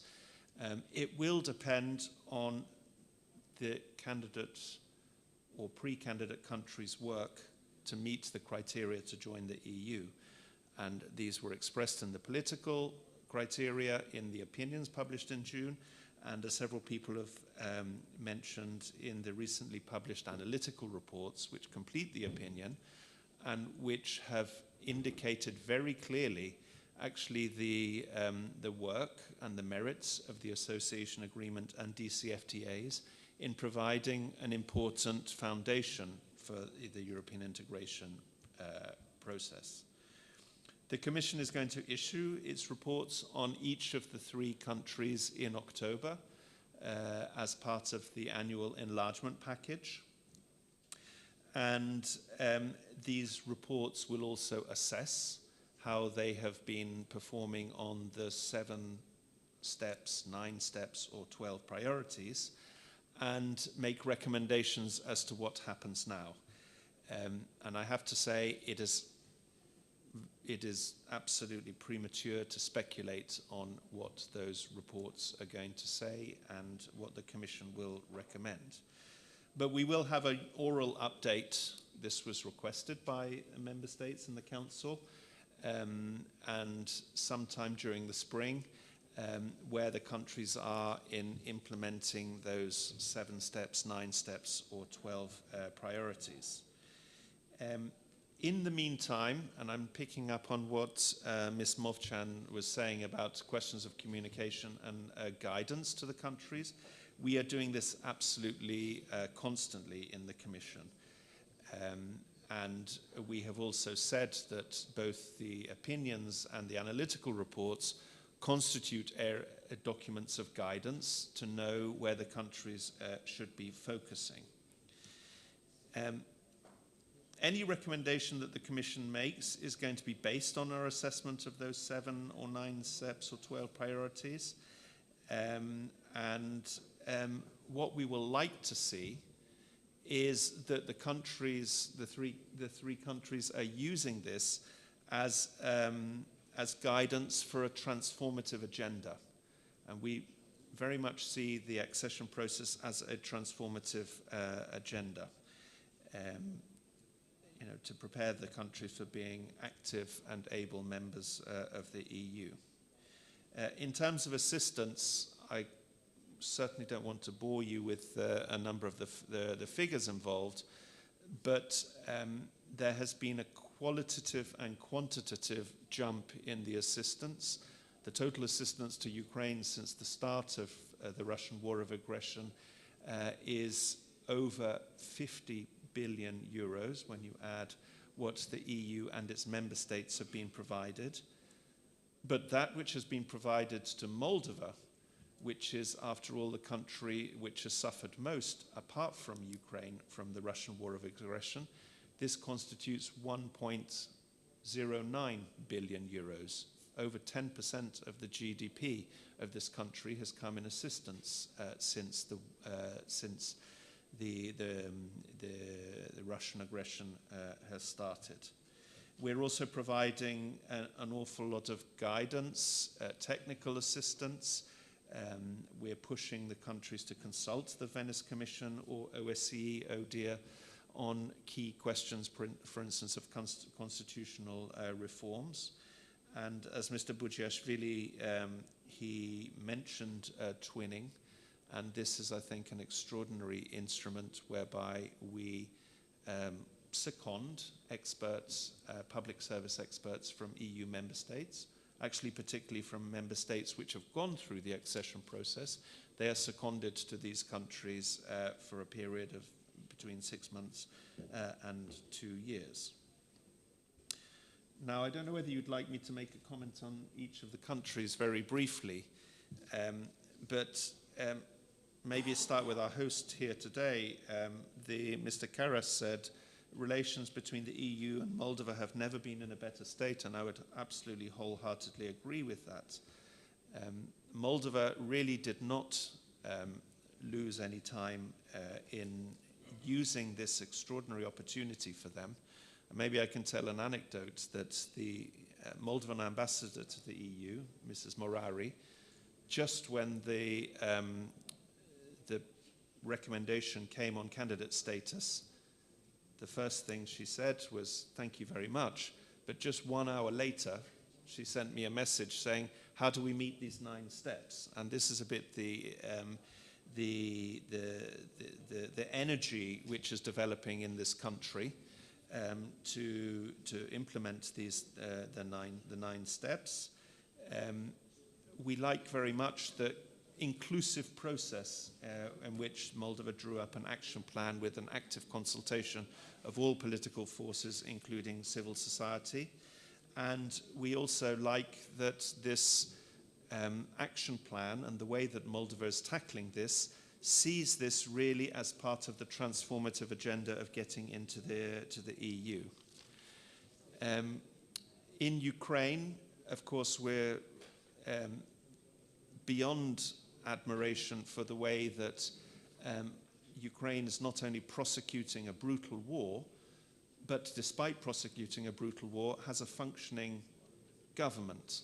And this government is delivering on quite a number of those reforms, on those 7 steps. Ms. Movchan mentioned them, for instance, on justice reform. And also, this has been an inclusive process. We will have to see how this pans out. But we are certainly going to be taking account of all of these reforms in the autumn report. And finally, on Georgia, as both Mr. Budziashvili and Ms. Tinatin were saying, there has been a certain amount of progress on some of these 12 steps, but we're not sure whether the speed at which these reforms are taking place is enough right now. It's still, of course, very early, and we will see where the country is when the Commission drafts the progress report. But there are still key areas where these reforms are not digging in, and it was not a coincidence at all that the first priority was that of depolarization of Georgia's political system, and this is not taking place. And we have to say that we see with a certain amount of concern a draft law on civil society, which is referred to as foreign agents, and this is not really going in the direction that we would expect a country which wants to have candidate status.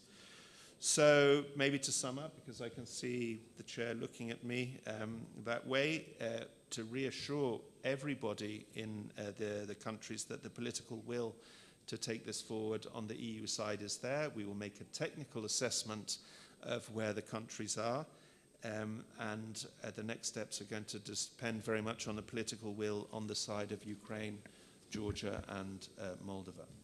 Thank you very much. Thank you very much, Mr. Nicolas Cendrovic. I try to come back for Mr. Denis Cenusha. No? Hello. Yeah? Hello, do you hear me? Yes. Yes. Sorry for being late. I had some technical issues, but I'm happy to be part of this discussion, which I believe is very important, especially given the fact that it takes place in Chisinau, one of the 3 countries that have clear European perspective. And I'm glad that we finally reached this point in the development of the bilateral relations. I would like to remind you that though the situation looks probably quite well from the outside, we have to point to some issues that could be improved in Moldova and should be, in my view, addressed in order to advance more efficiently in terms of implementing the requirements of the EU. I would like to point out that one of the most important problems, or let's say unaddressed homework lesson, is related to the rule of law. And I would like to remind that not all the recommendations of the Venice Commissions were taken into account by the government when the new electoral code was adopted. And you can find more details in our report, which we have produced together with Veronica Tinatin and Michael Emerson. So we have to, again, speak about the fact that we have standards, and Venice Commission is setting those standards. So it would be really good for the Moldovan side to read into the recommendations and try to apply as many as possible of those recommendations. And if you go to the EU acquis, because this is another important area where we saw that Moldova is trailing behind Ukraine and Georgia, unfortunately, we have 12 sectors where the legislation was not adopted. And I believe that we have to acknowledge that Moldova was in a political crisis for the last decade on various occasions because of different reasons, but still the political crisis have in a way delayed certain processes. At the same time, there are structural issues related to the capacity of the state institutions to implement certain EU regulations and directives. So on the one hand, we have to ensure that the political stability is part of the EU integration process, because without that we will not have the necessary political support. But at the same time, we have to deal with those capacity building necessities that Moldova has been talking about and is requiring at the moment. So just to mention several last points, because I know that we have limited time. I think that apart from what has been already mentioned by Veronica, because I didn't hear, unfortunately, what Tinatin has recommended, I believe that we need to ensure in the dialogue between the EU and the central authorities of Moldova more inclusiveness. We have to understand that apart from the pro-EU ruling party, we also have pro-EU opposition forces that should be invited to the dialogue, whose opinion is very important in order to hold accountable the government and to make sure that they make fewer mistakes while they are implementing the EU requirements. At the same time, the same dialogue should include also those authorities from the regions that we consider pro-Russian, like the Gagauz autonomy. If we want to reach all the corners in Moldova, we have to also engage with those local authorities that have a different opinion and a different geopolitical agenda than the central authorities. I think that these are the main recommendations that I would like to underline, and I will stay with you to answer to the questions during this Q&A session. Thank you again. Thank you very much. Now I give the floor for participated, for comments and for ask for our speakers. Thank you very much for speakers, and I hope we'll have very interesting question now. Okay. Please. Thank you very much, Georgi Vashadze, Member of Parliament of Georgia. Thanks for the reports, and unfortunately, we Georgians were used to be champions in reforms. You know, we were #1 all the time. We were like the example for Moldova and Ukraine. But unfortunately, as I see, Mr. Shenderovich also said that unfortunately we are failing a lot. And what is most important, that these 12 points, everybody knows what we need to do in Georgia. Everybody knows what kind of reforms is needed, but what we are lacking is political will. That's the main problem in Georgian case. Political will of the ruling party, Georgian Dream. While we're speaking about judicial reform, we see that still the clan members are promoting in judiciary system. When we're speaking about media reform, the director and owner of one of the main critical channels in Georgia is still in jail. 2 other, let's say, critical media owners are under investigation. Then the oligarchization is about everybody with the exception of Ivanishvili, instead of the fact that there is main message from European Parliament is that the oligarchization means divisionization.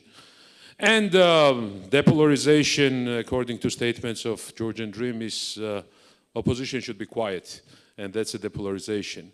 We opposition parties, we are like ready to participate in really result-oriented work, and we still ask you to give us candidacy status instead of this, let's say, terrible, let's say, facts that is happening in Georgia.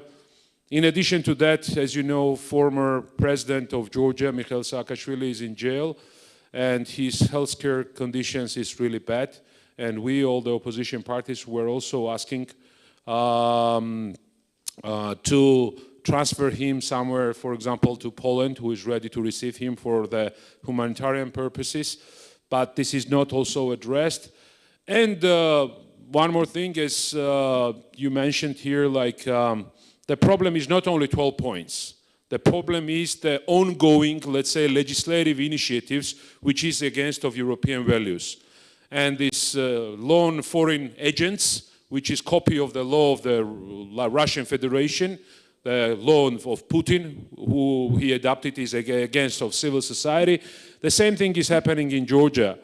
And here I think that my last point will be that still I think this interim report could be very helpful for us. Because one is to wait till October, and then there will not be time to do something before the final decision. If it's possible from European Union side, from European Commission side, to have interim report. I've heard from you that there will be oral reports, something like that, but what does it mean to have a more clear picture about it? And if it's possible to have interim report dedicated to Georgia, maybe to Moldova and Ukraine as well, but in Georgian case, I think that's something that we really need. Not to have fake reforms, which will end up with zero result, but to have real, let's say, evaluation from your side. That will be really helpful, I think. Thank you very much. Thank you very much. And now our colleague from Ukraine, Mr. Ariev. Thank you very much. In Ukraine, when we have signed the agreement association in cabinet and ministry on the web portal, were established the very useful portal called the Pulse of Reform.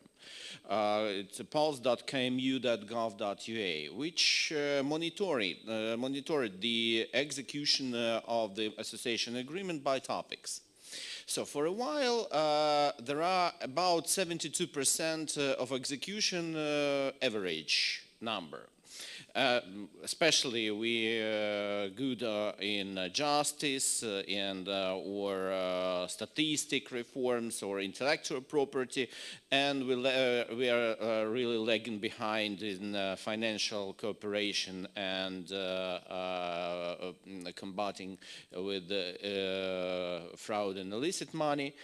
But at the same time, we have a lack of the monitoring, not only for positive things, but rollback.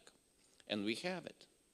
Unfortunately, we have to admit that in last year we have a rollback in some kind of reforms, like it's decentralization, which limited local councils to manage their budget, the corporative governance, the reform of state service, the public procurement, for example, ProZorro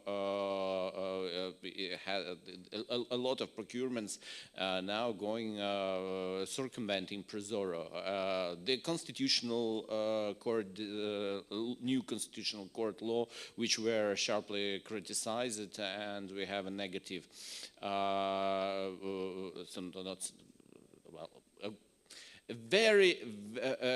very special recommendation of the Venice Commission, which we can find, can call it a negative. So I think it's very important now also not to monitor the achievements, but the rollback as well. So this might be very helpful for us, because to the challenge for association agreement execution, now Ukraine has a new challenge, is to execute a lot of points to, first of all, to keep the candidate status, and the second, to execute all the things to be a candidate and to start the negotiations with the European Union. So I think we need a clear monitoring, honest monitoring that will help to every country to keep the hand on the pulse. Thank you. Thank you very much. And now, Mr. Kubilius, co-president for Euronest. Yeah. Okay. Just a few comments, or maybe, question, I don't know, but more to European Union side, Well, first of all, really, I would like really to stress and that all of us, we need to understand what a historically significant moment we're living. With Ukrainian war, and I absolutely sure with their victory, things will become very different in all over European continent, and that is where also integration towards EU is crucial in its significance. And but integration it's two sides. And of course, there are things which accession countries need to do.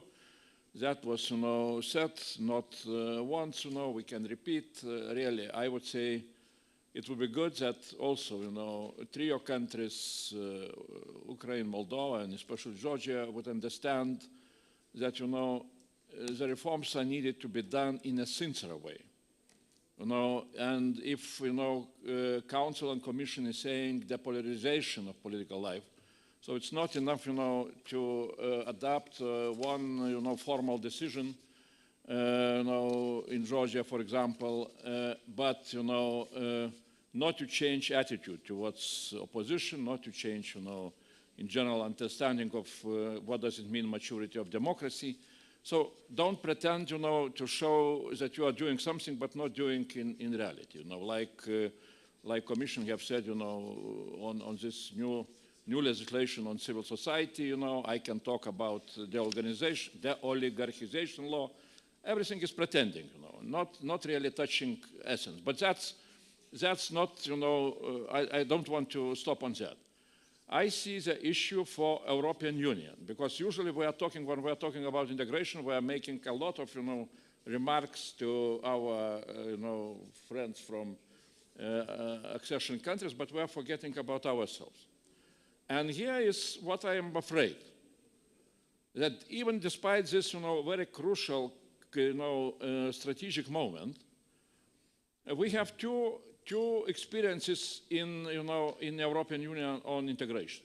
One is experience from 1990s, when we became members of EU, Central Europe, Baltic states, when really EU was showing clear ambition to enlarge.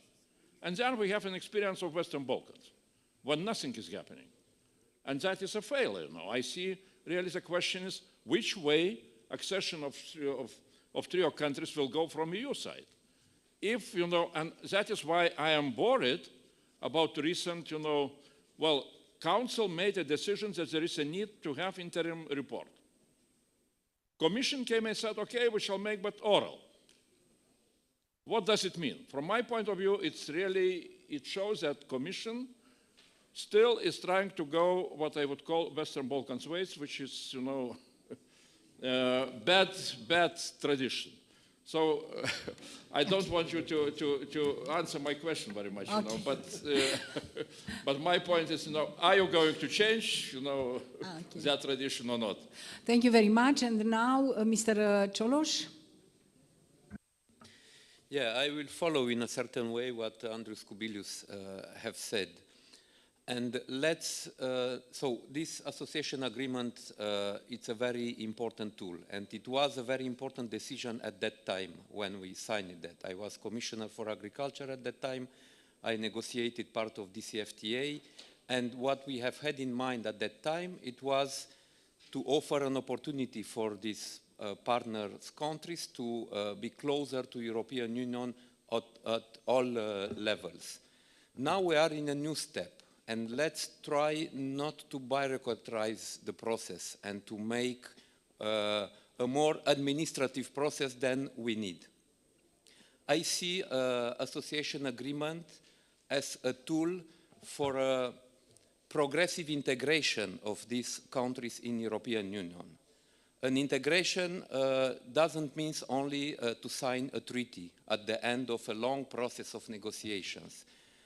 For me, and with the experience of Romania and of other countries, integration should be done step by step, and I think we can use DCFTAs, for example, to do that. It's clear that the need of capital, of investment, in order to develop the economies and infrastructure in these countries it's very high, and at this moment, European Union maybe are not able to give all these resources. So if we cannot do that, let's try to attract private capital from European Union companies to invest in these countries. But this means that we have to give predictability with DCFTAs and not to think quotas only in terms of accession of some products on European market. Let's think this quota and the liberalization of the trade for some trade lines also as a signal that we can give to European companies to invest in these partners countries. Of course, we have to be careful not to disturb European market on that. But for some lines in trade lines for some countries, this is not the problem. The problem is political willingness. So I ask to the Commission and also to the Member States to think DCFTA also as a tool of progressive integration, as a tool of development. We need quick wins, we need deliverables in these countries. We ask reforms, but we also have to give to them something. If we cannot give money, let's give them the possibility to attract European capital in their economy. Thank you.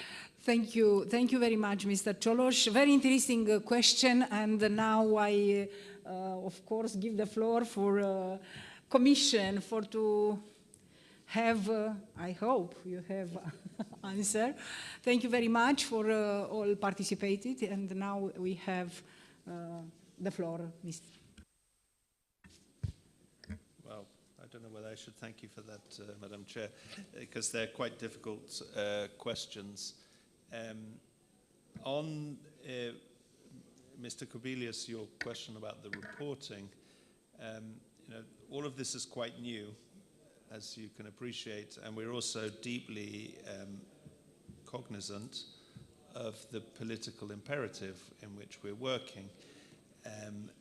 But the nature of the reforms which we ask the countries to carry out before they get to the next step are such which we don't expect them to be carried out in 6 months. And that's why they will be covered in the annual progress report. Now, I hear what you say about maybe we could think about a guidance. And Mrs. Movchan was also saying about this as a question of communication, and that we can certainly, and we should certainly take on board. I would say that we are in a constant dialogue and conversation with the countries to provide them with that guidance. Another thing is the communication to the public. But I think let's get through this particular cycle and the progress reports in the autumn, and then we will see. You also mentioned the question of the Western Balkans, and this is a fair point. There is an enlargement methodology, and you know that the Commission, we're very stuck on our methodologies. And maybe it's time to revise that methodology, and we very much hope that the fact that we have 2 new candidate countries will also be an incentive for the Western Balkans. Of course, everybody joins on their own merit, but we hope that there will be something competitive, and we saw the reports on the basis of the tables on the basis of the publication of the analytical reports, where the 3 new kids on the block were compared with the Western Balkans, and that's a kind of healthy competition that we like to see. Mr. Cioloș, we of course deeply appreciate the work which has been done under the framework of the association agreements DCFTA. It's clear that it's because of these agreements that the countries are actually they have a solid foundation for adopting the whatever 35,000 pages of the acquis. We can certainly, and I take your point about using these documents, these reports, as a basis not only for further integration, but on, not only economic integration, but the political integration into the EU, and we certainly see that. in terms of attracting investment as well. We very much, I completely concur with you about investors are going to come in if there's a predictability. And the legal frameworks provide that predictability. That predictability is not only a sectoral question, it concerns questions of rule of law, which is one of the reasons why we're insisting so heavily on that. And maybe we can have a discussion about the leveraging of private capital to bring investment into the countries, and this is kind of what we mean with the economic and investment plans for each of these countries. And just finally, we are looking at questions of market opening. This, I think that you know, for each of the countries, particularly for Ukraine, but also for Moldova. I also absolutely concur with what you say about balancing further market opening without distorting EU markets. In Moldova's case, we're talking about quite a small market, and I think that we can be a little bit more pushy towards the EU member states who fear that market distortion. Thank you very much. Thank you for all participating, for debate, for answer, for question, for answer.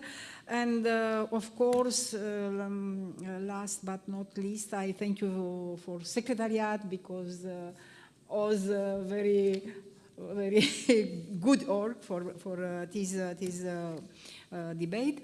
And now I come back for my colleague Maka for last part of. Dear colleagues, before we finish our meeting, I would like to use this opportunity and say a couple of words. First of all, thank you all the speakers who participated in this debate and who contributed about the developments in these three countries. Indeed, association agreements are very important for all of us to implement and to progress on, including these recommendations that we got from European Commission. And when it comes implementation and assessment, couple of things were said, and one important word was fair assessment. Fair assessment should be followed fair decisions, and we hope that that assessment that was done by Commission will be followed, fair decisions from the European Council, and decision that was done, that was made in June, which was very important for Georgia, for Ukraine, for Moldova, to have European perspective, but we still hope that Georgia will be granted candidate status. That is the only clear perspective for us. And one more thing about merits, it's important. We know that end of the day, this is the merit-based process, and it is very important that everybody is treated fairly, accordingly merits. And we have seen the reports from European Commission, and we hope that that assessment that Georgia got there will be also assessed properly and will lead us to end this year with the candidate status together with Ukraine and Moldova, and we will continue our European integration path with two other candidate countries. And this leads me to wrap up about the working group, future work of the working group. I hope that in the autumn, once we have assessment that was mentioned in the framework of enlargement package for Georgia, Ukraine, and Moldova, we will be able to continue work of this working group in kind of new reality. And maybe we will think also to update the name, upgrade the name of the working group as well accordingly. Yes, indeed. So we will continue discussions on that topic together with my colleague Sanchez Amor, and we will come back to you. with that regard. So next agenda point for us is any other business. If there is anything that anybody wants to voice, if not, we can conclude our. There is something. Yeah, thank you, Madam Chair. Ina Kusheru, the Moldovan delegation. I had a question actually about the association agreements, the implementation of the association agreements in our three countries, and the institutional capacities which we need to strengthen, raise in order to be able to implement the commitments, especially taken into consideration the fact that Moldova and Ukraine were granted the status of the candidate countries and Georgia was given the European perspective. We all understand the capacities are very low and we need innovative instruments and solutions, very rapid solutions to be applied in our countries in order to raise the institutional capacities. Otherwise, the speed and the pace will remain very low. So I would like to address this question to the countries and to the speakers which represent Moldova, Georgia, and Ukraine, shortly, to reflect on the institutional capacities. Thank you. Thank you for this. Indeed, institutional capacity is something that is very important to Moldova in order to both implement the association agreement and the association agenda, but also equally to move forward with accession talks and accession preparations. And this is also seen in the Commission's reporting, or basically in the analytical report. If you look, so you would see that on many chapters this is underlined that Moldova needs to beef up the institutions with capacity. So this is indeed taking place as we speak. It's in the pipeline. So when I mentioned that we have this mechanism in place for the coordination of the European integration accession talks, so part of these efforts are also to beef up the institutions. For instance, Foreign Ministry is underway to employ more people, more diplomats dealing with European affairs. The same goes for other institutions. So this is work in progress, and indeed it's something that we should pay attention to. And also I should also underline that we are talking to Commission about it. We are talking to member states about it. And there is a lot of willingness on behalf of the Commission, but also member states, to help prepare better trained, skilled civil servants who would be involved in accession talks and accession work. Thank you. So, thank you, Evgen. I don't know if we have speakers from Georgia and Ukraine. I think they are gone. Maybe briefly, I will comment only on Georgia's institutional capacity, which was shown.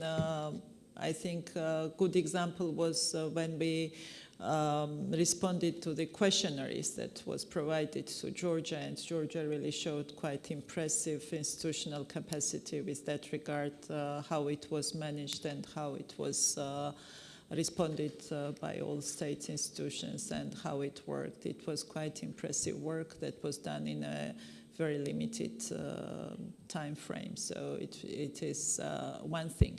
And another, it's clear that capacity to implement association agreement and to reform country is quite good. And when it comes implementation of association agreement and adoption of new legislation or implementation, process is quite impressive, and that was also shown by the report of the European Commission.